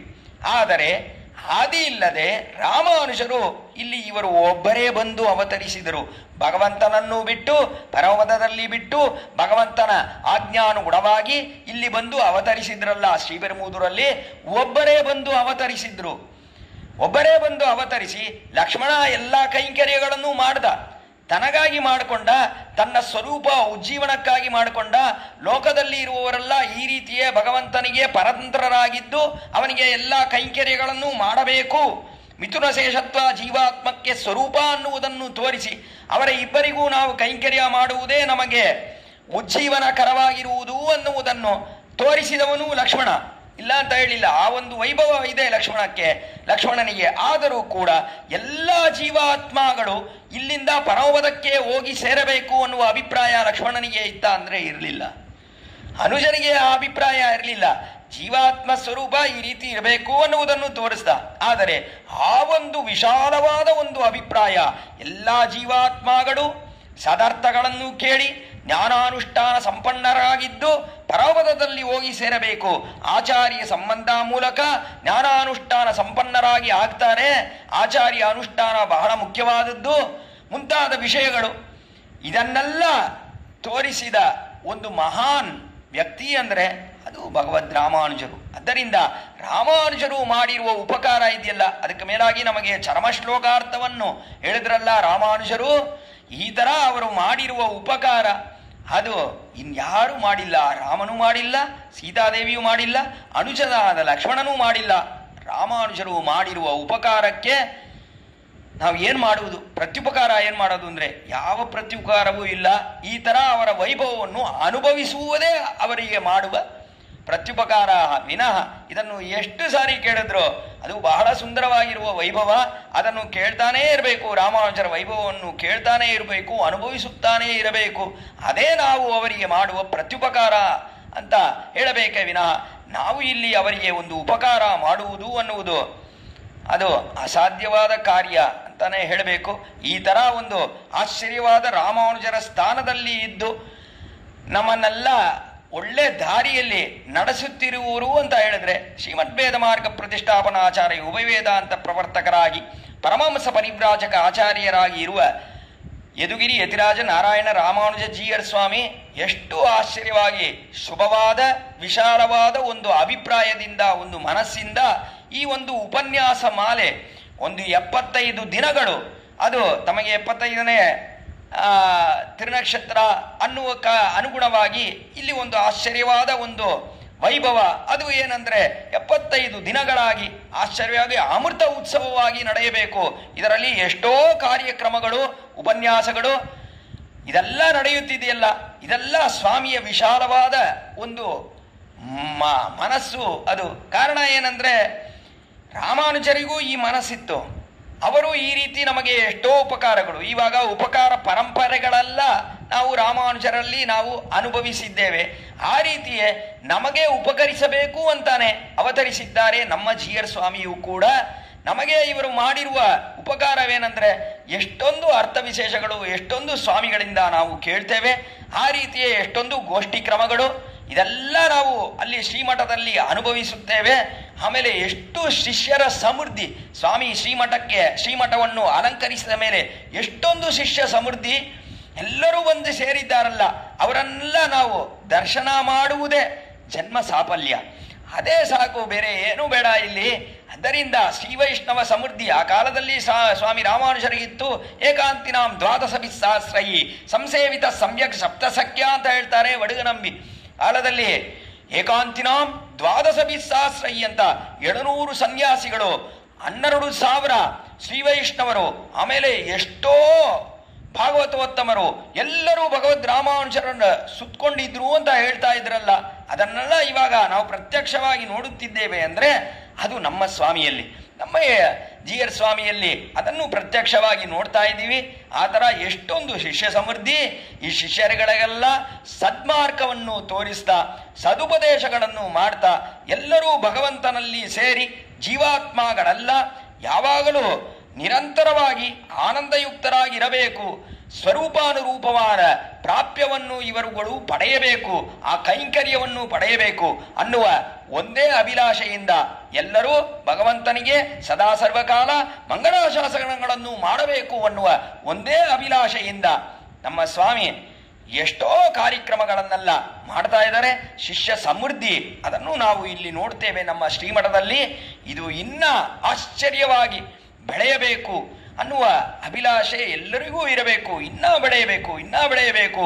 ಆಳ್ವಾರ್ ಮಂಗಳಾಶಾಸನ ಮಾಡ್ತಾರಲ್ಲ, ಪೊಲಿಯ ಪೊಲಿಯ ಪೊಲಿಯ ಪೋಯಿತ್ತು ವಲ್ಲುಯಿರ್ಚಾವಂ ನಲಿயும் நரகம் நைந்தான் அவனுக்கிங் யாதொன்னுமில்லை கலியும் கெடும் கண்டுகொண்மின் கடல் வண்ணன் பூதங்கள் மண்மேல் மலியப்பூன் திசபாடி ஆடி உடிதர ಕಂಡೋಂ ಕಣ್ಣುಕ್ಕಿನೇನ ಕಂಡೋಂ ಅಂತ ಮಂಗಳಾಶಾಸನ ಶ್ರೀ ವೈಷ್ಣವ ಸಮೃದ್ಧಿಗೆ ಮಂಗಳಾಶಾಸನ ಮಾಡ್ತಾರಲ್ಲ ಆಳ್ವಾರ್. ಆ ರೀತಿಯ ಇಲ್ಲೂ ಕೂಡ ನಮ್ಮ ಜಿ.ಆರ್. ಸ್ವಾಮಿ ಅವರ ಜೊತೆ ಇರುವ ಎಲ್ಲ ಶ್ರೀ ವೈಷ್ಣವರಿಗೂ ಆ ಒಂದು ಸಮೃದ್ಧಿ. ಇವಾಗ ಎಷ್ಟೊಂದು ಕಾರ್ಯಕ್ರಮಗಳು ನಡೀತಾ ಇದೆ ಶ್ರೀಮಠದಲ್ಲಿ, ಆ ಸಮೃದ್ಧಿ ಇದೆಯಲ್ಲ, ಅದಕ್ಕೆ ನಾವು ಮಂಗಳಾಶಾಸನ ಮಾಡಬೇಕು, ಇನ್ನಷ್ಟು ಬೆಳೆಯಬೇಕು ಶ್ರೀ ವೈಷ್ಣವ ಸಮೃದ್ಧಿ ಅಂತ ಇಲ್ಲಿ ಮಂಗಳಾಶಾಸನ ಮಾಡಿ ಈ ಒಂದು ಅರ್ಥ ವಿಶೇಷಗಳು ಇದನ್ನೆಲ್ಲ ಹೇಳಬೇಕು ಅಂತ ಸ್ವಾಮಿಯ ನಿಯಮನ. ಆ ನಿಯಮನಾನುಗುಣವಾಗಿ ಅಡಿಯೇನಿನ ಈ ಒಂದು ಸ್ವಲ್ಪವಾಗಿರುವ ಈ ಬುದ್ಧಿಗೆ ಎಷ್ಟೆಲ್ಲ ಜ್ಞಾನ ಇದೆಯೋ ಅದನ್ನು ಕೊಂಡು ಇಲ್ಲಿ ಕೆಲವಾರು ಅರ್ಥ ವಿಶೇಷಗಳು, ರಾಮಾನುಜರ ಉಪಕಾರಗಳು ಮುಖ್ಯವಾಗಿ, ಅದರಿಂದ ಅವರ ವೈಭವ ಅದನ್ನು ಇಲ್ಲಿ 1.5 ಗಂಟೆ ಕಾಲ ಅವಕಾಶದಲ್ಲಿ ಅನುಭವಿಸಿದ್ದೇವೆ. ಇನ್ನ ಎಷ್ಟೋ ಅನುಭವಿಸಬಹುದು ರಾಮಾನುಜರ. ಅದಕ್ಕೆ ಮೊದಲೇ ಹೇಳಿದೆ, ರಾಮಾನುಜರು ಅವರು ನಮ್ಮ ಶ್ರೀ ವೈಷ್ಣವ ಸಂಪ್ರದಾಯಕ್ಕೆ ಒಂದು ನಾಯಕ ರತ್ನರಾಗಿದ್ದಾರೆ. ಅಮುನಾ ತಪನಾತಿಶಾಯಿ ಬುಮ್ನಾ ಇತಿರಾಜೇನ ನಿಬದ್ಧ ನಾಯಕ ಶ್ರೀ ಮಾತಿ ಗುರುಪಂಕ್ತಿ ಆರಯಷ್ಟಿ ವಿಭುಧಾನಾಂ ಹೃದಯಂ ಘಮಾ ವಿಭಾತಿ ಅನ್ನುವುದು ಶ್ರೀ ವೇದಾಂತ ದೇಶಿಕರ ಅದ್ಭುತವಾದ ಯತಿರಾಜ ಸಪ್ತತಿ ಶ್ಲೋಕ. ಯತಿರಾಜೇನ ನಿಬದ್ಧ ನಾಯಕ ಶ್ರೀ ಅಂತ ಯತಿರಾಜರಿದ್ದಾರಲ್ಲ, ಅವರು ಒಂದು ದೊಡ್ಡ ರತ್ನಹಾರಕ್ಕೆ ಮಧ್ಯದಲ್ಲಿರುವ ನಾಯಕ ರತ್ನರಾಗಿರುವವರು ಸ್ವಾಮಿ ರಾಮಾನುಜರು. ಇವರ ವೈಭವ ಇದೆಯಲ್ಲ, ಈ ವೈಭವ ಆಗಿರುವುದು ಅದು ಹೇಗೆ ಒಂದು ನಾಯಕ ರತ್ನವಾಗಿರುವ ಒಂದು ರತ್ನ, ಅದು ಎಲ್ಲ ಪಕ್ಕದಲ್ಲೂ, 2 ಉಭಯ ಪಾರ್ಶ್ವದಲ್ಲೂ 2 ಪಕ್ಕಗಳಲ್ಲೂ ಇರುವ ಎಷ್ಟೋ ರತ್ನಗಳಿಗೆ ತನ್ನ ತೇಜಸ್ಸಿಂದ ಅವುಗಳನ್ನು ಒಳ್ಳೆ ತೇಜಸ್ಕರವಾಗಿ ಮಾಡುತ್ತದೆಯೋ ಆ ರೀತಿಯೇ ರಾಮಾನುಜರ ಸಂಬಂಧದಿಂದಲೇ ಆ ಕಾಲದಲ್ಲಿ ಇದ್ದ ಎಲ್ಲ ಆಚಾರ್ಯರುಗಳಿಗೂ ತೇಜಸ್ ಅಂತ ನೋಡ್ತೀವಿ, ಅವರುಗಳಿಗೆಲ್ಲ ಪ್ರಕಾಶ ಅಂತ ನೋಡ್ತೀವಿ. ಆ ರೀತಿಯೇ ನಮಗೂ ಕೂಡ ಪ್ರಕಾಶ ಇದೆ ಅಂತ ಹೇಳಿದ್ರೆ ಅದಕ್ಕೆ ಕಾರಣ ಸ್ವಾಮಿ ರಾಮಾನುಜರ ಸಂಬಂಧ. ಮೇಲಾಗಿ ನಮ್ಮ ಜಿ ಆರ್ ಸ್ವಾಮಿಯ ಸಂಬಂಧ. ಜಿ ಆರ್ ಸ್ವಾಮಿಯ ಸಂಬಂಧದಿಂದ ನಮಗೂ ಇಲ್ಲಿ ವಿಶೇಷವಾದ ಪ್ರಕಾಶಗಳೆಲ್ಲ ಬಂದು ಸೇರಿದ್ದೇವೆ. ಅದರಿಂದ ಈ ಶ್ರೀವೈಷ್ಣವ ಸಮೃದ್ಧಿಯನ್ನು ನೋಡುತ್ತೇವೆ. ಈ ಒಂದು ಸಮೃದ್ಧಿ ಇನ್ನೂ ಬೆಳೆಯಬೇಕು ಅನ್ನುವ ಅಭಿಲಾಷೆ, ಆ ಅಭಿಲಾಷೆ ಅನುಗುಣವಾಗಿಯೇ ಇಲ್ಲಿ ಈ ಒಂದು ಆಶ್ಚರ್ಯವಾದ ಅಮೃತ ಮಹೋತ್ಸವ. ಯಾರಿಗೆ ಅಭಿಲಾಷೆ? ಸ್ವಾಮಿಗೆ. ಈ ಸಮೃದ್ಧಿ ಇನ್ನೂ ಬೆಳೆಯಬೇಕು ಅಂತ ಸ್ವಾಮಿಗೆ ಆಸೆ. ಆದ್ದರಿಂದ ಈ ಒಂದು ಅಮೃತ ಮಹೋತ್ಸವವನ್ನು ನೋಡುತ್ತೇವೆ. ಈ ಅಮೃತ ಮಹೋತ್ಸವದಲ್ಲಿ ಅಡಿಯೇನ್, ಪರಮನೀಚನಾದ ಅಡಿಯೇನನ್ನು ಇಲ್ಲಿ ಉಪನ್ಯಸಿಸಬೇಕು ಅಂತ ಸ್ವಾಮಿ ಹೇಳಿದ್ರಲ್ಲ. ಸ್ವಾಮಿಗೆ ಏನು ಹೇಳುವುದು? ತಲೆಯೆಲ್ಲಾಲ್ ಕೈಮಾರಿಲೇನೆ ಅನ್ನುವ ಕೃತಜ್ಞತೆಯನ್ನು ಹೇಳಿ ಆ ರೀತಿಯ ಈ ಅರ್ಥಗಳನ್ನೆಲ್ಲ ಅಡಿಯೇನಿಗೆ ಹೇಳಿದ ಅಡಿಯೇನುடைய ತಿರುತಾಪನಾರಾದ ಇಡವೆಲ್ಲಿ ಶ್ರೀನಿವಾಸ ಪೂರಾಚಾರ್ಯರ ಸ್ವಾಮಿ ಅವರಿಗೂ, ಮಹಾವಿದ್ವಾನಾಗಿದ್ದವರು ಅವರಿಗೂ ಅಡಿಯೇನಿನ ಕೃತಜ್ಞತೆಗಳನ್ನು ಹೇಳಿ, ಅಡಿಯೋಮೋಡುಂ ನಿನ್ನೋಡುಂ ಪಿರಿವಿನ್ನಿ ಆಯಿರಂ ಪಲ್ಲಾಂಡು ಅಂತ ಇಲ್ಲಿ ಆಂಡಾಳ್ ರಂಗಮಣ್ಣಾರ್ ಅವರ ಪಾದಾರವಿಂದಗಳಲ್ಲಿ ಪ್ರಾರ್ಥನೆ ಮಾಡಿ ನನ್ನ ಈ ಉಪನ್ಯಾಸವನ್ನು ನಿಲ್ಲಿಸುತ್ತೇನೆ. ವರ್ಧತಾಂ ಅಭಿವರ್ಧತಾಂ ರಾಮಾನುಜಾರ್ಯ ದಿವ್ಯಾಜ್ಞಾ, ವರ್ಧತಾಂ ಅಭಿವರ್ಧತಾಂ ರಾಮಾನುಜಾರ್ಯ ದಿವ್ಯಾಜ್ಞಾ, ವರ್ಧತಾಂ ಅಭಿವರ್ಧತಾಂ. ಶ್ರೀಮತ್ಯೈ ವಿಶ್ವವಿತ್ತಾರ್ಯ ಮನೋನಂದನ ಹೇತವೇ ನಂದನಂದನ ಸುಂದರ್ಯೈ ಗೋದಾಯೈ ನಿತ್ಯಮಂಗಳಂ ಶ್ರೀನಗರ್ಯಾಂ ಮಹಾಪುರ್ಯಾಂ ತಾಂಬರವನ್ಯುತ್ತರೇತಡೆ ಶ್ರೀತಿಂತ್ರಿಣೀ ಮೂಲಧಾಮ್ನೇ ಷಡಗೋಪಾಯ ಮಂಗಳಂ ಶ್ರೀಮನ್ಮಹಾಭೂತಪುರೇ ಶ್ರೀಮತ್ಕೇಶವ ಯಜ್ವನಃ ಕಾಂತಿಮತ್ಯಾಂ ಪ್ರಸೂತಾಯ ಯತಿರಾಜಾಯ ಮಂಗಳಂ ಶ್ರೀಮತೆ ರಮ್ಯಜಾಮಾತೃಮುನೀಂದ್ರಾಯ ಮಹಾತ್ಮನೆ ಶ್ರೀರಂಗವಾಸಿನೇ ಭೂಯಾತ್ ನಿತ್ಯಶ್ರೀರ್ ನಿತ್ಯಮಂಗಳಂ. ಆಳ್ವಾರ್ ತಿರುವಡಿಗಳೇ ಶರಣಂ, ಎಂಬೆರುಮಾನಾರ್ ತಿರುವಡಿಗಳೇ ಶರಣಂ, ஜியர் திருவடிகளே சரணம்.